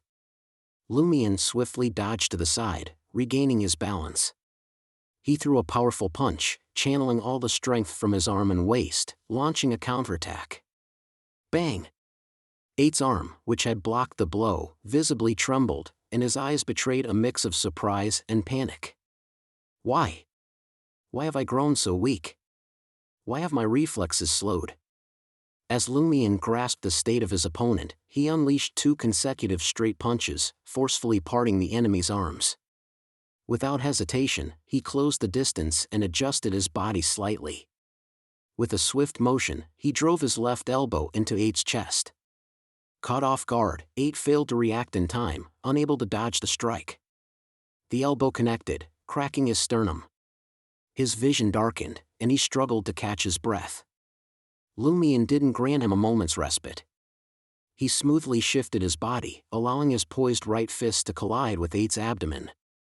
He hadn't harbored any lofty expectations of rendering 8 unconscious solely with the sedative. After all, the other party possessed the ability to resist the effects of certain beyonder powers through sheer physical and mental fortitude, suggesting a high resistance to the sedative. Furthermore, despite the compactness and semi-enclosed nature of the washroom, with its bathtub, toilet bowl, and sink, the drug's potency would be greatly diminished. Lumion aimed to exploit the drug's influence to weaken 8's combat prowess, slowing his reactions and substantially reducing his strength. In doing so, the tide of victory would tip towards him uncontrollably. Pfft. 8, reeling from the blow to his abdomen, instinctively curled up, becoming shorter than Lumion. Seizing the opportunity, Lumion raised his fists and swiftly hammered them behind 8's ears. Bang! Amidst the cacophony, 8's vision faded to black, and he slumped unconscious. It was the combined effect of a potent strike and the sedative. Lumion squatted down, using hammer as a shield. The mobsters had already held the washroom door open for several seconds, but with 8 obstructing Lumion from their view, they refrained from opening fire. Now, they witnessed their towering boss, Hammer, being taken down by the assailant. Lumion clasped 8 and offered a smirk to the group gathered at the door. Go ahead. Fire. Why aren't you firing? One of the mobsters caught sight of the assailant's distinctive blonde and black hair, coupled with his rather handsome face, and suddenly pieced together a series of connections. Seal? Your Seal, he exclaimed, his surprise evident. The same Seal who killed Boss Margot and threw Boss Wilson off the 4th floor? Seal of the Savoy mob? He's back at it? Lumion keenly sensed the mobster's profound fear. He grinned and gave 8's shoulder a friendly pat, brushing off the dust. Then, he took hold of 8 and proceeded towards the washroom door, one step at a time. Simultaneously, he curled his lips into a smile. You've got 2 options. 1. Leave this room now and seek help from your poison spur mob boss. 2. Meet your demise here, one by one, at my hands. As he spoke, he advanced, a cold gaze sweeping across the faces of each mobster, as if contemplating the best way to eliminate them. The mobsters couldn't help but tremble, as a similar thought crossed their minds. Regardless, Boss Hammer has been apprehended. If we open fire, we'll only harm him. It might be wiser to seek help from the boss. Well? Lumion snorted, urging them to decide. With a swift swoosh, the first mobster turned on his heels and fled the room. The others followed suit, abandoning any notion of confrontation. When no one remained, Lumion let out a silent sigh of relief. If those men had truly steeled themselves, their hearts unswayed by fear, the confined space of the washroom and their 10 firearms would have posed a lethal threat. Of course, 8 could forget about survival as well. They have no more than 4 minutes to reach Avenue du Marquet from here. I must conclude the interrogation before Black Scorpion Roger and his comrades depart, granting me ample time to escape the scene and locate Baron Brignais at Salle de Bal Brise. Just 4 minutes. As Lumion assessed the current situation, he squatted down and propped 8 against the washroom's door panel. Then, he dislocated his captive's shoulder joints and bound his legs together using a shower curtain.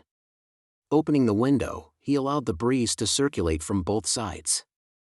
With these tasks completed, Lumion removed the paper balls from his own nose, retrieved the metal canister containing the pungent gas, and held it to 8's nostrils. Achoo! 8 sneezed, his eyes fluttering open. Lumion promptly stowed away the metal canister, capping it, ensuring the other party remained in a weakened state. What do you want? 8 asked, fear and anxiety evident in his eyes as he recognized the person before him. Chapter 170, Nightstalkers. Lumion brandished Headsy's dagger, a sly grin forming on his face. I've got a question for you. You could have come straight to me. No need for all this, 8 instinctively tried to stall for time. With a quick glance, he scanned the room from the corner of his eye, but there were no lifeless bodies to be found. Based on his combat with Seal, 8 knew it was impossible for the other party to eliminate 10 armed thugs without a single one escaping. In fact, even 8 himself wouldn't dare to face the encirclement of 10 revolvers in such a confined space. He might take down 3 or 4 of them, but he would surely meet his demise. If 8, with his abilities, couldn't pull it off, there was no way Seal, who he believed to be somewhat weaker and reliant on cunning strategies, could achieve such a feat given the circumstances. 8 assumed most of his 10 subordinates had fled, while a few might have sought assistance from the Black Scorpion. With this realization, a strong desire to survive surged within 8.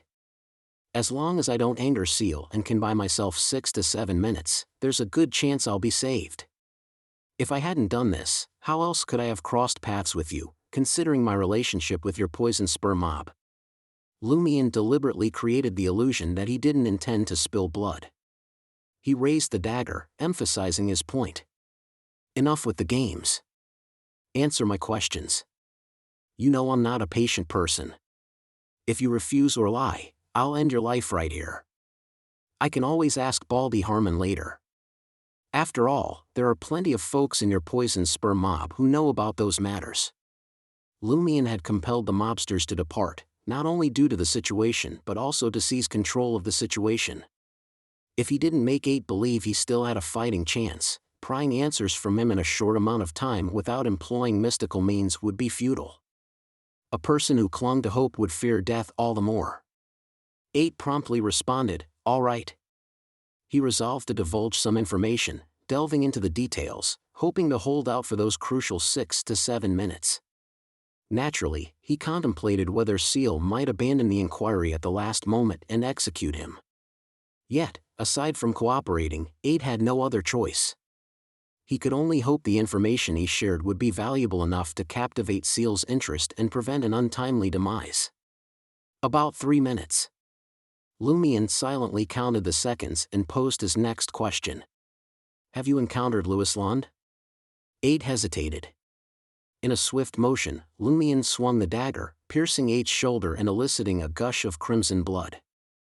8, his expression contorted, felt the unyielding ruthlessness emanating from Lumion and sensed the specter of impending death drawing near.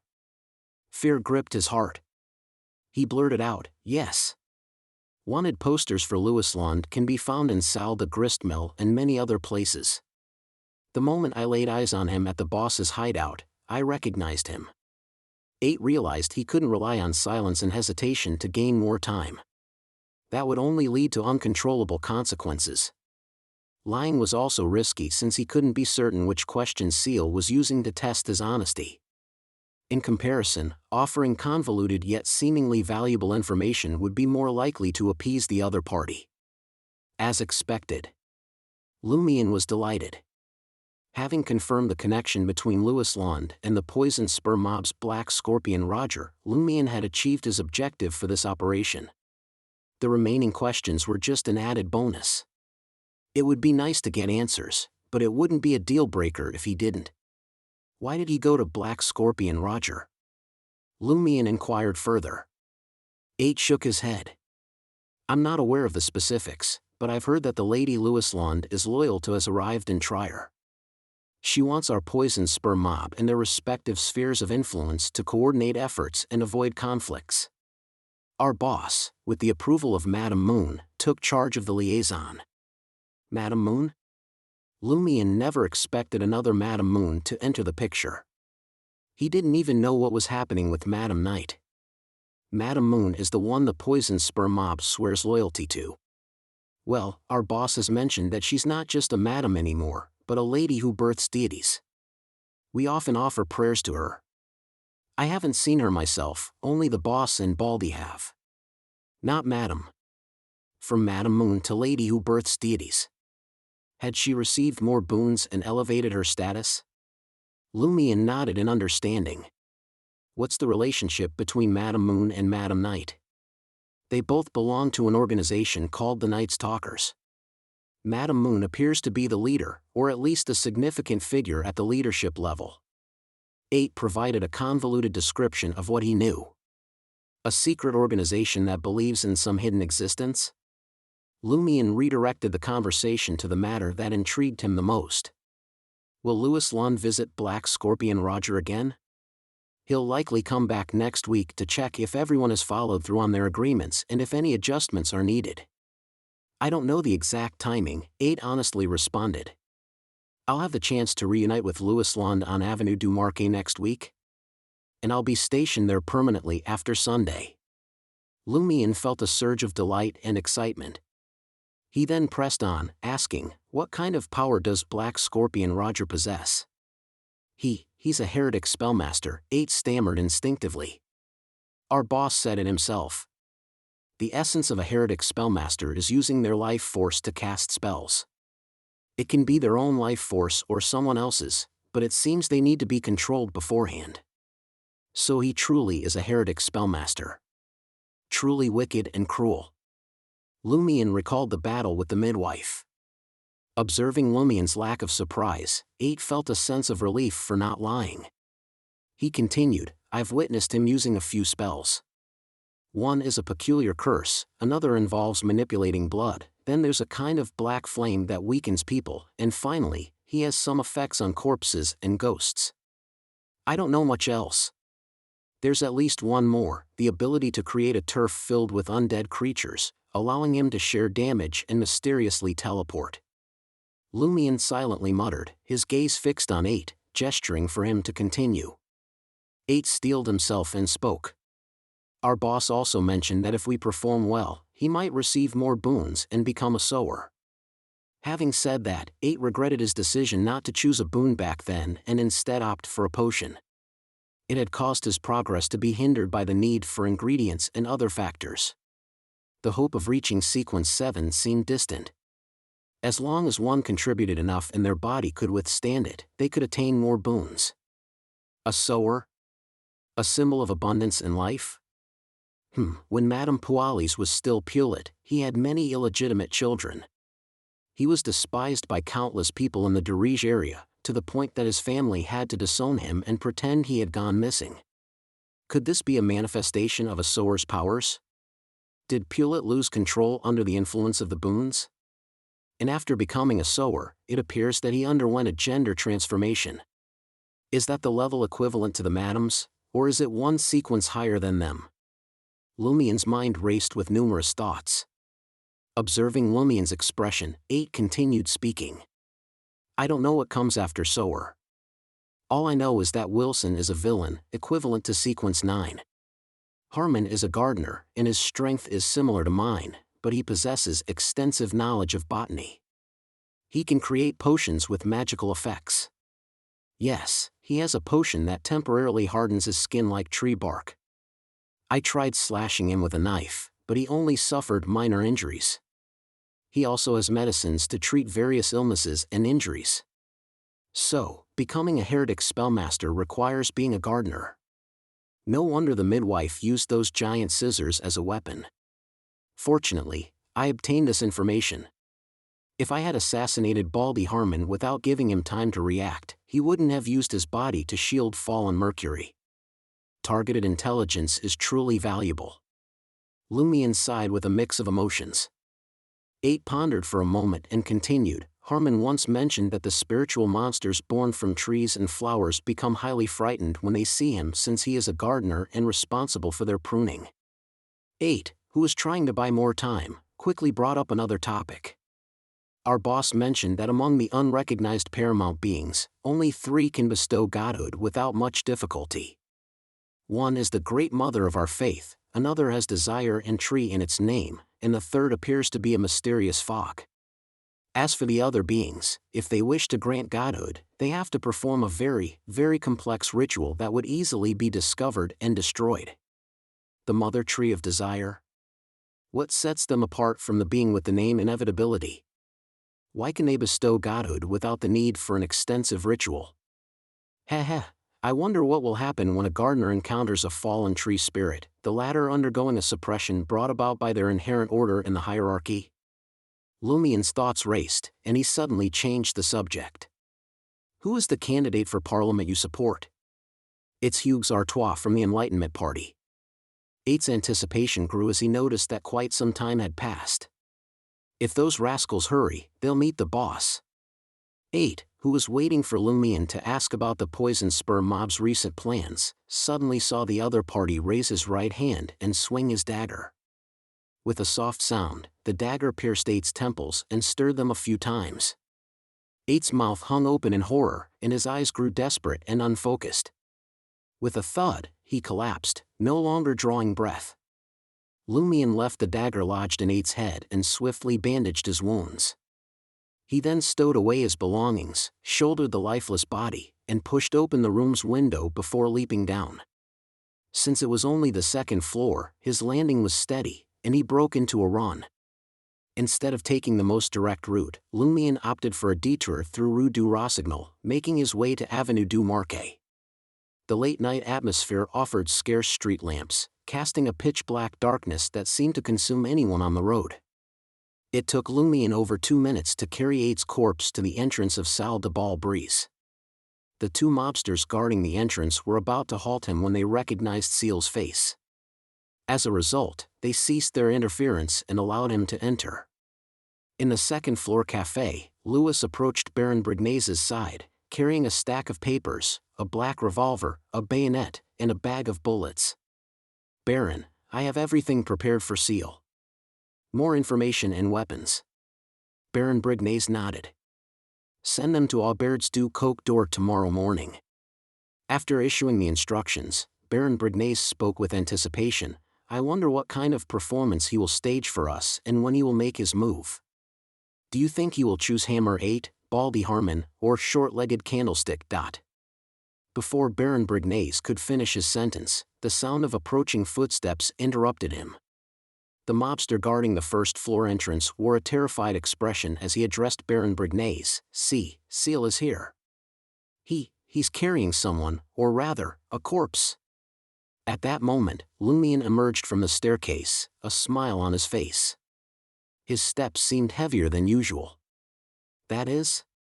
Baron Brignaise looked at the lifeless body trailing behind Seal, a mixture of confusion and seriousness on his face. Lumion tossed the corpse to the ground, clapped his hands, and grinned. Hammer 8. Chapter 171, Rapid Idea. With a resounding thud, the lifeless body crashed to the floor, sending a shockwave through the hearts of Baron Brignaise, Louis, and their comrades. Baron Brignaise rose to his feet and beheld the corpse lying at Lumion's feet. He took in the tangle of abundant, disheveled brown hair, the lengthy limbs, and the imposing, robust physique. It was none other than Hammer 8. Louis's eyes widened in disbelief at the realization that the treacherous member of the Savoy mob lay dead on the café floor. The Baron had entrusted the task to Seal right after dinner, and the hour had not even struck 10. What's more, Seal had managed to accomplish the mission before they could deliver the comprehensive intelligence and weaponry that would have enhanced his chances of success. Moreover, Hammer 8 was a true beyonder, surpassing even Wilson from before in strength. He wasn't as vulnerable as Margot, always surrounded by a retinue of followers. Yet, he had failed to survive 3 hours after the Baron had issued the assignment. Was this any different from purchasing a pig at Le Marché du Quartier du Gentleman and slaughtering it? Even if the Baron had taken personal action, it wouldn't have been that effortless or straightforward. It could have even ended in failure. Louis's gaze shifted from the lifeless body to Seal's countenance, as if only now did he truly perceive the true nature of this rural novice. It was somewhat understandable that Margot had fallen prey to him due to carelessness and the poison slash. Wilson's defeat could be explained away by his own feebleness and entrapment within the room. However, Hammer 8 was a beyonder whose combat prowess was not significantly inferior to the Baron's, and he had always been on high alert against potential assassinations by the Savoy mob. He wouldn't have been careless. Yet, Seal had managed to dispatch such a formidable adversary within a matter of hours. Just how formidable was he? What were his limits? In comparison to the Baron, who was the stronger one? A cascade of questions raced through Louis's mind, and his gaze at Lumion now held a tinge of fear. The other thugs shared the same unease. Baron Brignaise's gaze constantly shifted between Hammer 8's lifeless form and Lumion's visage, as if searching for any trace of deceit. Had Lumion Lee effortlessly completed a mission that the Baron himself would have considered challenging? If Hammer 8 was so easily dispatched, why had the Savoy mob, who had long sought to punish the traitor, allowed him to live until now?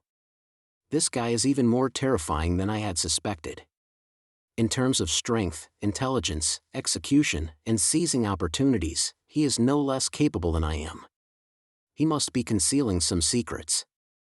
There's more to him than meets the eye. Baron Brignaise barely contained the turmoil within his heart and reclaimed the clarity, rationality, and intelligence he typically boasted. Baron Brignase's expression turned to stone as he locked eyes with Lumion. "Does anyone else know that you've taken down Hammer 8? Lumion replied candidly, "Quite a few." Baron Brignase's countenance underwent a dramatic shift, losing its refined and confident air. In that moment, all he wanted was to unleash a torrent of curses upon Lumion. "Is your fucking brain filled with shit? So many people are aware of your involvement in Hammer 8's demise, and yet you boldly bring his lifeless body to Salle de Ball Breeze, right in front of me? Do you think that these individuals won't inform Black Scorpion Roger? Do you believe he won't storm into Salle de Ball Breeze seeking revenge? Do you think I can fend off Black Scorpion Roger? Damn it, you're leading me to my own demise. You better find a bloody corner to hide in at underground trier." Seizing the opportunity presented by Baron Brignase's subdued breathing and silence, Lumion smiled nonchalantly and said, "Hammer 8's subordinates must have found Black Scorpion Roger by now. Only you, Baron, can offer me sufficient protection. Baron, weren't you anticipating retaliation from the Poison Spur mob? That's why you sent me to hunt down one of the trio, Hammer, Baldy, or Short-Legged Candlestick." Bitterness filled Baron Brignase's mouth at Lumion's question. For a brief moment, he couldn't bring himself to order Lumion to leave.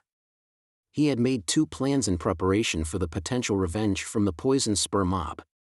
He was confident that he would remain unscathed. Wouldn't it be a fortuitous outcome if Giant Simon and Rat Christo met their end?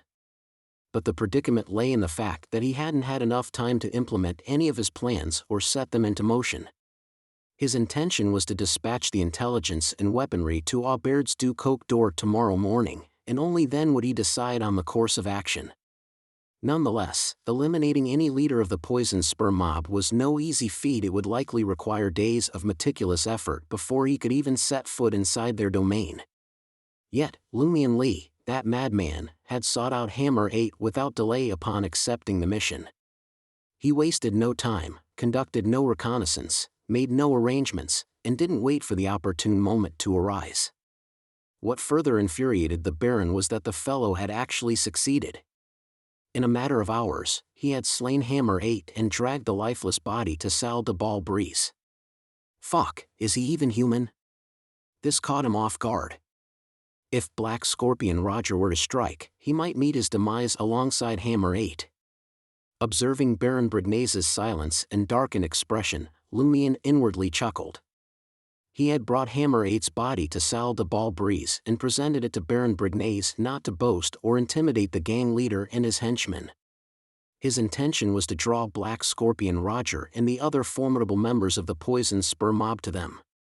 If Baron Brignase were to fall, a new opportunity would arise. A replacement with sufficient strength would be required. When the time came, Seal, who could fight, contribute, and had aided Red Boots' lover, would undoubtedly be the most sought-after candidate. Lumion wasn't overly concerned about whether Black Scorpion Roger would kill him. Mr. K's finger was in his pocket. Mr. K probably wouldn't mind if I repurposed the finger. After all, I'm doing it to fulfill his mission. Lumion thought casually. Regardless, the threat from Susanna Mattis wouldn't come anytime soon. He could figure out an alternative approach later. Perhaps Mr. K would reward him with another finger once he saw how well and swiftly Lumion completed the mission.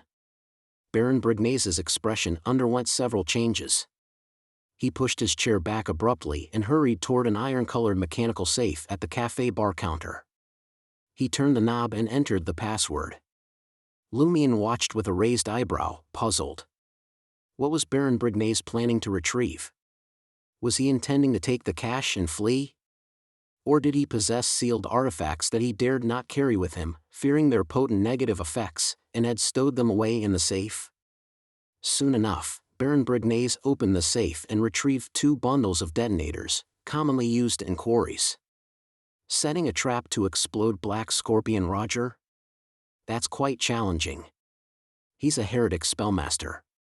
Lumion refrained from inquiring as he observed Baron Brignase walk toward the wall near Avenue du Marquet and push open 2 glass windows. The leader of the Savoy mob placed the bundles of detonators on the windowsill, then lit a match. Subsequently, he ignited one of the bundles and glanced at the dimly lit Avenue du Marquet. Raising his hand, he tossed the explosives into the middle of the road.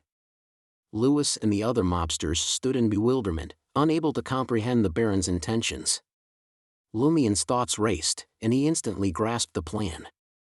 He couldn't help but inwardly applaud, very clever. Boom! The bundle of detonators exploded in the middle of Avenue du Marquet, causing the surrounding glass to rattle.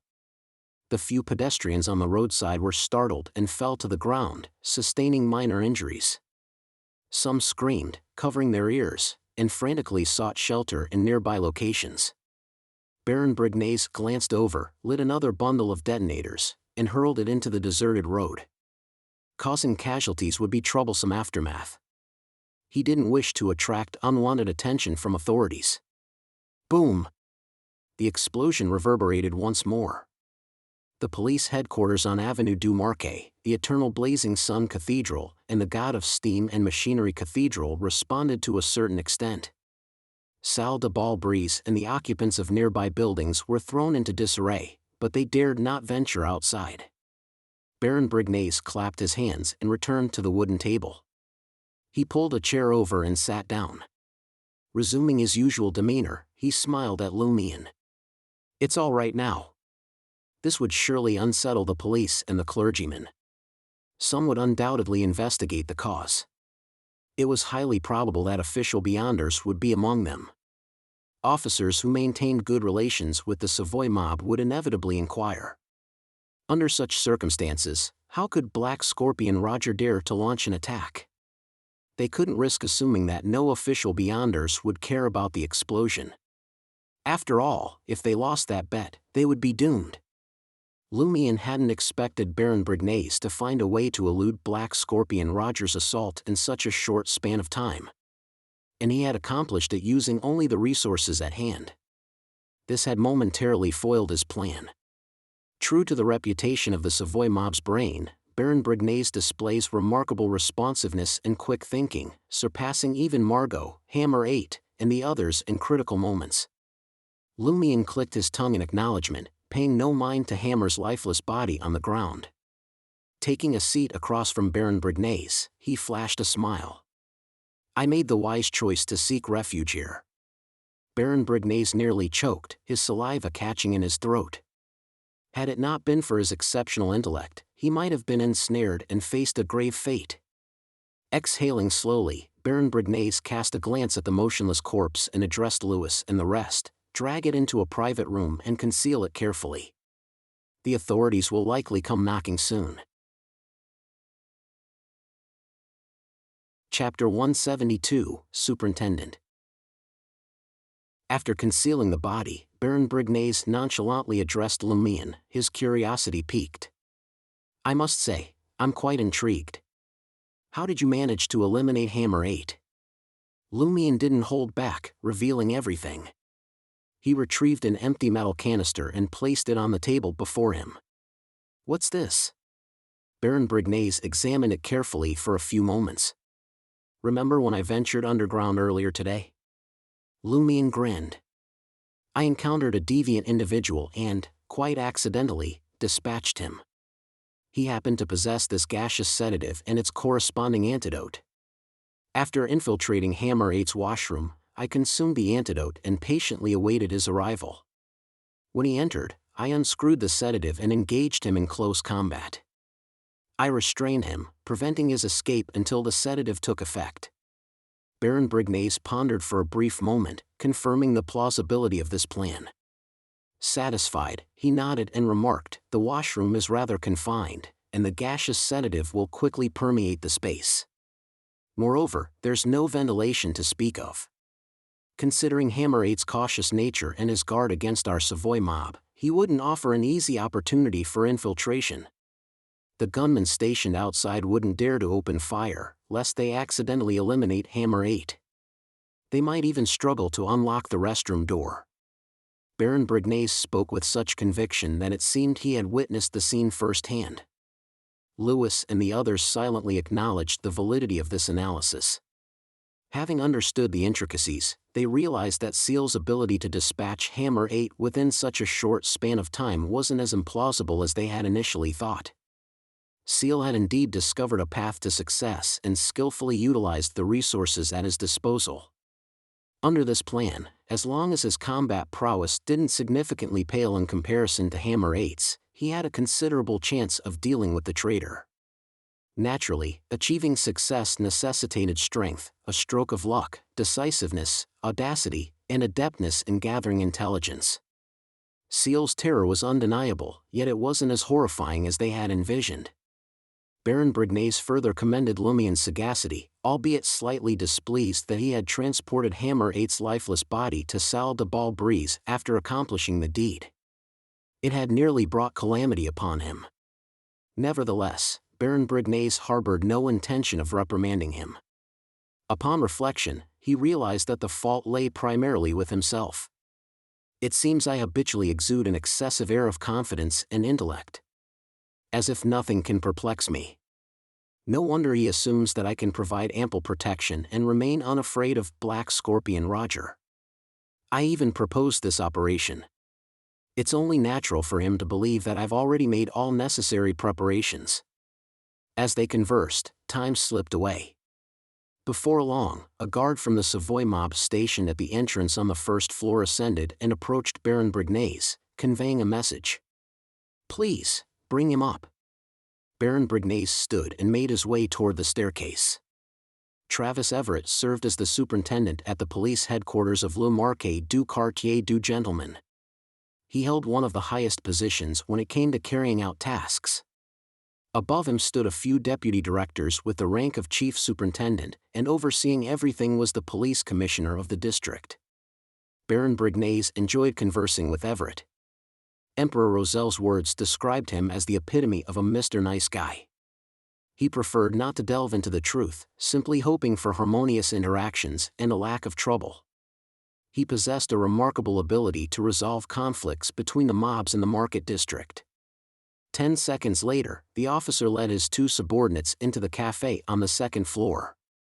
Travis Everett appeared to be around 30 years old and stood nearly 1.75 meters tall.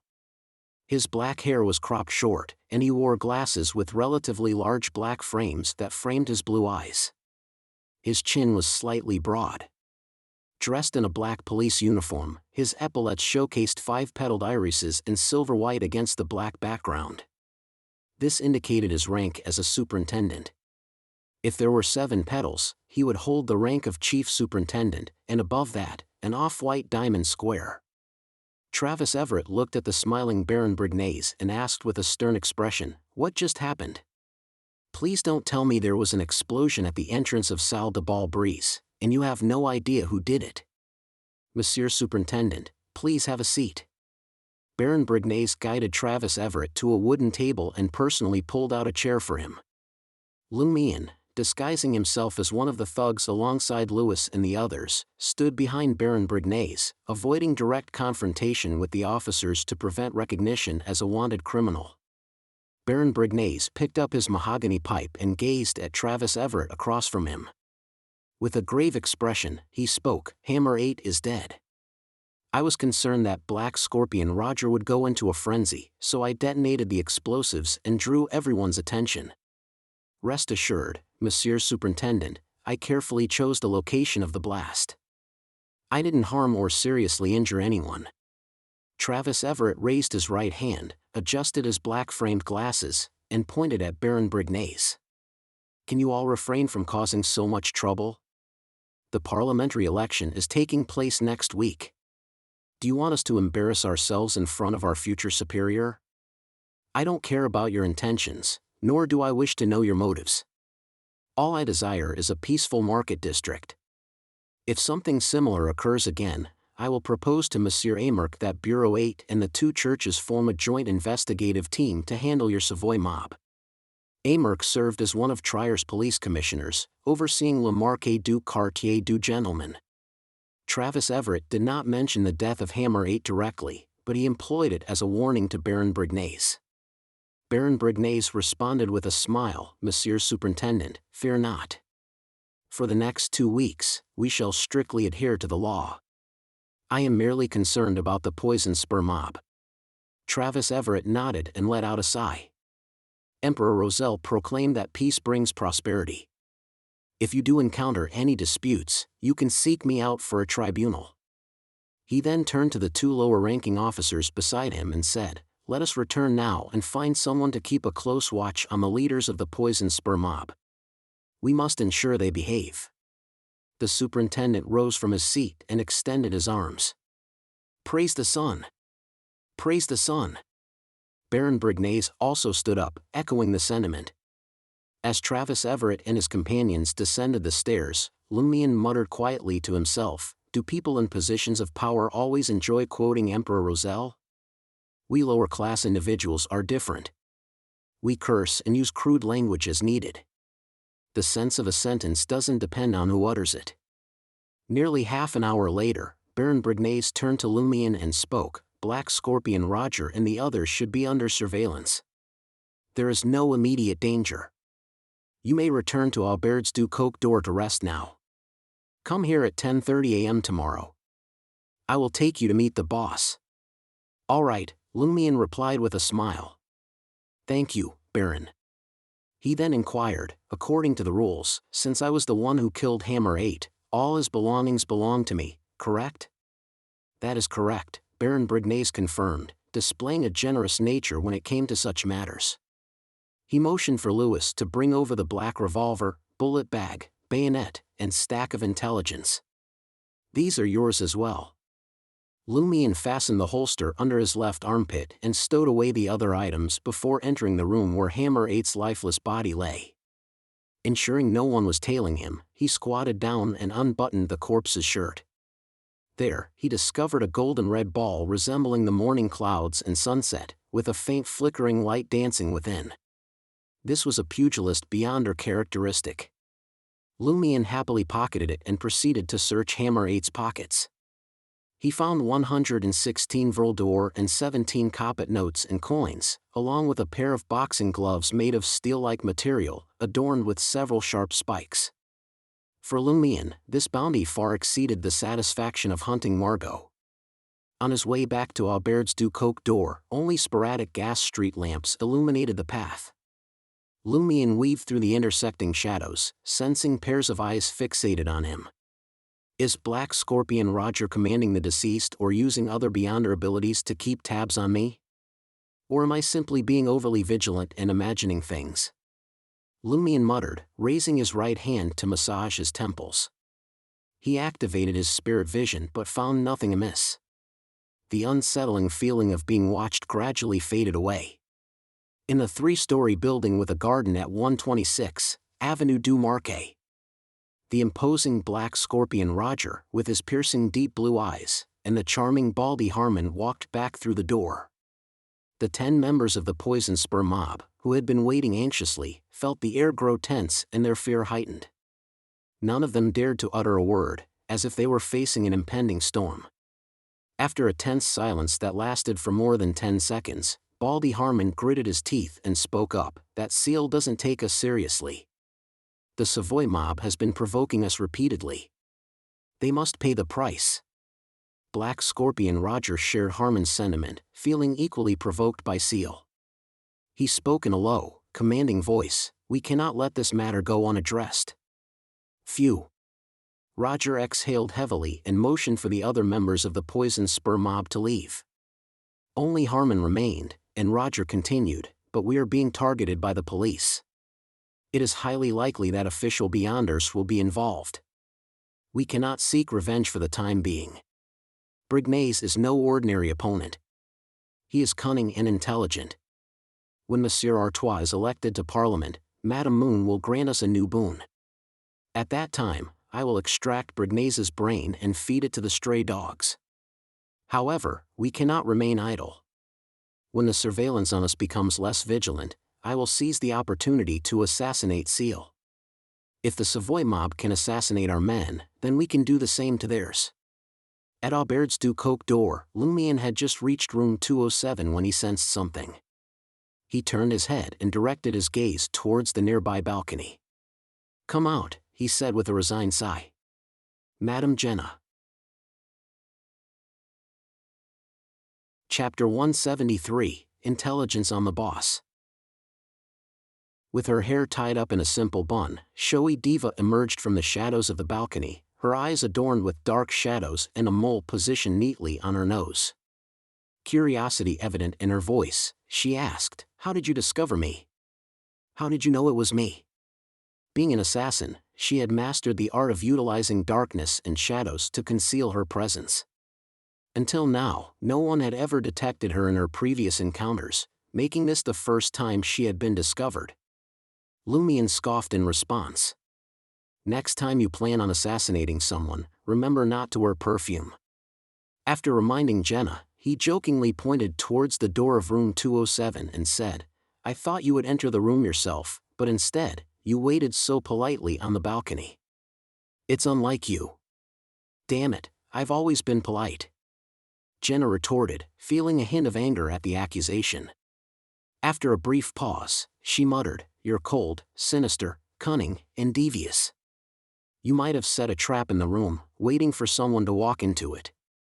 While speaking, Jenna glanced at Lumion and indignantly said, "I understand how you guessed that I'm an assassin. First, you connected the dots from the perfect infiltration route I provided. Then, you deliberately probed me.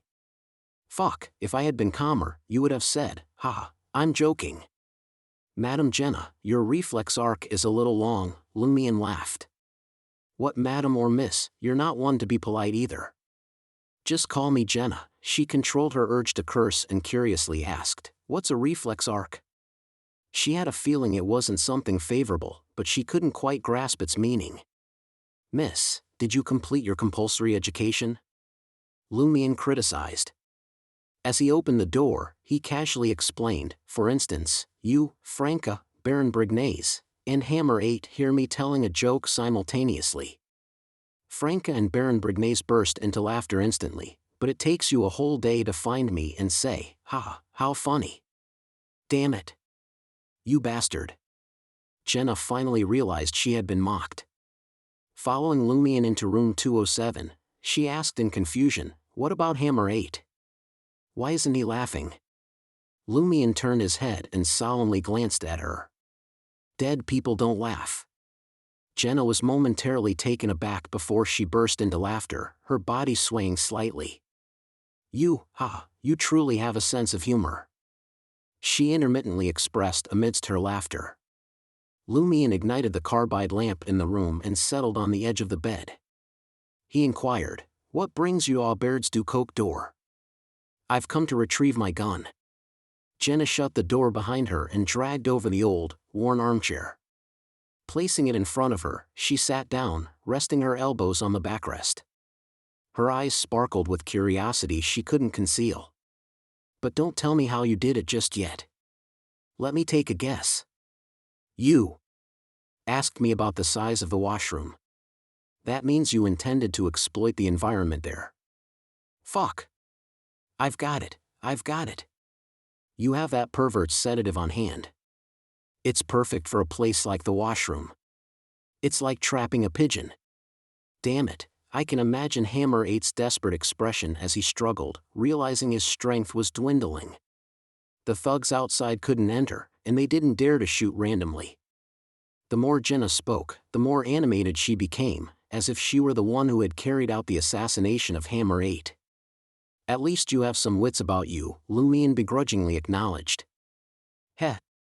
Jenna waved her hand and peered at Lumion. "What I can't figure out is why you weren't affected by the sedative. Did you smell that bottle of shit beforehand? Can its effects last that long?" Lumion simply smiled. "I recall something you once said.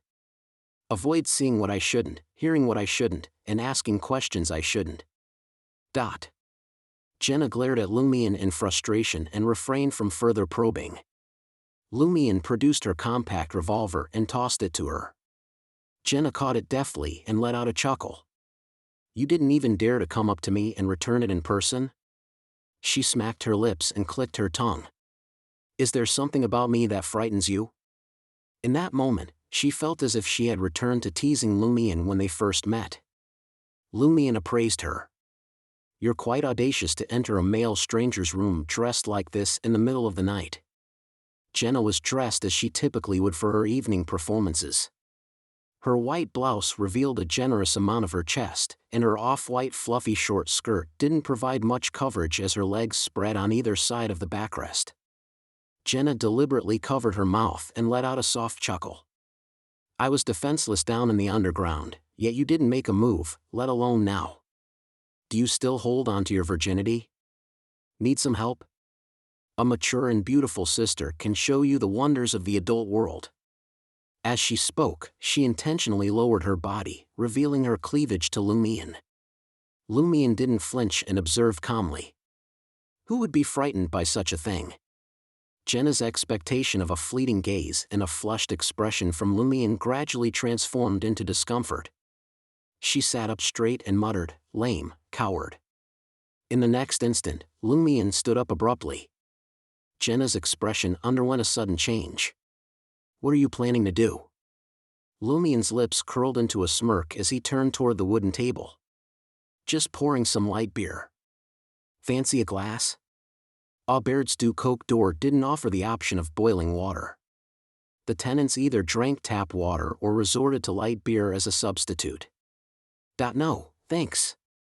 Jenna let out a relieved sigh. Lumion took a few swigs of light beer and redirected the conversation. "How can you be so certain that you're older than me?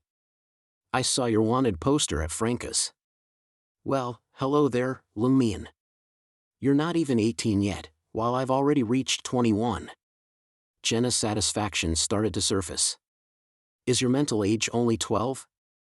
Lumion taunted before inquiring, "How did you come to know the infiltration route to that room?" Franca had long harbored the desire to carry out an assassination against the Poison Spur mob. Jenna pursed her lips and replied, "I've been gathering intelligence for nearly a month, awaiting the perfect opportunity to assassinate Margot. But you beat me to it." Margot had previously overseen the Salle de Grist mill. "Do you hold a grudge against Margot?" Lumion asked. "He didn't do anything to me." Jenna lowered her gaze slightly. "When I first arrived in the Market District, searching for singing opportunities in various dance halls, I encountered another showy diva singer. She was a few years older than me and took me under her wing. She even helped refine my singing and guided me towards a chance to perform. Over a month ago, Margot violated her. Fucking damn it, did he think all showy divas were open for his taking? Afterwards, she left the Market District. I later heard she was committed to an asylum. That was when I pleaded with Franca to obtain beyond her powers and assist her." Lumion fell silent for a few moments before speaking again. "You see, one mustn't hesitate. When I made up my mind to kill Margot that morning, I carried out the deed that very night." Jenna found herself both enraged and entertained. "Well, everyone has their own style." Lumion changed the subject. "Tomorrow morning, Baron Brignaise will take me to meet the boss. Do you have any insights on what kind of person he is?" Jenna pondered for a moment before responding. "I've never met him personally, but I've heard Franca mention a few things. He resides in Quartier de la Cathedral Commemorative. He's a bit of a pervert and has a fondness for women, but he's not twisted. His tastes are quite fucking normal, and every one of his partners matches Franca's preferences. He's a merchant by trade. He owns a depot near the steam locomotive station and holds significant shares in the nearby Rist docks. He also runs a freight company and a construction firm, providing employment opportunities for many Savoyards. You might not know this, but when the Poison Spur mob first gained power, they had a major conflict with the Savoy mob. All the laborers from the depot and the dock workers took to the streets. It was like a protest. A considerable number of people. If armed, they could form an army." Lumion motioned for Jenna to continue. Jenna pulled her collar up slightly. "Franca mentioned that he's quite amiable, even with common laborers. Don't be deceived by his appearance. His goal is to make others drop their guard around him. He's cunning and highly intelligent. He enjoys playing mind games with others. Don't provoke him, or Franca won't be able to protect you. He wields significant power. It seems he's adept at fire manipulation and possesses some mystical artifact." "Adept at fire manipulation." A Sequence 7 pyromaniac of the Hunter pathway? No, Franca mentioned that he's incredibly powerful, and Franca is likely a Sequenced 7 Witch of the Demoness pathway. If she made such an assessment, it's probable that the boss of the Savoy mob is more than just a Sequence 7. The Poison Spur mob's Black Scorpion Roger is the boss with a boon equivalent to a Sequence 7. A heretic spellmaster might not necessarily defeat a witch. Franca could easily be a mob boss herself, yet she willingly becomes this person's mistress.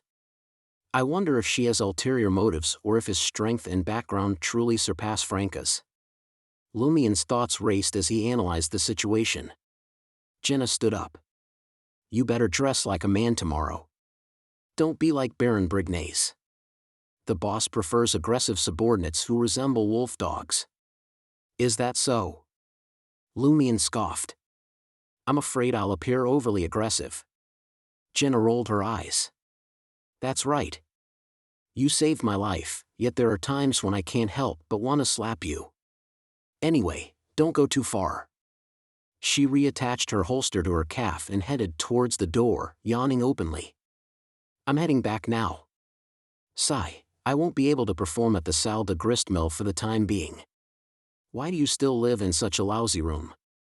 Although her own accommodations weren't great either, they were still much better than Aubaird's du Coq d'Or. Lumien smirked once again. This is my turf. Heh. Jenna didn't say anything further. She entered the dimly lit corridor and vanished from sight. Lumien freshened up and settled into bed.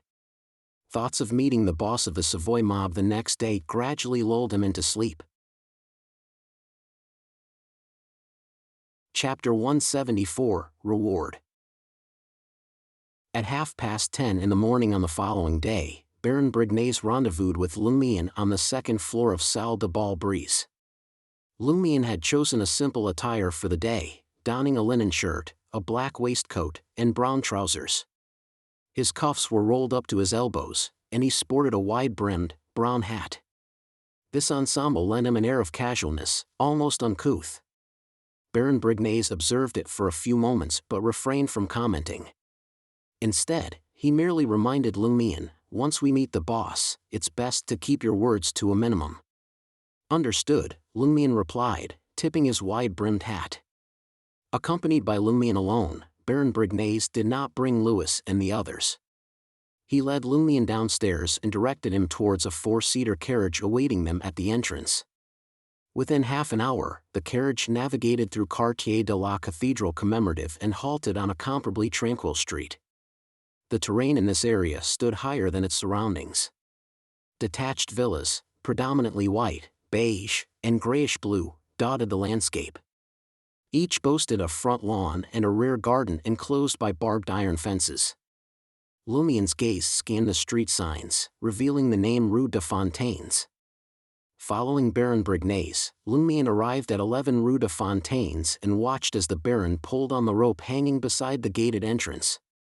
Before long, a valet of southern continent origin approached and opened the iron gates. Monsieur Martin awaits you in his study, the dark-skinned valet remarked, his tone laced with arrogance. Without waiting for Baron Brignaise and Lumien's response, the valet turned on his heel and strolled along a cement path flanked by 2 green lawns spacious enough for 3 carriages. After crossing the lawns, Lumien and Baron Brignaise reached the grayish-white 3-story villa. The villa's door swung open, revealing a man in a black suit and a dark bow tie, typical butler attire, standing in the doorway. Baron Brignaise hastened his steps and greeted the man with a smile. Good morning, Faustino. Good morning, Brignaise. Faustino, a man in his 50s, replied with a smile. Baron Brignaise introduced him to Lumien, saying, this is Monsieur Martin's butler, Monsieur Faustino.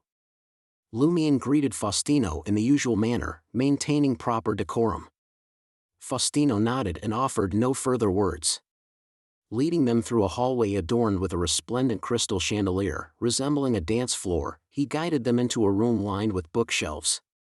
Along the way, Lumien surveyed his surroundings, noting an array of oil paintings and an assortment of weapons adorning the walls, single-handed swords, broadswords, hammers, spears, and short bows.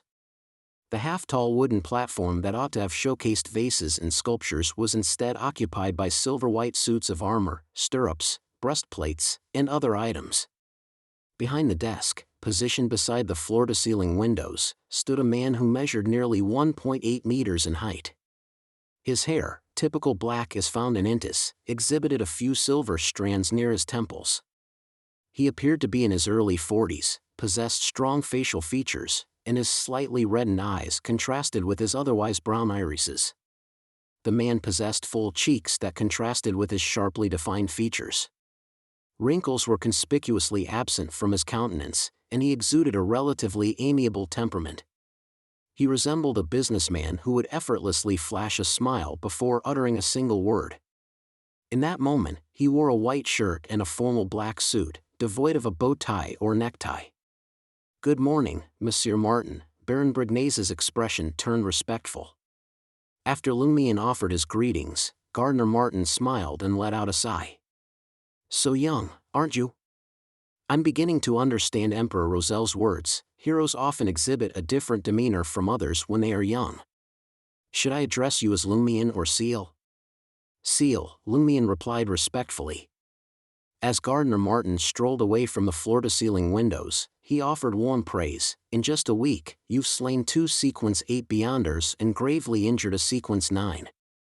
I couldn't have achieved such feats at your age." "What's your sequence?" "Sequence 8, Provoker," Lumion responded candidly. Gardner Martin expressed great satisfaction with Lumion's frankness. He nodded and remarked, "What I said earlier wasn't quite comprehensive. When I was a Sequence 8, I couldn't have accomplished what you did." "Very well. Our Savoy mob could use an exceptional lad like you." Without waiting for Lumion's reply, he proceeded to ask, "Did you find anything noteworthy on Hammer 8? This person is aware of the law of Beyonder characteristics conservation. Judging by his demeanor, even if he isn't aware of conservation, he believes that human Beyonders are akin to Beyonder creatures. They manifest Beyonder characteristics upon death, or some residual parts or ingredients that can be employed in potion brewing." Lumion contemplated for a moment and withheld nothing. From his pocket, he produced a fist-sized sphere resembling the morning clouds and the evening sun. "I found this." Gardner Martin regarded it with approval. "Excellent. Sell it to me. It holds no value for you." "How about 18,000 Vril d'Or?" "That's considerably higher than the 15,000 Vril d'Or at Mr. K's gathering." Lumion pretended to be unaware of the exact price of the Beyonder characteristics. "Is it truly worth 18,000 Vril d'Or?" Baron Brignase, standing beside Lumion, couldn't fathom what peculiar object had prompted his boss to offer such a sum. "Something from Hammer 8? An ingredient employed for advancement? Or do Beyonders resemble Beyonder creatures?" Baron Brignase entertained numerous speculations in an instant. He suddenly regretted agreeing to surrender all of Hammer 8's possessions to Seal the previous night in order to preserve his dignity. "Ha!" Gardner Martin boisterously chuckled. "It is indeed precious, but I'm offering a premium. Consider your reward." He then turned to butler Faustino and instructed, "Go and fetch 18,000 in cash. Avoid denominations that are too large." Lumion harbored no objections to selling the pugilist Beyonder characteristic to Martin. He had intended to sell it at Mr. K's gathering. His hope was to amass funds to acquire a mystical item capable of countering adverse effects, compensating for his lack of mysticism means or serving as a disguise. Taking the pugilist Beyonder characteristic from Seal and toying with it for a few seconds, Gardner Martin addressed Baron Brignase. "Despite Seal's tender age, he has already rendered significant services to our Savoy mob and possesses remarkable strength. It is time for him to assume more substantial responsibilities." "Yes. You are already burdened with the usury business and the other shops on Avenue du Marquet. It is no easy task. Get Seal to assist you in managing Salle de Bal Brise. Allocate some personnel to support him, so he doesn't have to rely solely on himself." Baron Brignase's facial muscles twitched ever so slightly.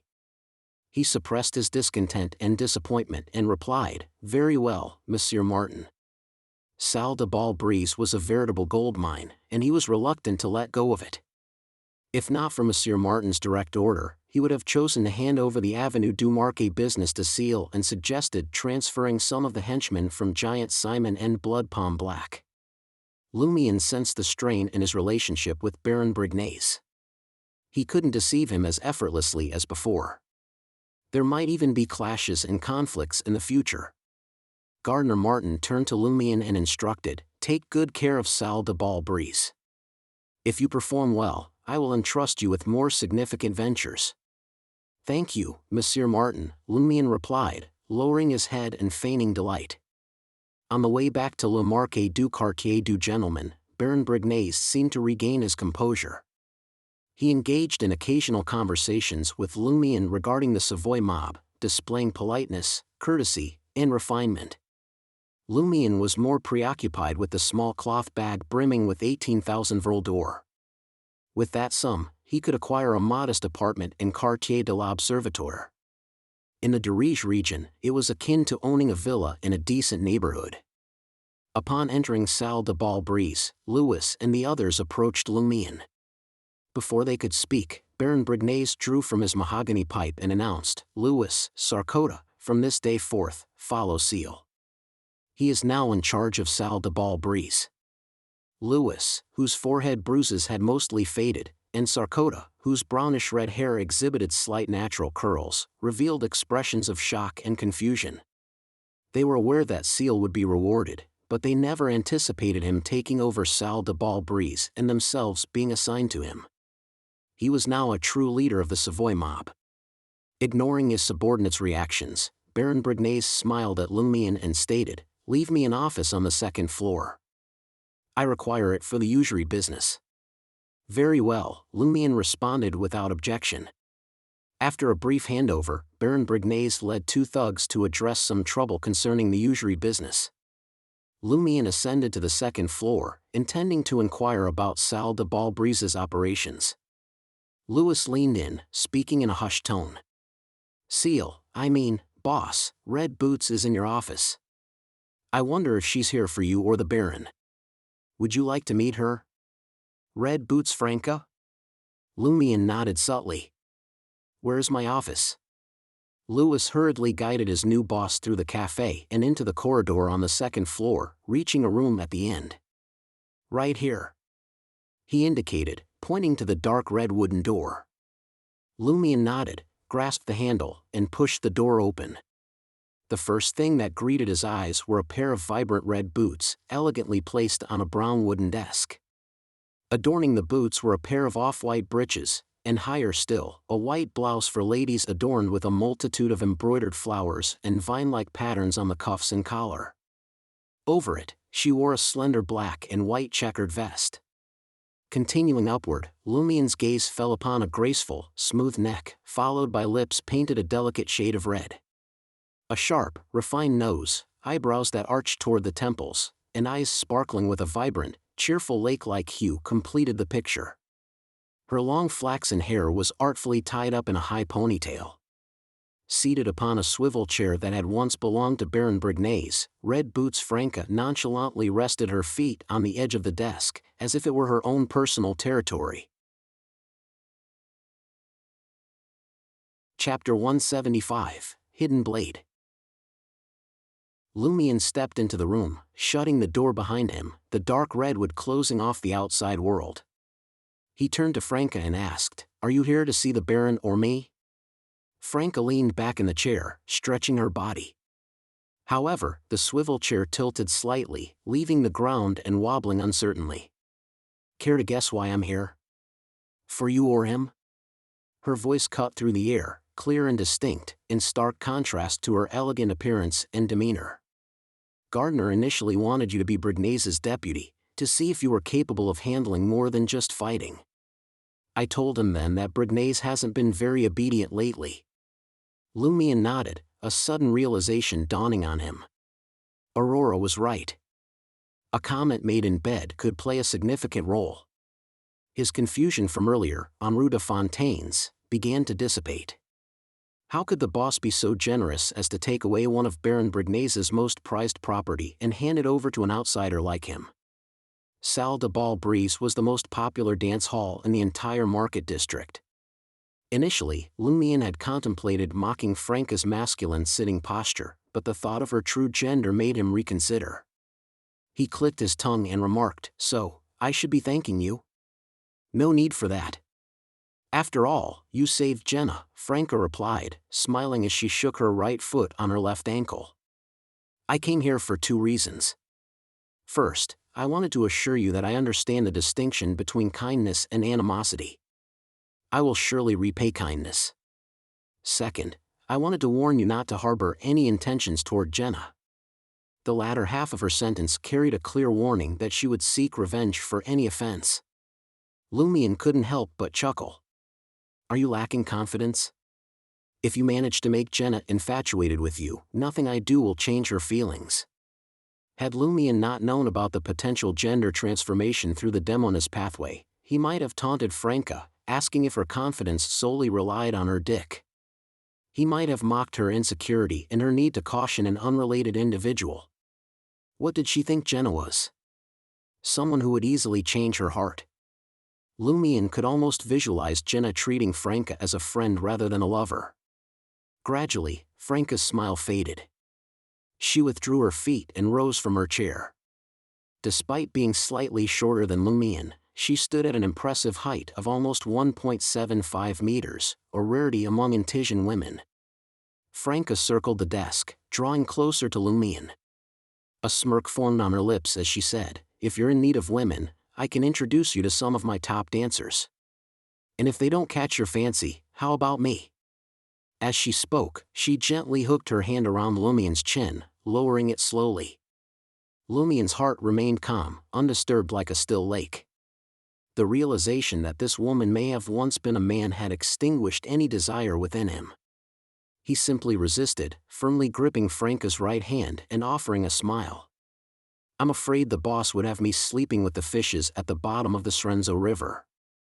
Changing the topic, Lumion continued, "So, you swing both ways? Men and women?" Franca withdrew her hand, straightened up, and offered a smile. "I used to fancy girls exclusively, but after giving it a try with a man, I realized it's not half bad. It brings about a different sensation. Life's too short to impose limits upon oneself. Break free from unnecessary restrictions and explore. You'll have more fun and live a truly different life." It seems as if Franca had indeed been a man in the past. Is she now a Sequence 7 witch? And why did her last sentence sound so familiar? In the midst of his pondering, Lumion responded to Franca, "I don't hold any special feelings for Jenna, nor do I intend to. I have far more pressing matters to attend to." "Very well." Franca strode toward the door. Just as her hand reached for the handle, Lumion's memory was suddenly jogged, and he finally recalled the source of Franca's words. It had been mentioned by Aurora in his dream. She spoke of a member of the curly-haired baboons research society who had contemplated the idea of becoming an assassin and had consumed the corresponding potion. However, at the witch sequence, he found himself in a quandary, unsure whether to undergo a gender transformation. Another member of the society had advised him, saying, "Life is short, why not give it a try?" It was the very essence of what Franca had condensed into those words. Lumion's heart stirred as he gazed upon Franca's graceful figure. He spoke in a deep, resonant voice, "Life is short, why not give it a try?" Franca's hand froze on the doorknob, and she stood there, as if struck by lightning. After a few seconds, she spun around, locking her gaze with Lumion's, her voice tinged with anxiety. "Who are you? What's your code name?" This reaction. It appears my guess was correct. Lumion felt a surge of delight followed by a sinking feeling in his heart. "I'm Muggle's brother." Upon hearing Seal accurately mention the code name of one of the members of the curly-haired baboons research society, Franca breathed a sigh of relief and said, "I'm not sure if your sister mentioned me, but my code name is Hidden Blade. I belong to the same secret organization as her." "No, she must have mentioned me. Otherwise, you wouldn't be familiar with that phrase." Damn it all, what the hell is happening? Lumion shut his eyes and spoke with a resolute tone. She never mentioned your code name or identity because I chose the hunter pathway. When she reminded me about the neighboring demoness pathway and its potential for gender transformation, she used your experience as an example. So, you do know. Franca felt a strong urge to disappear into the depths of the sewers. Despite having adapted to her current form and overcoming her self-imposed limitations, her newfound enjoyment with men was contingent upon her previous gender remaining a secret. The notion that Seal knew about her past as a man, and her penchant for intimate relations with men, ignited a dangerous thought within her. The dead can keep secrets. The dead will forget. The dead won't mock me. After a few seconds, Franca let out a slow exhale and said, "It would be wise for you to forget this. If you weren't Muggle's brother, I would have ensured your permanent disappearance." At that moment, she projected her true, masculine side, casting her gaze toward the future. Let me enlighten you about the hunter pathway. It, too, involves a gender change. I paid a steep price to acquire this knowledge. Unlike demonesses, hunters transition from women to men. It likely occurs at sequence 4. When the time comes, I will switch paths, become a hunter, and reclaim my male form. Is that so? Hunters symbolize males, while demonesses represent females. No wonder they are neighboring paths. Lumion restrained his emotions and let out a chuckle. When that time arrives, how will you face the men you were once intimately involved with? Franca's expression turned smug as she unveiled her well-devised plan. I will administer them the witch potion. If they are beyonders unable to transition to the demoness pathway, I will find a way to transform the characteristics of a witch-bounded characteristic into mystical items for them to wear. And then, when the time is ripe, Madam, you're somewhat deranged. Lumion dared not further provoke the red boots. This individual seemed capable of anything.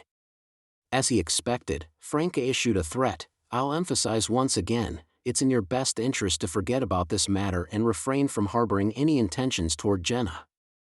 Otherwise, I will apprehend you and force the witch potion down your throat. Though sequence May 7th not grant the ability to switch pathways, it does make one even more dangerous. It might not result in half-crazed madness or loss of control. Visualizing such a scenario, Lumion hastened to nod and made a solemn pledge. You are my sister's friend. I will surely keep your secret. Franca relaxed and inquired about Muggle. Where is Muggle? Is she also in Trier? Is she strikingly beautiful in reality? Lumion fell into silence. After a few seconds, he spoke in a hoarse voice. She passed away. You must have seen the wanted posters. In that calamity, she... Franca parted her lips, but no words escaped them. She returned to Lumion's side and gently patted his shoulder, offering solace. After a moment, Franca dabbed at the corners of her eyes and spoke. Ever since I became a woman, it seems my tear ducts have become more active. I can't fathom that Muggle departed from us so suddenly. Whenever we gathered, she exuded gentleness, brilliance, humor, and kindness. Though I've never laid eyes on her true form, I believe she must be incredibly beautiful. With a regained composure, Lumion gazed at Franca and said, Madam Hidden Blade, I request that you keep this matter under wraps for the time being. Do not divulge it to other members of your organization. It could impact my investigation into the truth behind the catastrophe.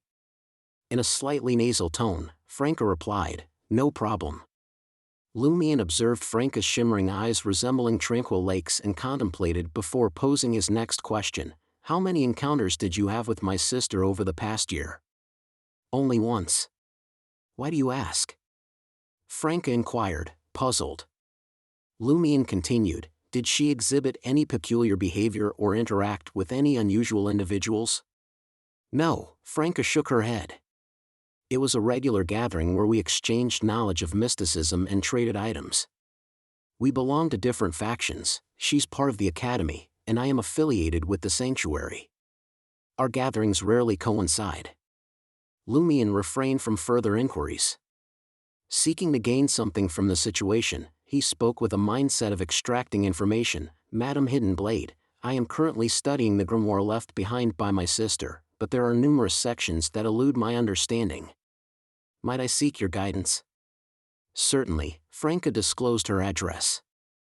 I reside in the penthouse at 3 Rue de Blouses Blanches, room 601. You can find me during Jenna's performances. Every evening, unless I am at Rue de Fontaines or visiting various dance halls, I will be at home. Also, please refrain from using my code name. Just refer to me as Franca. Why does it feel like we're engaged in a clandestine affair behind Jenna's back? Lumion criticized inwardly, feeling perplexed. He voiced his puzzlement. Franca, you possess the backing of that secret organization, and you are not lacking in strength yourself. Why did you join the mob? Franca grinned and playfully winked her left eye. Secret.